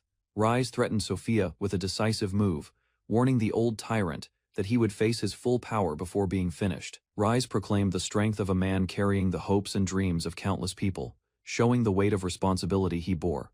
Goddess Sophia countered, declaring she would force Rise to pay attention to her, wielding the magic she had sacrificed her life to obtain. She unleashed her power, demonstrating the destructive magic she had cultivated, aiming to overwhelm Rise with its full force. Rise reacted with determination, channeling his own strength, prepared to meet Sophia's attack head-on. The sky ignited with a clash of magic, marking the beginning of a decisive confrontation between the two formidable forces. Goddess Sophia marveled at the amount of mana Rise possessed, realizing he was stronger than anyone she had faced. Rise revealed he was not alone, drawing strength from the support and faith of the entire Beastfolk clan behind him. Allies encouraged him, including Duke Hohenheim and others, urging him to unleash his spells and end the conflict decisively. Even the youngest and most timid supporters expressed trust in Rise, pledging to follow him to the ends of the world. Rise stood resolute with his allies, ready to bring peace and hope, his aura radiating strength as he prepared his final move. Alicia expressed her unwavering faith in Rise, asking him to guide everyone toward a brighter tomorrow. Rise responded with gratitude and determination, promising to take care of everything entrusted to him by his allies. Goddess Sophia watched as Rise's healing magic surpassed the speed of light, breaking through new dimensions with unprecedented power. Rise manifested a colossal magical attack, summoning the Apocalypse Black Hole Cow, shocking Sophia and asserting his dominance. Sophia trembled before the attack, realizing the overwhelming scale of Rise's magic and the true power he wielded in the battlefield. Sophia reflected on mana, realizing it does not grow with age but through belief in oneself, and the faith others place in them. She acknowledged that power increases as belief strengthens, both in oneself and among those who support you, amplifying magical potential. Sophia admitted defeat, recognizing that her past actions could never match the strength Rise wielded through unity and faith. Rise declared victory, celebrating the outcome of the battle and the power his allies' belief had granted him. Time passed peacefully after the battle, showing the world beginning to recover and rebuild under the influence of Rise's efforts and guidance. Rise stood alongside Alicia and Belle, celebrated and cheered by all as their esteemed savior and hero. He recalled how his actions, initially self-serving, unexpectedly earned him the admiration and trust of his people. Rise explained he had healed the dead and completed other feats, solidifying his reputation as a miracle worker. Despite his power, Rise admitted, feeling trapped by the overwhelming expectations and attention from those around him. Suddenly, Goddess Sophia returned from another dimension, announcing her arrival and signaling a new challenge for Rise and his allies. Goddess Sophia challenged Rise to their final duel, eager to test her full strength against him. Rise acknowledged her challenge, noting that leaving her unchecked would risk chaos, but agreed to the duel. Rise confidently declared his readiness, backed by Alicia and his growing number of believers, daring Sophia to strike with all her power. The battle began, marking a new chapter in their rivalry, as the two prepared for an epic confrontation, leaving the story open-ended. Rise Babylon struggled again in battle. Frustrated by constant defeat, she surrendered completely, offering herself without resistance. Rise faced an unusual adversary who calmly refused her submission, noting the bizarre cycle of her returning to life after each encounter. Frustration escalated as Rise demanded respect, while her opponent scolded her for causing unnecessary trouble in his routine. The conversation turned to strategy, suggesting Rise try confronting alternate versions of herself across parallel worlds to alleviate the ongoing conflict. Her opponent described alternate realities where Rise became emperor or a notorious alcoholic, highlighting the many ways her life could unfold. Rise Babylon's current world counterpart was considered perfect, leaving her opponent curious about the erratic nature of other versions. Rise speculated that hardships during their growth might have caused those alternate versions to become unpredictable. They recalled a major event from childhood, when her father's mana surged unexpectedly, triggering chaos and leaving lasting effects on the young Rise. The discussion turned to the nature of mana, which grows with confidence and faith, explaining the disparities between versions. Rise reflected on her own childhood, realizing she had no believers or followers, and that her current abilities were shaped by her experiences. Rise suddenly proposed traveling to the past, excitedly planning to fix things using dimensional magic. Her companion agreed, preparing to help her meet her younger self and witness her past experiences. Rise activated the dimensional magic portal, determined to confront her past and guide her former self. As they traveled, she contemplated how to introduce herself, joking about telling her old self she would be his future wife. Her companion quietly observed the plan, reflecting on the strange events and recording the moment in his book for later. 5-year-old Rise Babylon reflected on the looming collapse of his homeland, thinking ahead with surprising intelligence for his age. He observed his childish mother drinking excessively and wondered if his father would follow a similar path, fearing for the family. Rise considered using attack magic to defend himself, but knew he lacked skill, feeling hopeless about his ability to change the situation. Suddenly, a chaotic intrusion occurred as someone taunted and provoked him, forcing Rise to react in the moment. The intruder declared the land theirs, signaling the start of conflict and setting the stage for Rise's early trials and growth. Young Rise faced intruders demanding the whereabouts of his father, uncertain how to respond. He hesitated, knowing his father was incapacitated, unable to reveal the truth without danger. The attackers threatened him, prompting Rise to take immediate defensive action despite his youth. He unleashed a powerful attack, combining skill and instinct, surprising everyone with his magical capabilities. After the confrontation, Rise realized his potential, surpassing his father's abilities, and earning the presence of a goddess by his side. Rise stood before a young man, extending a hand in an authoritative gesture, signaling a test of resolve. The boy reacted violently, coughing blood, startled by the unexpected effects of the encounter. Confused and overwhelmed, he struggled to understand what was happening, unsure of the danger surrounding him. Rise observed calmly, noting that her attack's poison was taking effect, reflecting on the boy's fragility. Despite the boy's struggles, Rise remained composed, acknowledging the hopelessness of his situation and demonstrating her control over the attack magic. Rise made her target resistant to poison, planning to fix his weak disposition for future challenges. She reflected on her younger self, confident that no one could make him cower, no matter the threat. Using careful mental adjustments, she subtly encouraged self-treasuring, increasing the boy's confidence and self-worth. Rise and her companion decided to explore further into the past, using dimensional magic to investigate the source of the asylum. The young Rise awoke, confused and unsure of what had happened, his memory temporarily erased. Her actions increased his self-worth, boosting his mana, and cementing him as the future lord of the rundown territory. Nosha Kingdom, the holy capital of the Babylon Duchy, loomed over the land, a symbol of authority and order. Rise Babylon's subordinates brought him reports of the many pilgrims healed at the Demiurge Temple, showing the reach of his influence. The 17-year-old lord reflected on his rise, realizing that after defeating Jard Abert, his unusual new life had officially begun. Overwhelmed by his responsibilities, Rise screamed, unable to contain the pressure and chaos that demanded constant action. Faced with endless duties from the church and his territory, Rise wished for rest, feeling crushed beneath mountains of work. Rise considered the throne, recalling his choice to abdicate in favor of his uncle Hohenheim, avoiding immediate royal duties. He explained to a trusted advisor that he could not handle the chaos left by Jard Abert and needed support to lead. Despite protests, Rise insisted he only wished to guide the country from behind the scenes, avoiding direct glory or public attention. He reminded his advisor of their achievements together, proposing to let him enjoy a life of fun while still contributing.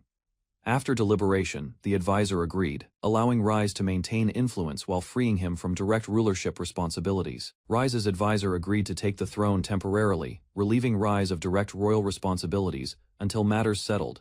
Rise reflected on his new title as Duke, realizing the huge territory he now governed brought unexpected challenges. Claus, a loyal subordinate, came to consult with Rise, seeking guidance and approval for ongoing administrative matters. Rise greeted Claus warmly, emphasizing their friendship and making clear that formal ceremony was unnecessary for their interactions. Claus delivered a message from the king, ensuring Rise remained informed of royal matters even while avoiding direct rule.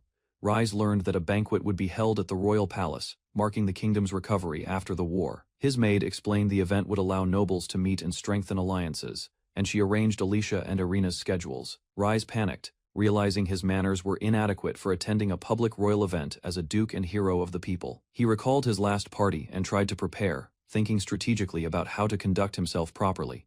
Rise enlisted the help of Jaikov and Snail, gathering trusted aides to guide him through the upcoming banquet with confidence. Rise reminded Jaikov and Snail of their past deaths, including being killed by cows and enduring extreme hardships, as he revived them.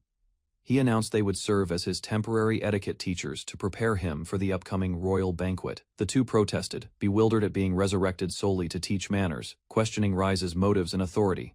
Rise explained the importance of learning proper etiquette to avoid displeasing the other attendees during the banquet. Alicia smirked, recognizing the situation would give Rise another opportunity to experience controlled chaos, teasing him about enduring hell once more.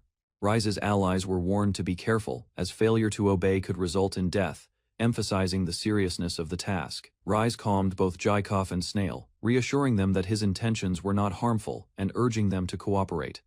He clarified that their work would not be free, establishing clear terms for their temporary service as etiquette teachers. Rise confidently prepared for the banquet, demonstrating a spark of determination and readiness to master proper manners. Old friends recognized each other amidst the chaos, surprised by the unexpected reunion. While the preparations continued, Rise realized that his mastery of healing magic could now alter bodies, impressing the church members, but alarming his allies. He used his magic to modify a hairstyle, prompting requests from others to do the same for them. Alicia and Irina observed, noting the absurdity and worrying whether the effects would last, while Jaikov looked on nervously. The revived allies accepted their role as Rise's temporary etiquette teachers, reluctantly preparing to guide him through proper conduct. Rise enthusiastically requested their guidance, ready to learn manners and etiquette for the upcoming royal banquet. Rise's etiquette teachers explained the sequence of a full-course meal, detailing each dish and its proper order. One ally protested the slow pace, insisting it was impractical to wait for each dish individually. Rise agreed, recognizing that blindly following old noble customs was unnecessary for practical purposes. He decided to adapt the traditions, instructing staff to bring as much food as possible, while still observing manners. After resolving the food-related issues, Rise requested guidance on proper behavior during the banquet. Ready to learn etiquette while enjoying the meal, Rise received guidance on conversing with nobles, learning to ask about territories to create goodwill and gain valuable information. He recognized the importance of knowing each territory's details, noting that it helped in both diplomacy and governance. Rise's aides, cloaked in secrecy, stood ready to assist him in gathering intelligence efficiently. Alicia encouraged the team, emphasizing the need to report accurate information and stay attentive during their preparations. The cloaked subordinates delivered intelligence reports, informing Rise about territorial issues, locust infestations, and potential alliances for strategic planning. Rise received reports of Elysium embroiled in civil war and learned of an invasion threat from Orion, plotting strategic attacks. Alicia praised the information-gathering team, and Rise noted that some adversaries retained dangerous tendencies despite changes in position. He reflected that his influence as a pacifist had prevented potential terror across multiple nations, subtly altering the political landscape. Rise clarified terminology for his allies, emphasizing the intelligence network rivaling even the royal family and the significance of previous noble practices. The subordinates expressed shock at Rise's rise to duke and the establishment of demiurgism as a state religion, astonished at the political upheaval. Jykov and Snail exchanged nervous glances as Rise prepared to face the magical attack that threatened their lives. Rise confronted his adversaries, who declared him a monster and summoned a massive lava golem to eliminate him immediately. He protested, reminding them that they had supported him during his previous battle with Jard Abert and questioning their motives. The lava golem was unleashed, commanded to strike Rise while the attackers projected their magical power toward him. Rise remained composed, reflecting that Alicia's advice had been accurate and recognizing the futility of their overblown threat. Rise extended his hand, ready to unleash a magical effect on his adversaries during the confrontation. Jykov and Snail were shocked as their bodies reacted unexpectedly to Rise's intervention, leaving them in pain and confusion. Alicia revealed the cause. She had added beef to their bodies, anticipating the magical transformation's effect. The adversaries screamed in horror as their bodies began transforming, resisting the unexpected change imposed by Rise and Alicia. They fully transformed into cows, leaving Rise unimpressed and muttering, "You," observing the absurd results of his magical experiment. Rise sat calmly as Alicia and Irina celebrated their victory, remarking that with him leading no enemy could threaten them. He reflected on the banquet and his personal code of manners, promising that no enemy sacrifices would go to waste, showing his composure and strategic mindset. In the suburbs of the holy capital, Babylon, shadows stretched across the bare trees as dusk fell quietly. Rise Babylon's guards patrolled cautiously, scanning the area for any suspicious figures, hearing rumors of a mysterious woman with long hair. Whispers spread among the guards about the woman's transparent body, causing fear, though they reminded each other of their duty to protect Rise. Two guards walked deeper into the forest, arguing playfully to distract themselves, unaware that something watched silently between the trees. Suddenly, the mysterious figure appeared, her presence striking and terrifying, forcing the guards into panicked screams as darkness engulfed the path. Rise Babylon noticed reports of strange sightings in the suburbs.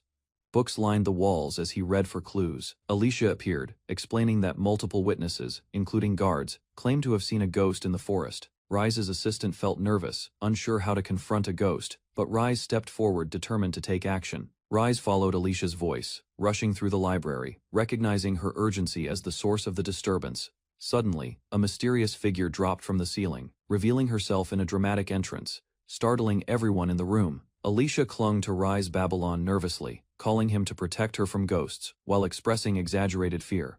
Rise noticed Alicia brushing against him, growing flustered, but he kept his focus on the strange occurrences. Alicia examined witness backgrounds, confirming their credibility and noting they were firm believers, so the sightings seemed legitimate. Other allies decided Rise should handle the situation directly, preparing to summon Claws to serve as support. Rise and Alicia stood together in the library, bracing as dark energy swirled around them, signaling the presence of something supernatural. Alicia, as a top-ranking holy sister, was chosen to accompany Rise Babylon, while other allies emphasized her importance. Rise insisted on handling the matter himself, though Alicia offered to follow him anywhere, ready for the adventure. The pair stepped into the forest, investigating the mystery with lanterns, while teasing bystanders commented on their unusual closeness. Alicia pointed out suspicious areas under bushes, prompting Rise to remain cautious as he analyzed every detail carefully. They continued the investigation, navigating through the trees as Alicia playfully reminded Rise of earlier comments, keeping the mood light yet alert. Rise and Alicia approached the ghost's location, observing the strange figure in the snow, while Alicia admired its beauty, despite its eerie nature. Alicia identified the ghost, pointing confidently, as Rise prepared to investigate cautiously beside her. Rise called out to Alicia, startled by the ghost's appearance, while keeping his lantern ready to reveal any hidden threat. Alicia distracted Rise with playful questions about their future, trying to keep him calm, despite the ghostly tension. Rise struggled to focus, torn between Alicia's affection and the supernatural presence, while the ghost disappeared as suddenly as it appeared. Alicia suddenly kissed Rise, startling him, while the tension of the ghost investigation lingered in the background. Rise and Alicia moved through the forest cautiously, alert to both supernatural threats and nearby dangers. Alicia confronted the source, recognizing the figure, as Rise prepared to intervene if needed. Alicia accused the newcomer of pursuing Rise, asserting her protective stance while standing firmly beside him. Despite the chaos, Rise remained composed, analyzing the situation as Alicia's bold actions and the ghostly presence created confusion and urgency. Rise and Alicia watched in shock as the ghost remained unaffected by their attacks, prompting a moment of disbelief. Rise quickly devised a new strategy, commanding his meat and bone dust spell to confront the supernatural entity. He followed up with a purification spell, channeling energy to cleanse the ghost's evil presence. The ghost's form wavered as Rise concentrated, successfully discerning its original appearance, despite having little information. Using the enchanted dust, Rise recreated the ghost's body, restoring it to life, and bringing resolution to the mysterious haunting. The resurrected ghost, now fully aware, reacted in shock, realizing she had a body again after Rise's spell. She thanked Rise, Babylon, and Alicia, expressing gratitude and excitement at being alive once more. The girl now, a half-cow, prepared to confront her enemy with renewed strength and determination. Rise and Alicia looked on, exhausted but relieved, while Alicia playfully suggested they create a new life together next time, highlighting their bond and teamwork. Babylon, once known as a criminal hideout, had transformed into a prosperous holy capital under new management. A strict law enforcement organization was established, while former criminals underwent rehabilitation and gradually became productive citizens. Public order improved dramatically throughout the territory. Many residents praised the Lord's leadership, crediting him for the peaceful changes. Meanwhile, a mysterious girl was brought before the authorities after being found wandering through the city. Her unusual appearance immediately attracted attention. The truth soon emerged. She had been captured while roaming the streets without clothes, and officials realized they had forgotten to provide proper clothing after taking her into custody. After hearing the explanation, Rise ordered the girl's release and instructed the guards to provide money for proper clothing. With the matter seemingly resolved, he prepared to end the day's proceedings, relieved that the troublesome incident was finally over. Suddenly, an urgent report arrived. The same woman was revealed to be Silica, a notorious criminal with a massive bounty and a fearsome reputation. Before anyone could react, Silica approached Rise directly and acted as though they shared a close friendship, leaving him uneasy. Soon Rise and his companions tracked her down. While she wandered through the forest alone, some members eagerly suggested eliminating her, but others waited for further instructions. Rise stopped his companions from acting immediately. He insisted that every criminal had a reason for their actions and wanted to learn the full story first. After reviewing Silica's record, he discovered a horrifying history. Multiple territories had been devastated, countless lives were lost, and her crimes stretched far beyond a single incident. Meanwhile, Silica displayed overwhelming magical power in the distance, shocking everyone who witnessed it and raising even more questions about her true nature. Rather than confront her directly, Rise considered a safer plan. He hoped to guide the dangerous woman out of his territory without provoking her. Reaching a decision, Rise stepped forward himself and prepared to speak with Silica. Rise's companions tried to stop him, warning that approaching Silica alone was far too dangerous given her reputation and strength. Despite their concerns, Rise remained confident. Trusting his own judgment, he decided to handle the situation personally rather than involve others. His determination convinced one of his allies. She agreed to follow his lead and pledged to risk her life to protect him if necessary. As they moved closer, Silica suddenly heard a familiar voice. The sound immediately caught her attention and stirred old memories. Turning toward the source, she found Rise standing before her. Surprise replaced her calm expression as an unexpected reunion finally took place. Silica froze when Rise appeared before her. His sudden arrival left her flustered and struggling to stay composed. Moments later, she rushed toward him and desperately clung to his side. The unexpected reaction stunned everyone watching from nearby. After calming down, Rise asked why she wanted his help. The group gathered around and waited for her explanation. Silica revealed her concern. Her bounty had spread across the country, and she hoped Rise's growing influence could help resolve the problem, rather than reject her request. Rise agreed to hear her side of the story. Relieved by his response, Silica accepted the chance to explain herself. Silica explained that she once admired Rise and left the palace hoping to help people across the world by following his example. Recalling her journey, she insisted that she always tried her hardest to do what she believed was right. One incident quickly revealed the problem. Believing she was helping hunters, Silica poisoned a spring used by animals to make hunting easier, to support her travels. She continued acting on similar ideas, convinced that her actions would benefit others and solve problems. Instead, frightened villagers pursued her wherever she went. After hearing the story, Rise realized her crimes came from disastrous misunderstandings rather than malice. Silica continued her story, claiming she solved droughts, defeated monsters, and overcame disasters. As she reflected on her travels, she realized she had spent most of her journey fleeing from angry people rather than helping them. The others reviewed additional reports and concluded that many ruined towns had likely been damaged by the same series of misunderstandings. Silica explained another incident, insisting she had acted with good intentions. Even so, her explanation only reinforced why authorities considered her a dangerous criminal. Before the discussion could continue, one of the Panda sisters suddenly launched an attack. To everyone's surprise, Silica calmly avoided the strike while remaining completely unfazed. Silica calmly apologized. Her body dissolved into water and reformed moments later, leaving everyone stunned by the display. Embarrassed by the situation, she tried to avoid attention while the others struggled to understand what kind of ability she had used. Silica then explained that she could transform herself into water particles and rebuild her entire body as long as even a small part remained. Hearing this, the group realized how dangerous she truly was. Her powers allowed her to survive attacks that would defeat most opponents. While the others worried, one companion began thinking carefully. Rather than making an enemy of Silica, she searched for a way to gain her cooperation. Following Rise's suggestion, Silica happily returned to her homeland, convinced that everything would work out once she arrived. She thanked Rise for helping her and eagerly accepted his offer to stay within the territory, believing it was the perfect place to begin again. Confident and optimistic, Silica expected a warm welcome from the people she once knew and proudly announced her return. Instead, panic spread across the region. Residents remembered the disasters connected to her name and feared she had come back to cause more destruction. Overwhelmed by the rejection, Silica lost control of her emotions. A massive flood followed, devastating the Palisade region and adding another tragic chapter to her infamous legend. At the main cathedral of the Church of Demiurge, a devoted nun sought Rise's blessing, hoping for a miracle that would change her future. After hearing her request, Rise agreed to help. The grateful nun knelt before him, convinced that her wish would soon be fulfilled. A brilliant light suddenly enveloped her body. As the blessing took effect, a remarkable transformation occurred, leaving her stunned by the unexpected result. Excitement quickly replaced her surprise. Delighted by the miracle, she imagined countless new opportunities ahead and thanked Rise wholeheartedly. Once the blessing session ended, another church member recorded the outcome. While Rise quietly reflected on the unusual event before moving on, Rise casually explained that he had only used healing magic and considered the result insignificant compared to the hardships others faced. Meanwhile, the church celebrated the miracle.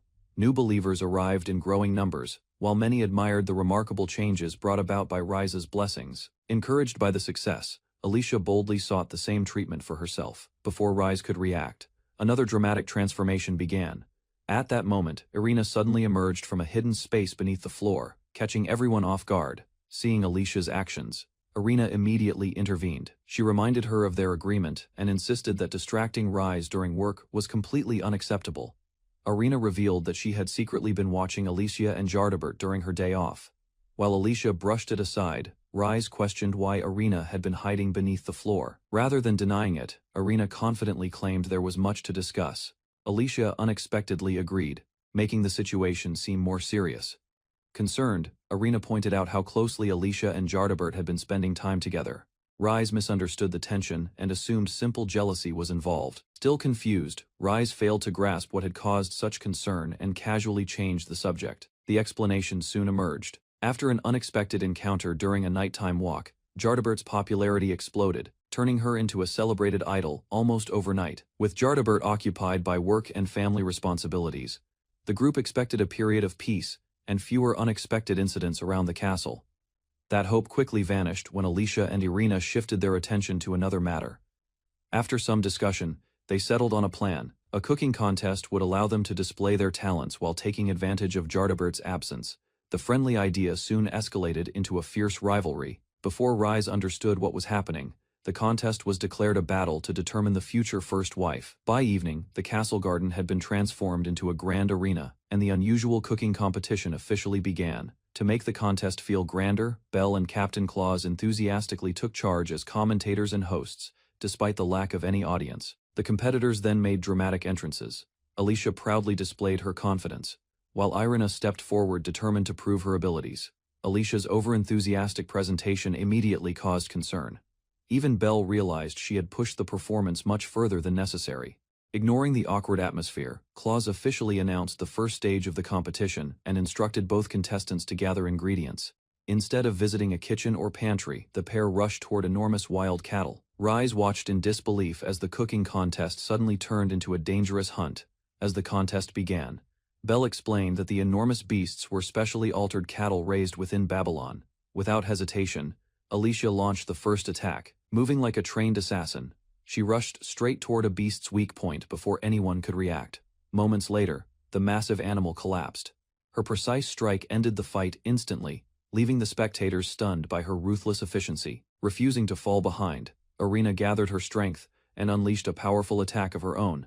The ground shook as her determination erupted forward. The clash ended with Irina charging directly into another beast.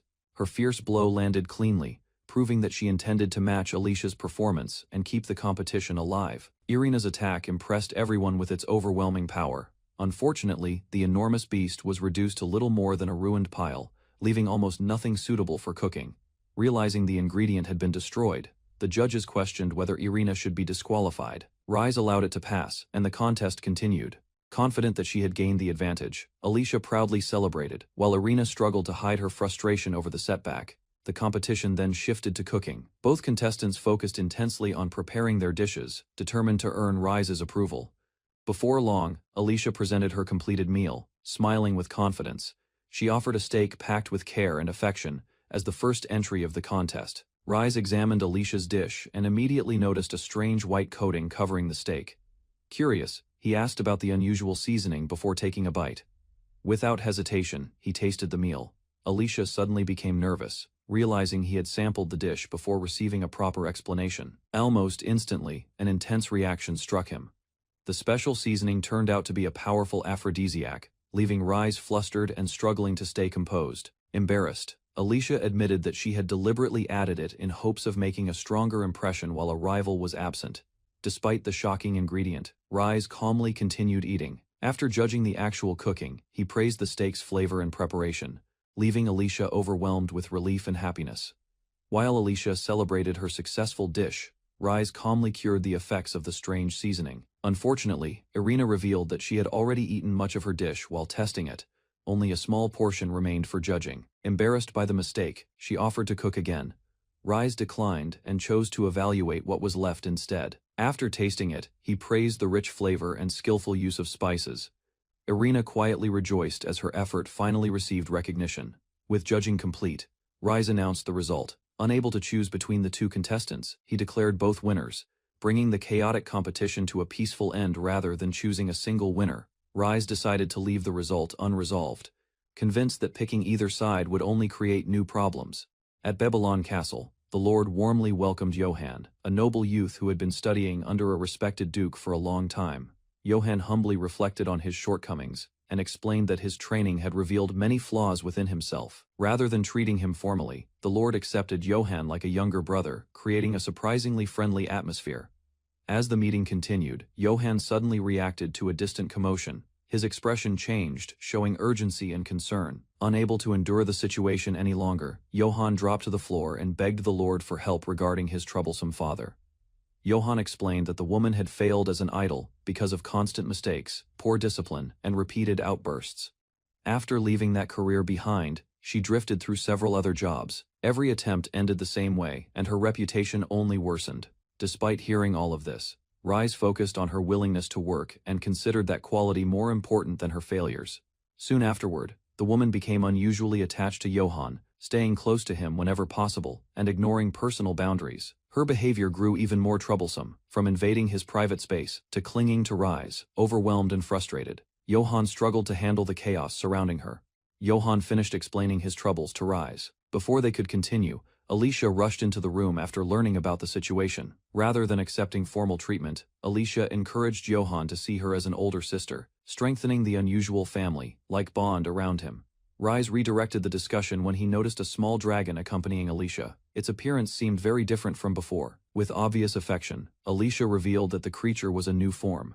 She proudly cared for it while treating it like a beloved companion, deciding the dragon was not worth questioning further. The group returned to discussing Johann's complicated family problems. Rise encouraged Johann to compare his current life with the past. Looking back, Johann realized he had once been treated terribly and admitted that things had improved greatly. When asked whether he still resented Alicia, Johann reflected on their history and found that his hatred had already faded away. Alicia explained that the woman's strange behavior likely came from finally achieving a long-held dream and regaining some stability. After hearing the explanation, Johann gradually accepted the situation and began to understand her intentions. With renewed determination, he decided to speak honestly with his father once more, hoping to build a genuine family at last. Encouraged by Rise's kindness, Johann accepted Alicia as an older sister. The tense relationship finally began to feel like a real family bond.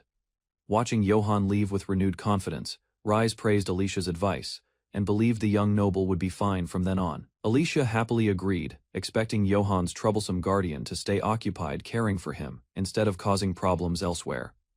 Soon, Alicia admitted that many of the woman's past jobs had actually been arranged through her efforts, though each attempt ended in failure. With Johann's situation improving, Alicia relaxed against Rise, and concluded that the woman would probably stay away from Babylon for some time. After parting from Rise, Johann still could not believe how unreasonable the woman's behavior had become. Determined to fix his family problems, he gathered his courage and went to meet his father for a serious discussion. The conversation was interrupted when the woman suddenly appeared in a bizarre magical girl outfit and proudly showed off her latest transformation. Embarrassed and frustrated, Johann immediately scolded her for wearing such revealing clothes, but she failed to understand his concern. Instead of backing down, she teased him with a playful remark. Her reaction left Johann flustered, making the situation even harder for him to handle. The woman misunderstood Johann's embarrassment and assumed his reaction came from ordinary youthful feelings, leaving him even more frustrated. Unable to contain his emotions any longer, Johann abandoned his planned discussion and shouted his resentment toward his father, revealing that their relationship still needed much work. Rise arrived at the royal palace of the Nocia kingdom. Standing before the throne, he received a warm welcome from the king, who regarded him as a respected hero. With his usual courtesy, Rise praised the king and followed proper etiquette. The ruler then eased the atmosphere by treating the meeting as one between friends. Accepting the king's suggestion, Rise relaxed and prepared to continue the discussion in a less formal manner. A closer look at the ruler revealed an intimidating figure. The king's powerful presence left Rise completely stunned. Uneasiness quickly crept into his thoughts. Rise silently wondered how he had ended up in this position and feared what might happen next. Wanting to leave a good impression, Rise offered to use his healing magic on the king and eagerly waited for a response. After receiving permission, he immediately activated his magic. Bright energy flowed from his hands as the spell took effect. The king quickly felt the results. Fatigue disappeared from his body, and his condition improved far beyond expectations. Grateful for the help, the king approached Rise and expressed sincere appreciation. Rise then realized how exhausting the ruler's duties must be. With the matter settled, both men moved on to the real purpose of the meeting. Their attention soon turned toward an ancient slate placed before them. The king revealed an ancient slate recovered from the royal treasury. Carved upon it was an image connected to one of the oldest records of Sophianism. After studying and deciphering the text, the king claimed he had uncovered a shocking truth. He then sought Rise's opinion on the discovery. Examining the image, Rise recognized the figure associated with the faith. The depiction seemed far more normal than he expected. The king explained that he had initially believed the slate to be a sacred religious scripture. Further investigation changed that conclusion. The writings appeared to be personal notes left by someone identifying herself as the goddess Sophia. The writings described a mysterious woman, awakening alone on a desolate shore. Confused by her surroundings, she struggled to understand where she was. As she gathered her thoughts, an even greater problem emerged. She realized she could not remember her own identity. Time passed as she wandered across the world in search of answers. Despite her efforts, she found no intelligent beings who could help her. Eventually, she considered accepting a life of solitude. Yet a powerful feeling suddenly rose within her and rejected that path. The source of that emotion soon became clear. Discovering a fierce desire for battle, she concluded that seeking a duel against a powerful opponent was her true purpose. The writings revealed how the mysterious woman found a new purpose. By pushing healing magic to its limits, she decided to create humanity herself. Back in the present, the king explained that the slate described humans as beings created from intelligent creatures that already existed in the world. Hearing this, Rise became uneasy. He quickly searched for alternative explanations and hoped the story referred to some other goddess. The records continued by describing how the goddess guided humanity, granting wisdom and magic to its earliest leaders. Although the account resembled familiar religious teachings, the king believed the document was genuine because of one decisive piece of evidence yet to be revealed. The ancient record described a fierce battle against the demon lord and endless waves of monsters that suddenly appeared across the world. Facing overwhelming numbers, the goddess fought continuously. Despite defeating countless enemies, the attacks showed no sign of stopping. Realizing ordinary methods would not be enough, she decided to unleash the strongest spell at her disposal. A massive magical creature appeared in response to her call. To the surprise of all, the legendary summon took the form of a gigantic stone cow. The spell instantly crushed the surrounding monsters. Even so, the goddess found herself questioning why her ultimate technique looked so unusual. The goddess suddenly suffered a violent shock as forgotten memories resurfaced. Fragments of her battle against the demon lord returned to her mind. At last, she remembered the truth. During their final confrontation, her enemy had trapped her using a mysterious black hole and cast her away. Unable to escape, she drifted through the endless void for what felt like an eternity, isolated from the world she once knew. As hope slowly faded, she prepared herself to accept her fate and remain lost forever. Just before surrendering to despair, she heard a familiar voice calling out to her. The unexpected question immediately captured her attention. The mysterious figure challenged the goddess's despair. Rather than accepting defeat, he urged her to keep moving forward and seek a path beyond her current limits. She argued that she had already exhausted every technique she knew. Even centuries of study and sacrifice had failed to overcome her enemy. Before disappearing, the figure left behind a final message. His words inspired her to continue searching for answers, instead of giving up. Reflecting on the encounter, the goddess realized her understanding of magic had been incomplete. New possibilities existed beyond everything she had previously learned. Filled with renewed determination, she vowed to return one day. That resolve became the force that allowed her to stand again and continue her journey. After escaping the endless darkness, the goddess proudly declared her return. Believing she had traveled into the distant past, she prepared to find her old enemy once again. The story ended, leaving both Rise and the king speechless. Neither of them knew how to react to the unbelievable revelation. Breaking the silence, the king admitted that the discovery could change history. Even so, he felt the truth was too confusing to share with the public. Rise immediately asked who else knew about the contents of the slate. The king revealed that he alone had read the complete text. Before the discussion could continue, the ancient slate suddenly cracked apart. Rise watched in shock as the priceless artifact began to break before his eyes. As the shattered slate crumbled away, Rise reflected on the situation. He realized that simply relying on force would not solve the mystery surrounding the ancient record. Without warning, the palace doors burst open and a familiar woman rushed inside. Her sudden appearance shocked everyone present, while her behavior immediately cast doubt on the image of the dignified goddess described in the ancient text. In the Duchy of Babylon, Rise addressed the gathered citizens and promised to eliminate the hardships troubling their lives. Confidence spread through the crowd as they listened to his declaration. Hope quickly replaced the uncertainty that had weighed on the people. Excitement grew across the gathering. Residents reacted enthusiastically and placed their trust in Rise's ability to improve the territory. Soon afterward, the citizens openly praised him as their savior. The overwhelming admiration left Rise caught off guard by the scale of their devotion. Even after he departed, the cheers continued to echo throughout the area. Rise moved on while the grateful townspeople celebrated his achievements. While walking through the duchy, two former residents discussed Rise's growing fame. Despite their complaints, they admitted that his actions had given them a second chance at life. Their conversation was interrupted by a maid who introduced herself. She revealed that Rise had resurrected her after death, and that she now served in the mansion. Far away, another story unfolded within a prison isolated from time and space. A lone figure remained trapped inside the strange dimension. The confinement defied every known law of the world. Even after countless years, the prison continued to hold its captive. Filled with anger, the prisoner cursed the one responsible. The impossible situation only strengthened his determination to break free. After countless years of confinement, cracks finally spread across the dimensional prison. The barrier that had sealed the captive away began to collapse. The imprisoned figure emerged from the shattered structure. He was revealed to be Angulmoa, the demon lord once defeated in ancient times. While trapped, Angulmoa had continued observing the world through the eyes of his monsters. As a result, he remained aware of major events beyond the prison. Watching recent developments filled him with frustration. Rise's actions had overturned natural laws, altered death itself, and disrupted the balance of the world. Despite his anger, Angulmoa saw an opportunity, using the chaos as a clue. He discovered a method to escape and swore to confront both Rise and Sophia.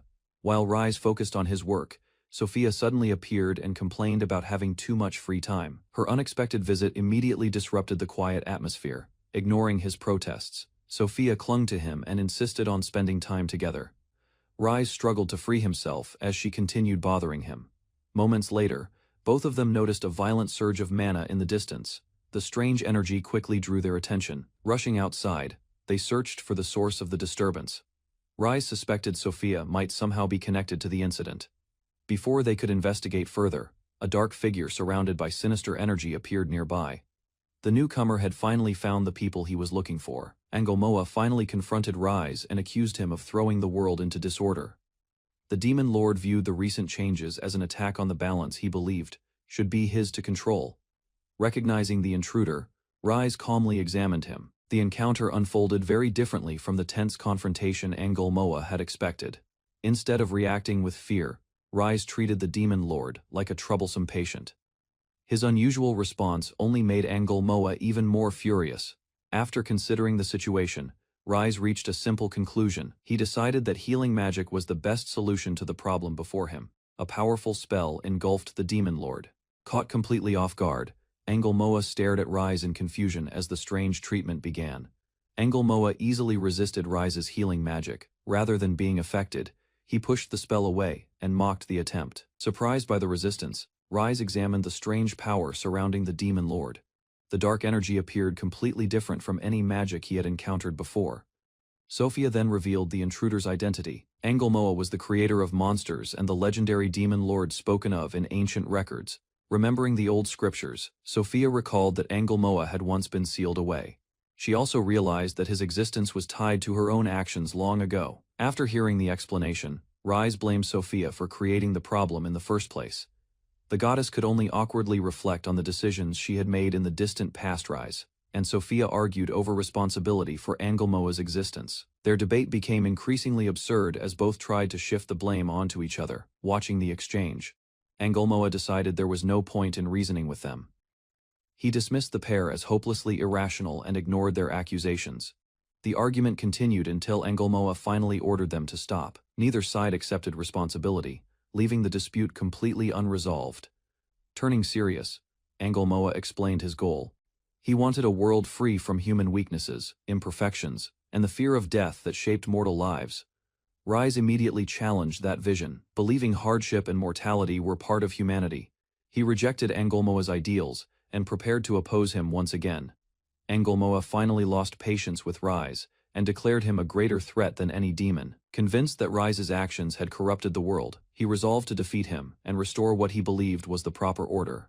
Rise accepted the challenge without hesitation. While Sophia complained about being ignored, Angulmoa prepared a special method instead of a direct attack. Knowing ordinary death could not stop a master healer, Angulmoa activated a strange power aimed at erasing Rise's advantage. A mysterious sphere formed around Rise and Sophia. Angulmoa revealed that he had destroyed the history of the space surrounding them. The situation quickly worsened. Their existence began fading from reality itself, trapping them in a place where escape and dimensional travel were impossible. As the erasure progressed, Rise and Sophia began fading from existence.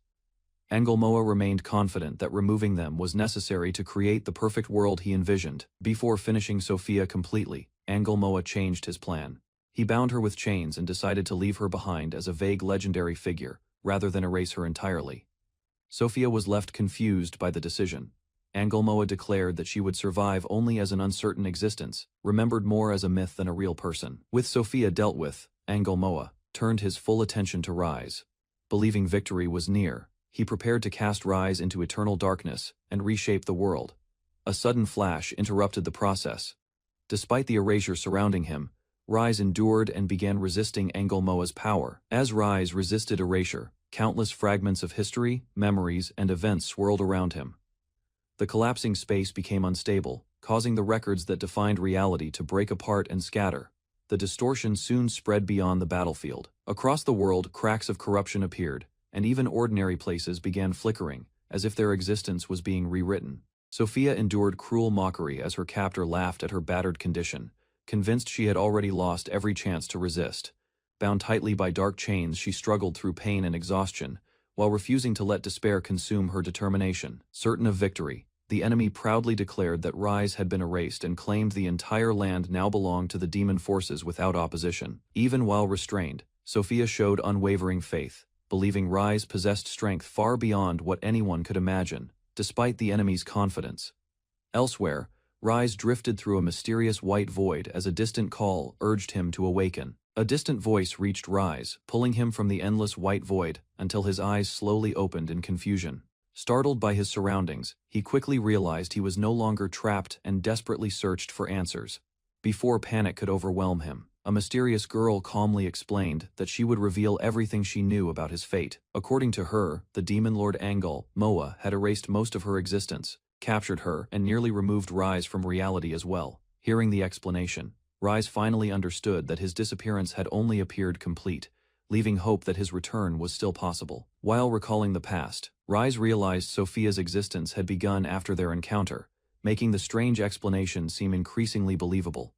The mysterious girl concluded that Sophia could only exist because Rise remained alive, proving their fates were unexpectedly connected. Following her advice, Rise decided to test his magic, hoping his powers had not disappeared after being partially erased.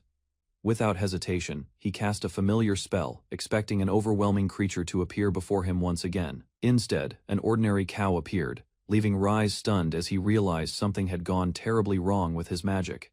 After testing his magic, Rise learned his mana had greatly weakened because the memories of his followers from the previous world had vanished. Without their faith supporting him, the power he once relied upon had declined to only a fraction of its former strength. Accepting the explanation, Rise finally understood why even simple spells now demanded far more effort than before. Meanwhile, the mysterious girl lamented that her trusted companions had forgotten her, making all of her sacrifices seem meaningless. Curious about her survival, Rise shifted the discussion and questioned how she had managed to remain there after being captured. The mysterious girl revealed that her unique connection with Rise allowed her to retain memories of him and the world he once lived in. Using that special bond, she created a new technique that projected her image, enabling them to communicate across the strange space. Although no one else could see or hear her, Rise praised her ingenuity before quickly returning to more urgent matters. Without wasting time, he asked about the Demon Lord and the current condition of the outside world.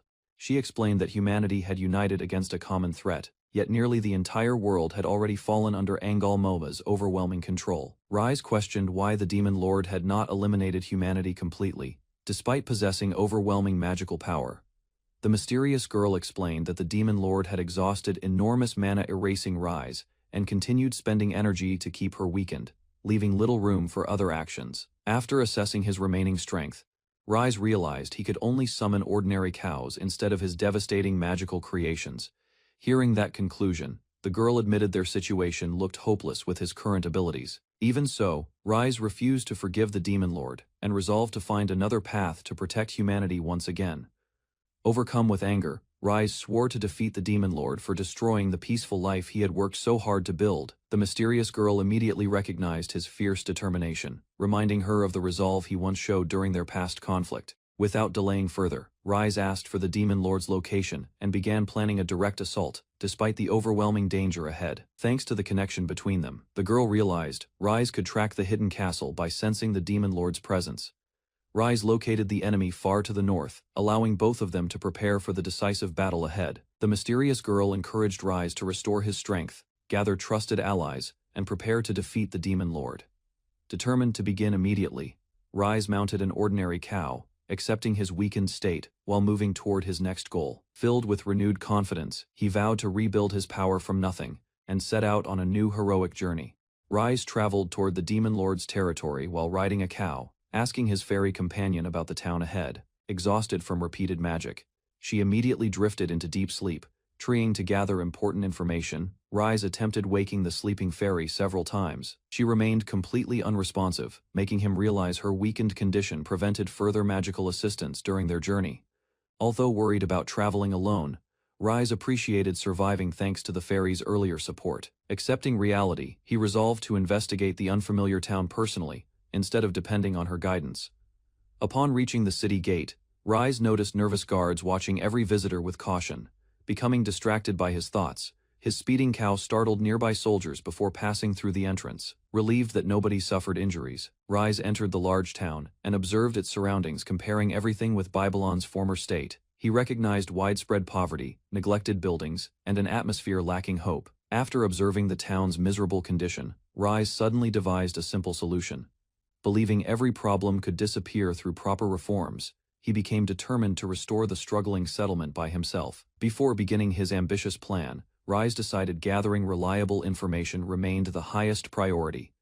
Assuming the local lord understood every problem, he headed toward the mansion while riding his faithful cow. Arriving near the impressive mansion, Rise unexpectedly noticed crowds surrounding the estate in complete disorder.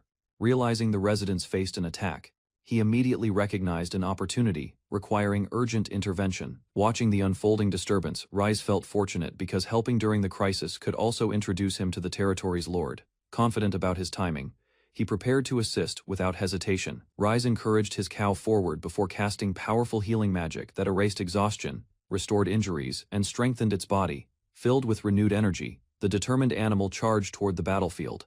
Silica reported capturing the rebels threatening the territory while presenting herself before the local lord. Delighted by her loyalty, the demon commander promised endless meat and alcohol for her continued service. Rise suddenly arrived riding his strengthened cow, interrupting the meeting before Silica could celebrate further. His unexpected entrance shocked everyone, causing confusion throughout the crowded gathering inside the estate grounds. Without understanding the situation, Rise launched an attack that blasted the demon commander away. Buried beneath debris, the furious monster revealed himself as Manticore, a powerful southern commander, serving the demon lord. Citizens gathered around the battlefield, while Rise stared at the defeated monster with complete confusion. Silica questioned his identity, leaving the tiny fairy worried because Rise still lacked any proper explanation. Believing the capital's rulers would understand everything, Rise laughed with quiet confidence, despite having no real plan. Meanwhile, the anxious fairy realized his reckless actions continued creating unexpected misunderstandings around everyone. Rise raised his hand, declaring humanity and the troubled country would remain safe while he stood there. Hoping to inspire everyone, he prepared another bold action without considering the dangerous consequences. Facing the gathered monsters, Rise hurled a heavy object with surprising force, believing simple attacks could solve the battle. The furious demons mocked him, unaware another unexpected assault would immediately follow. Rise ordered his strengthened cow forward like a living projectile, sending it crashing across the battlefield. Silica avoided the charging animal, while the bewildered monsters struggled against the reckless surprise attack. Shocked by the relentless assault, Manticore demanded Rise reveal his identity before continuing the fight. Smiling with confidence, Rise introduced himself as an ordinary liberator passing through the troubled territory. The surrounding citizens noticed someone confronting the demon lord's forces inside the mansion grounds. Hearing rumors about Silica capturing the resistance, they gathered around the battlefield, watching Rise's unexpected appearance. Rise addressed the frightened citizens, asking whether the monsters had broken their determination. Urging everyone to remember their freedom, he challenged them to reject lives spent serving cruel oppressors forever. Rise continued encouraging the gathered crowd, calling upon them to raise their voices against injustice. His passionate words inspired hidden courage, convincing many people they still deserved freedom and dignity. The frightened citizens answered Rise's appeal with growing determination, declaring they would never remain slaves beneath the monsters again. Their united response spread confidence throughout the crowd surrounding the battlefield. Satisfied after hearing the citizens' determined voices, Rise smiled with quiet confidence while believing his motivational speech had succeeded. Encouraged by his words, the people openly declared their homeland belonged to them, enraged by the citizens' defiance. The demon commander threatened everyone with death for daring to resist the demon lord's army.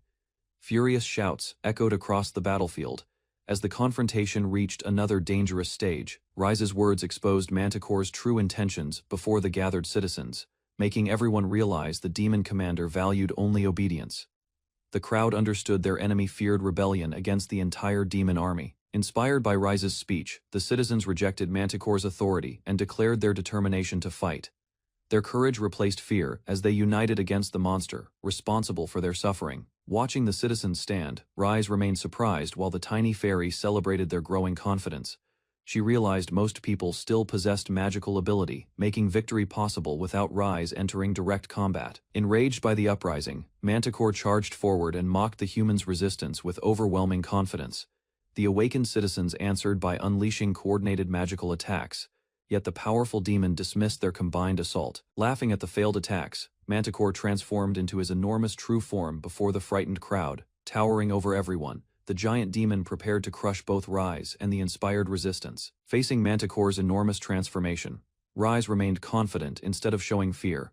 Comparing the giant demon with previous opponents, he dismissed the terrifying appearance as nothing, especially threatening or impressive. Remembering countless dangerous battles from his previous life, Rise believed Manticore failed to match those overwhelming enemies. His relaxed attitude confused nearby witnesses. While the demon prepared another fierce assault, Manticore launched repeated attacks toward Rise, but every strike missed its target. Recalling Jardabert's incredible speed, Rise easily avoided each blow while mocking the demon's slow movements during battle. After dodging another attack, Rise activated a strange technique inspired by his previous knowledge. He prepared an unusual biological attack, believing extreme cellular division could defeat the enormous demon before him. Brilliant light gathered around Rise's hands as Manticore watched with growing alarm and confusion. Unable to unleash stronger abilities because of his weakened condition, the demon observed Rise's mysterious technique unfold. Rise released his strange attack, creating a brilliant explosion that engulfed Manticore before the astonished citizens. The overwhelming blast left the giant demon screaming as the destructive impact spread everywhere. With Manticore defeated, Rise proudly introduced himself as Rise Babylon before declaring he would save the world. Although everyone survived, the unusual attack left nearby people suffering temporary radiation sickness. After defeating Manticore, the grateful citizens praised Rise as their heroic savior and rightful leader.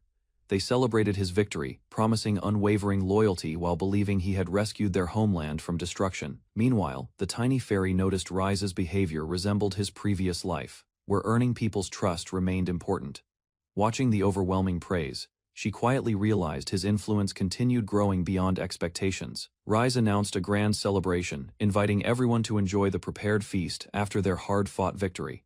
Believing the starving demon army had already weakened, he considered his unusual strategy successful and effective. As the joyful banquet continued, Rise revealed another important event would soon begin. Confident everyone had regained their strength, he prepared to begin the next stage of his plan. Shocking the gathered crowd, Rise declared Silica would face execution as the territory's wicked ruler. The unexpected announcement stunned Silica, while everyone watched the unbelievable decision with confused expressions. Rise announced Silica's execution before the gathered citizens, giving her one final opportunity to defend herself. Terrified by the unexpected judgment, Silica desperately pleaded for everyone to hear her explanation.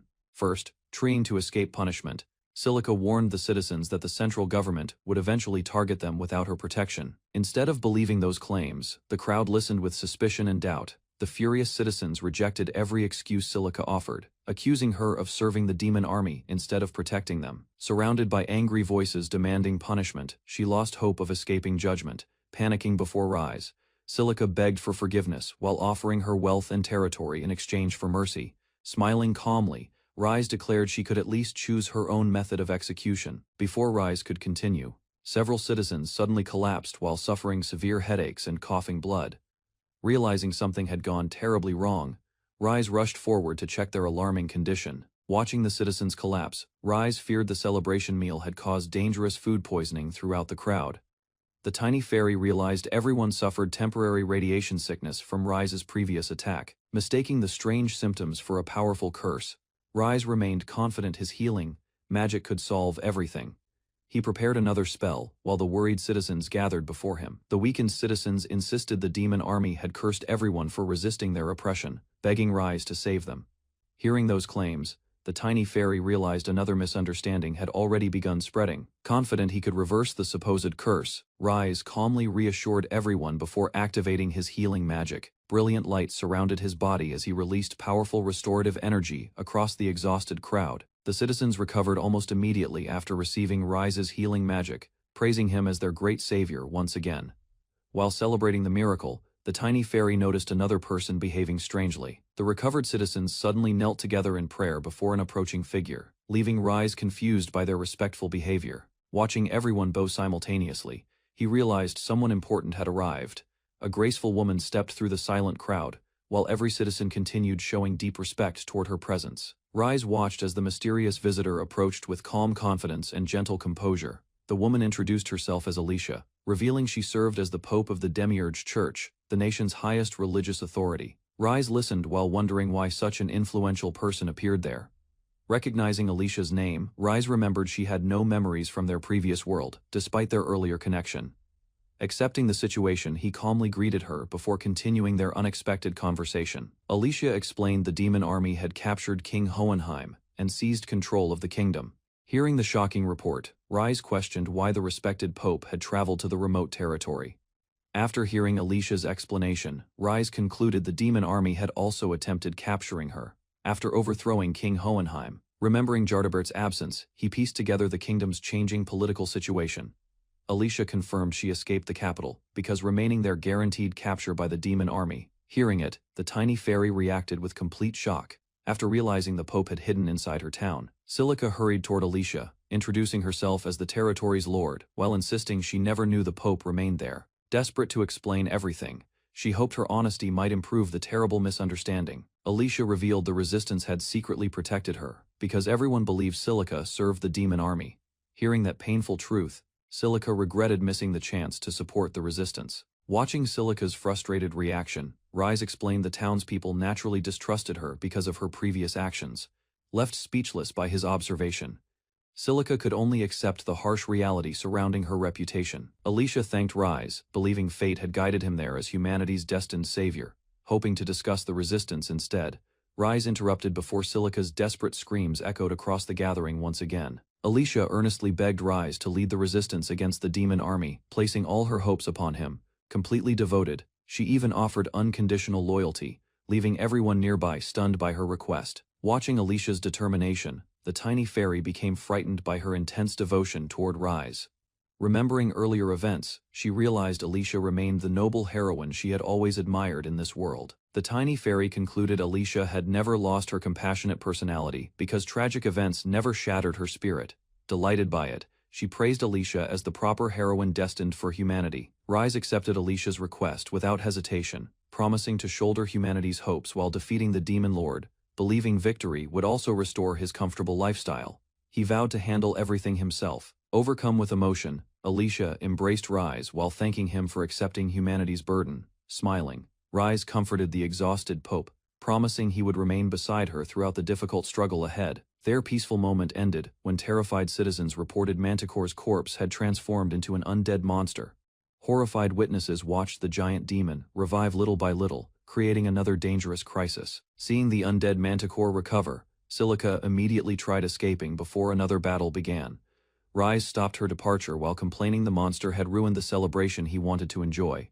Without showing any concern, Rise calmly decided eliminating the revived monster would only require another quick battle. Alicia attempted stopping him, hoping to discuss the dangerous situation before he charged forward. Ignoring Alicia's hesitation, Rise prepared to confront the undead Manticore once more, with complete confidence. Believing the battle would finish quickly, he walked forward while everyone watched with anxious expressions. Alicia raised her hands in prayer, ordering the restless soul to return to eternal slumber through divine authority. Rise watched, expecting the Pope to unleash powerful, holy light against the monster. Instead of holy light, Alicia released terrifying dark magic that summoned countless shadowy hands beneath Manticore's body. Shocked by the unexpected spell, the tiny finally understood Alicia's terrifying fighting style. The overwhelming dark magic overwhelmed the undead Manticore while Rise calmly observed the strange spectacle before him. Realizing Alicia's enemy had changed, he recognized her frightening methods remained exactly the same. Watching Alicia finish the battle with ruthless efficiency, Rise concluded she remained the same unpredictable woman he remembered. Although now fighting the demon army, her terrifying methods had never changed at all. In the courtyard below, the townsfolk went about their day while Rise Babylon looked over the scene with quiet satisfaction, calling everything perfect. He explained that his magic had multiplied the region's food supply and healed every illness and injury among his people. With the town stabilized, Rise turned his attention to one lingering problem: what to do with a captured girl still awaiting judgment. The girl, panicked and pleading, begged for her life, offering anything to avoid execution. Rise admitted her desperation unsettled him enough that he postponed the sentence. He reasoned that letting her go outright wasn't an option since too many people wanted her dead. Privately, he recalled that in their previous world she had been an overwhelmingly powerful water mage, capable of turning into water itself to kill instantly. Though her powers now seemed weakened, much like his own, the girl brightened, sensing an opening, and Rise offered her a deal. He might help her if she was willing to put in effort. She misread his meaning entirely, striking a flirtatious pose and declaring she was ready. Rise clarified, he only meant she'd become his subordinate and fight the demon lord alongside him. He added that she showed real promise as a water mage, while she recoiled, insisting she'd never fall for someone she considered a walking disaster. Rise pressed her further, telling her that following his guidance would make her stronger and eventually help her earn back the people's trust. Flustered, she admitted there was something else she wanted to ask him. Given his position as lord of the land, she asked if he'd heard of the Babylon territory, then suddenly remembered where she knew the name from. She explained that Babylon once sat beside the small island that would later grow into Palisade. Rise was stunned to learn the place had become a poisoned wasteland, destroyed around the same time Palisade fell to the demon army. Elsewhere, a girl fumed, vowing revenge with her nuclear cows, certain that Angelmoa had orchestrated the destruction out of spite. Alicia checked on Rise, who insisted he was fine, reflecting instead on the opportunity now in front of him. Back at the base, Rise ordered his men to gather everyone in the plaza. Standing before the assembled crowd, he declared it was time for a revolution. He announced the territory would now be called Babylon, the new base for liberating occupied towns and eventually saving the royal capital, drawing a roar of approval. Alicia reported that while Rise healed the people and built the base, she had gathered intel across the region. She revealed that fighters from the Hunters Guild were already rebelling against the demon army in a nearby town. Alicia admitted she didn't know anything about the Hunters Guild and asked Rise to explain. He recalled that back in their old world, he and the beast folk had come up with the idea of turning monster corpses into resources, selling their magic gems as bombs and preparing their meat, and that the guild now offered support to those who hunted monsters. Rise suddenly stopped and asked who led the organization. Alicia answered that its leader was Irina, once the strongest warrior in the royal army and princess of the beastfolk homeland, a land the demon army had burned to the ground. Alicia noted that Irina's town was on the verge of falling completely under demon control, prompting Rise to admit that the gluttonous, dog-eared airhead of a princess had clearly been working just as hard as she had. Rallying the people of Babylon, Rise declared it was time to strike down the invaders, and promised everything would be all right as they set out.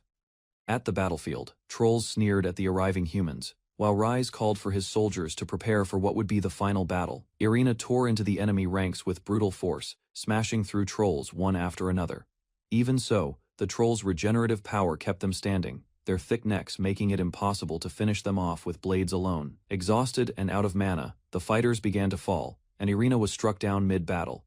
A troll grabbed her, ready to devour her, until Rise's voice cut through the chaos demanding it stop. He unleashed his own magic, forcing the trolls' regeneration into overdrive until their bodies burst apart, leaving Irina stunned by what had just happened. Rise knelt beside her, asking if she could stand and praising her for holding out as long as she did. Something about the moment struck Irina as strangely familiar. Despite this being their first meeting, Rise introduced himself simply as the Liberator, who had come to save her once again, reaching out to the fallen soldiers. He called for his warriors to rise, declaring he stood beside them, closing the battle on a note of triumph. The scene shifted to fragments of memory, remnants from a time before the world had been remade. They were pieces of history belonging to a group of friends the world would remember as terrorists. Later, snow fell rarely over Babylon, and Alicia and Irina sat together by the window, remarking on the unusual cold. Alicia poured tea and asked if Irina disliked the cold, who replied she could barely stand it, blaming it partly on her choice of clothing. Alicia asked if Irina had heard the news, and Irina explained she was used to the cold from hiding in the wilderness during winters when the government hunted her. The maid Kohaku introduced the concept of Valentine's Day, explaining that in a certain country, girls gave chocolate to the boy they liked once winter arrived. She continued that the girls confessed their feelings by handing over the chocolate as a token of affection, leaving Alicia stunned and Irina amazed. Alicia immediately declared she wanted to gift a real-size chocolate statue of herself, while Irina gushed about pouring all her love into chocolate for someone she adored. Kohaku shot down the statue idea, and Irina proposed an even worse alternative, covering her own body in chocolate and presenting herself directly. Kohaku tried to explain that wasn't the point, while Irina worried the chocolate might melt like wax. And Alicia clarified chocolate had a naturally low melting point, realizing they'd all quietly admitted feelings for Rise. The group fell into an awkward silence, each privately embarrassed. Kohaku suggested they make chocolate together as a joint gesture of thanks to their master, and the others agreed, dubbing it the Great Valentine's Day Strategy. Kohaku went off to ask the kitchen staff for permission to use the space. Back in the kitchen, the three gathered eagerly, only to realize none of them actually knew how chocolate was made. Irina admitted that after her country's fall, she'd survived as a scavenging nomad, with no time to learn cooking, and Kohaku added she'd been enslaved for as long as she could remember. Alicia revealed she too had spent her life on the run because of her religion. Their grand plan collapsed within minutes, leaving all three deflated. Reflecting on their pasts, they agreed they'd never be able to repay Rise enough for taking them in when none of them would have survived otherwise. Determined not to let a small obstacle stop them, they resolved to find a way to finish their chocolate project. They decided to start by pooling whatever knowledge they had about chocolate. Kohaku guessed it must be loaded with sugar given how sweet it was, while Alicia recalled it came from beans called cacao, and could easily be melted and shaped due to its low melting point. Encouraged, Irina declared there was no more reason to hesitate, and the group got to work. Kohaku proudly presented the ingredients she'd gathered: molds, sugar, and black beans from storage. They grinded the beans, mixed in the sugar, then warmed the mixture with hot water before pouring it into the molds. The chocolate finally set, but when unmolded, it looked like a lumpy, dark mess rather than proper chocolate, leaving the trio unsure if they'd gotten anything right besides the color. A knight named Claus wandered into the kitchen and asked what they were all doing. Piecing together the scene, he quickly excused himself, deciding it was best not to get involved. Elsewhere, Claus ran into Rise and asked if he'd found Alicia and the others. Rise explained he'd only melted the chocolate and poured it into a mold, since he'd heard the girls were having a tea party and wanted to bring them these handmade sweets. Claus grabbed him urgently, warning him he couldn't give those chocolates to the girls. When Rise asked why, Claus insisted it was for their sake, for the sake of their pride as women, especially since Rise had helped make them. Rise reluctantly agreed to hand them over, and Claus begged him to just give the chocolates to him instead. Claus told Rise the girls just needed some time alone, leaving Rise to wonder what to do about Alicia and the others. Afterward, a rumor spread that Rise had given Claus a box of chocolates as a gift. A monstrous shadow trembled with fury as a scream tore through the ruins. Chapter 55, opening on pure rage. In the snow, a lone silhouette stood watching the destruction. A chained figure demanded to know why Rise Babylon existed in this world at all, raging that he had joined his old comrades and wiped out an entire troll platoon. Clutching his head, the chained man muttered that his death magic should have erased Rise's existence completely. Unable to understand what had gone wrong, bound in heavy chains, he turned his fury toward a woman standing before him, accusing the so-called goddess Sophia of interfering and demanding an answer. The girl only laughed, mocking him for underestimating the might of Rise Babylon, calling him a foolish brat for ever doubting it. She declared proudly that the story made no sense without the two of them in it, Rise the hero, and herself the goddess standing beside him. The chained man snapped back in disbelief, insisting there was no way that Freak could ever be called a hero before trying to remind her of her own status. Radiant wings spread as worshippers bowed before her, the truth settling in. She had become a goddess the moment she dueled Rise, and as long as she existed, so would he. Smiling down at him, she told him plainly that his ultimate skill, existence, destruction, was useless against Rise, and that she pitied him for it. Engelmoa elsewhere. Followers reacted with awe, their hearts renewed by the sheer force of Rise's presence, rippling far beyond the battlefield. One follower shouted down anyone who doubted him, cheering that the demon lord had nothing on her Rise, calling him the greatest hero there ever was. Engelmoa clenched his fist, admitting that even if he could no longer erase Rise's existence, he could still kill him outright, in the literal sense of the word. But his strength had been drained too far. He admitted he could only wake once every few days now, and the goddess reminded him he couldn't even leave this place, having traded half his own being just to keep himself bound there. Undeterred, Engelmoa revealed he still had 3 loyal servants at his disposal, rulers of the sea, the land, and the sky, ready to act in his place. Reaching toward the swirling dark forms, he called out to his great rulers, declaring he had a mission for them. Losing consciousness mid-command, he cursed the timing, forcing out his final order that a man calling himself Rise Babylon was stirring rebellion against them, and warned his servants never to think of him as an ordinary human. As he faded, the goddess told him gently to rest in the land of dreams until her future husband was ready for battle, adding that weakened as she was, burdening him with mana was still nothing to her. Meanwhile, in the newly liberated Babylon territory, word spread that humanity's liberators were making steady progress freeing the land from the demon army.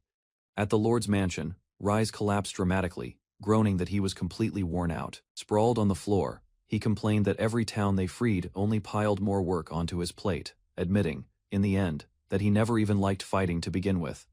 Rise declared that Angolmoa was the only exception, the one hater he would kill without hesitation. He insisted his hands were never made for hurting others, and his mouth was never made for cursing enemies. He said everything he had was made for spreading love and bringing people together. Back at the mansion, Rise casually asked Irina for a favor. He explained that he had managed to increase the number of his followers considerably, and admitted he might finally be ready. Elsewhere, a captured orc raged that he would kill the cursed human before him, swearing vengeance. Rise, calm despite the threats, told Irina he had started wondering whether fighting monsters would really lead them to peace. His comrades reminded him the orc had been captured alive as ordered, but questioned what he actually planned to do with it. Rise argued that a murder was still a murder, no matter if the victim was a monster, and warned that killing every last one would lose sight of how valuable each life was. Irina asked what he could possibly mean, insisting all such filthy, crazed beasts had to be eliminated. Rise countered that exterminating every monster would be pointless. If humans became ruthless monsters themselves in the process, it would defeat the purpose. Getting the creatures on their side instead would be far more useful against their true enemy. Turning to the terrified orc, Rise smiled and proposed an alliance between humans and monsters. He admitted to himself that a few details would need to stay hidden, and that this plan would take real work. Grinning, Rise declared he would tweak the orc's brain with healing magic, offering it all his affection while the creature howled in confusion. Moments later, the orc stood calm, now one of them. As Rise asked Irina to untie him, the orc wept that it deserved death for the trouble orcs had caused humans, but Rise gently refused, leaving everyone stunned. Traveling across the countryside, Rise listened as his aide marveled at how he'd turned so many ruthless monsters into loyal allies, though privately she doubted brainwashing truly counted as friendship. Wings cut through the sky above them, and Alicia pointed out that the harpies traveling alongside their group served as excellent carriers thanks to their flying ability. Nearby hulking trolls carried heavy loads without complaint, and she noted that despite their abnormal strength, they somehow never got hurt no matter how hard they worked. A kobold sniffed eagerly at the ground beside him, its nose remarkably skilled at locating minerals, even if its habit of eating rusted metal remained deeply unsettling. Small goblins scurried around the settlement handling chores, and Alicia explained that a handful were even suited for battle when the situation truly called for it. Fangs bared and muscles coiled, Agarm's raw speed left Alicia genuinely impressed, since not even the fastest horses could ever hope to keep pace with it. Quiet affection crept into the moment when Alicia admitted that standing beside Irina felt strangely nostalgic, despite the two of them having only just met days ago. Blushing furiously, Irina invited Rise closer, though he hesitated, reminding her that they remained in the middle of a serious military operation together. Determination flashed across Alicia's face as she urged the group to bond quickly, insisting that facing one of the demon army's three great generals demanded real teamwork. With a playful grin, she reserved the seat beside Rise for Irina, whose tail swished wildly and betrayed her feelings no matter which world she lived in. Hearts floated around all three of them as warmth settled over the group, and Rise quietly admitted their closeness felt more relaxing than he expected. Doubt crept into Alicia's expression as she wondered aloud whether just the three of them could realistically stand a chance against such a powerful general. Meanwhile, in a heated argument elsewhere, a furious woman swore she had witnessed everything herself, and another voice quickly rose to confirm her claim. Ruins stretched across the battered landscape as the narration revealed that the Lord of Django territory was none other than one of the demon army's main generals. Towering above the wreckage, the evil Black Dragon reigned as ruler of the sky, prompting Rise to calmly commend Silica for her efforts. Tears streaming down her face, Silica complained bitterly that she always drew the worst assignments, having been forced to become water just to sneak through enemy sewers. Still sniffling, she declared that her next scouting mission would finally become her chance to slip away and escape this exhausting cycle for good. Amusement flickered across Rise's face as he casually mentioned that a hidden spell would turn her mind into a bird's the moment she tried fleeing. Groaning at the revelation, Silica reluctantly accepted her fate as a major criminal who still needed to work hard to earn everyone's forgiveness. Rise added dryly that marching a massive army against the dragon would only risk more injuries, on top of adding to his already heavy workload. Confidence radiated from Rise as he declared he saw no chance of losing to the dragon ruling over Django territory, while Irina and Alicia watched anxiously.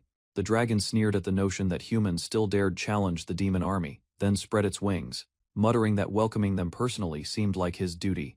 Terrified villagers huddled together as goblins nearby cheered wildly, chanting for their black dragon overlord, while vowing to massacre every human who opposed him. Cheers erupted again as the dragon boasted that he would crush this so-called Rise like an insect, dismissing the human's strange name with open contempt. Snarling with pride, the dragon insisted he'd never fear a mere human, though he privately wondered if the demon lord's caution meant this opponent held real strength. Curiosity crossed a harpy's face as she spotted goblins below, reacting to falling dust, questioning why something with such a pleasant scent kept drifting from the sky. Confusion turned to delight as goblins discovered the mysterious substance came from cows, devouring it eagerly while declaring it utterly delicious beyond their wildest expectations. Rise smirked wickedly as chaos erupted below, with goblins screaming in horror while desperately warning each other never to eat that so-called cow dust. A mocking voice greeted the dragon sarcastically, calling him quite the hotshot now, hinting at an old familiarity neither of them had expected to resurface. Excitement rippled through the crowd as someone spotted a rooftop figure, recognizing him instantly and shouting joyfully that their master, Rise Babylon, had finally returned. Pandemonium swept the battlefield as transformed cows shrieked and thrashed violently, their monstrous cries echoing while goblins screamed insults amid the surrounding destruction. Bewildered and trembling, the dragon wondered aloud whether this stranger had somehow killed him before, sensing an inexplicable dread welling deep from within his soul. Fury replaced fear as the dragon demanded answers, insisting he'd never forgotten how Rise had once become something like a friend to him. Chaos exploded as the dragon lunged forward mid-attack, only to be intercepted violently, his roar echoing as he called out Rise's name in desperation. Struggling, the dragon groaned in pain while Silica declared that naughty creatures like him needed a proper lesson taught through force. Dust settled around the ruined landscape as the dragon growled, sensing sinister mana radiating nearby. Unaware that Alicia stood there, smiling mischievously at his confusion. Grinning, Alicia teased that he'd grown far too large, offering more of her strange drug only if he obeyed her every future command. Horror flickered across the dragon's face as Rise approached with healing magic, cheerfully promising to restore their so-called friendship through unwanted transformation. Rumors spread through nearby towns, as villagers whispered about a mysterious savior who had tamed the feared Black Dragon General himself. Nobles dismissed the rumor as mere propaganda meant to boost troop morale, though one figure confirmed that every word of it was true. Shock crossed the father's face as another elder proudly confirmed the savior's name, adding that Rise Babylon had already earned Pope Alicia's holy approval. Word spread through the crowd that Lord Rise, leader of the resistance, had liberated yet another town, convincing skeptics once an official priest confirmed it. Onlookers marveled that he'd rescued every town throughout the region using monsters he personally tamed, while a lone knight murmured Rise's name with unease. Admiration filled Alicia's voice as she praised Rise for liberating countless towns while also brainwashing monsters into becoming his loyal, obedient pawns. Determination burned within her as she vowed to reveal his supreme light shining brightly, warning Angelmoa that waking up soon would be wise. Meanwhile, a goblin received flowers from a smiling harpy, while nearby a man asked her about visiting a nice restaurant together sometime soon. Disgust colored a noblewoman's tone as she complained about being forced to live alongside monsters, cursing that troublesome Rise Babylon under her breath. And the Anather noble reluctantly admitted that despite their frustrations, Rise had genuinely liberated multiple towns from the demon army's brutal control. Impatience grew as a fist slammed the table, someone demanding to know why the brat still hadn't come to properly greet them. Snail Dono agreed knowingly, while Jaikov Dono remarked that understandably, Rise was merely a naive kid unaware of how this harsh world truly operated. Claus stood before towering doors as Jaikov revealed he'd dispatched his private army's commander to drag Rise out of hiding by force. Sweetly, Alicia fed her tamed dragon, while Rise teased her for actually deciding to nickname the creature something as silly as Draggy. Beaming with pride, Alicia admitted her decisions weren't the only crazy thing about him, praising how he'd turned a fearsome dragon into an adorable pet. Excitement lit Irina's face as she announced someone she wanted Rise to meet, prompting him to agree despite his surprise at the interruption. Politely, Claus introduced himself as commander of Baron Jaikov Bonclay's private army, revealed to be one of the country's strongest spell sword warriors. Curious, Rise asked what Claus needed from him. Learning that his master wished to arrange a formal meeting between them soon, flustered completely, Claus apologized frantically for addressing him too casually, begging permission to correct his disrespectful mistake immediately without delay, humbly insisting he wasn't worthy of such honor.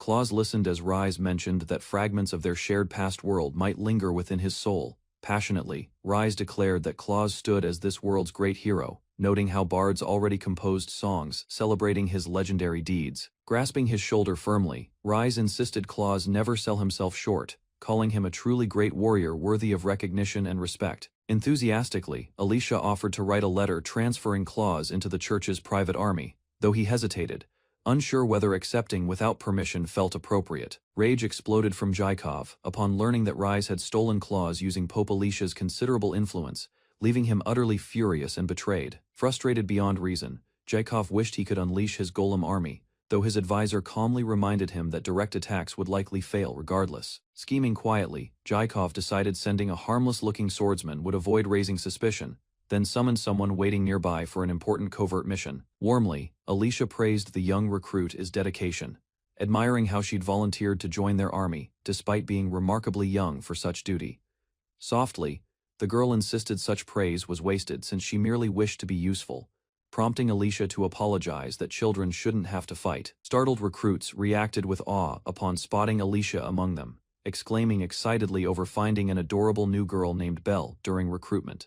Silently resolving to focus, Belle reminded herself of Viscount Snail's threatening mission, promising punishment through magic if she ultimately failed to succeed. Cheerfully, Alicia announced finishing new patrol routes for the guards, insisting Rise should feel free to rely on her assistance whenever necessary. Belle became completely absorbed reading a dramatic tale about amnesiac lovers reuniting, unknowingly awakening a passionate side of herself, best left forgotten. Flustered by her own outburst, Belle suddenly declared finding her true purpose, vowing to officially join Rise's private army for good. Silence stretched heavily, as Jaikov admitted perhaps they should stop provoking Rise altogether, sensing something unsettling about continuing their persistent interference. Snail agreed uneasily, confessing a feeling that Rise's soul still clearly remembered events from their previous world, unlike everyone else involved.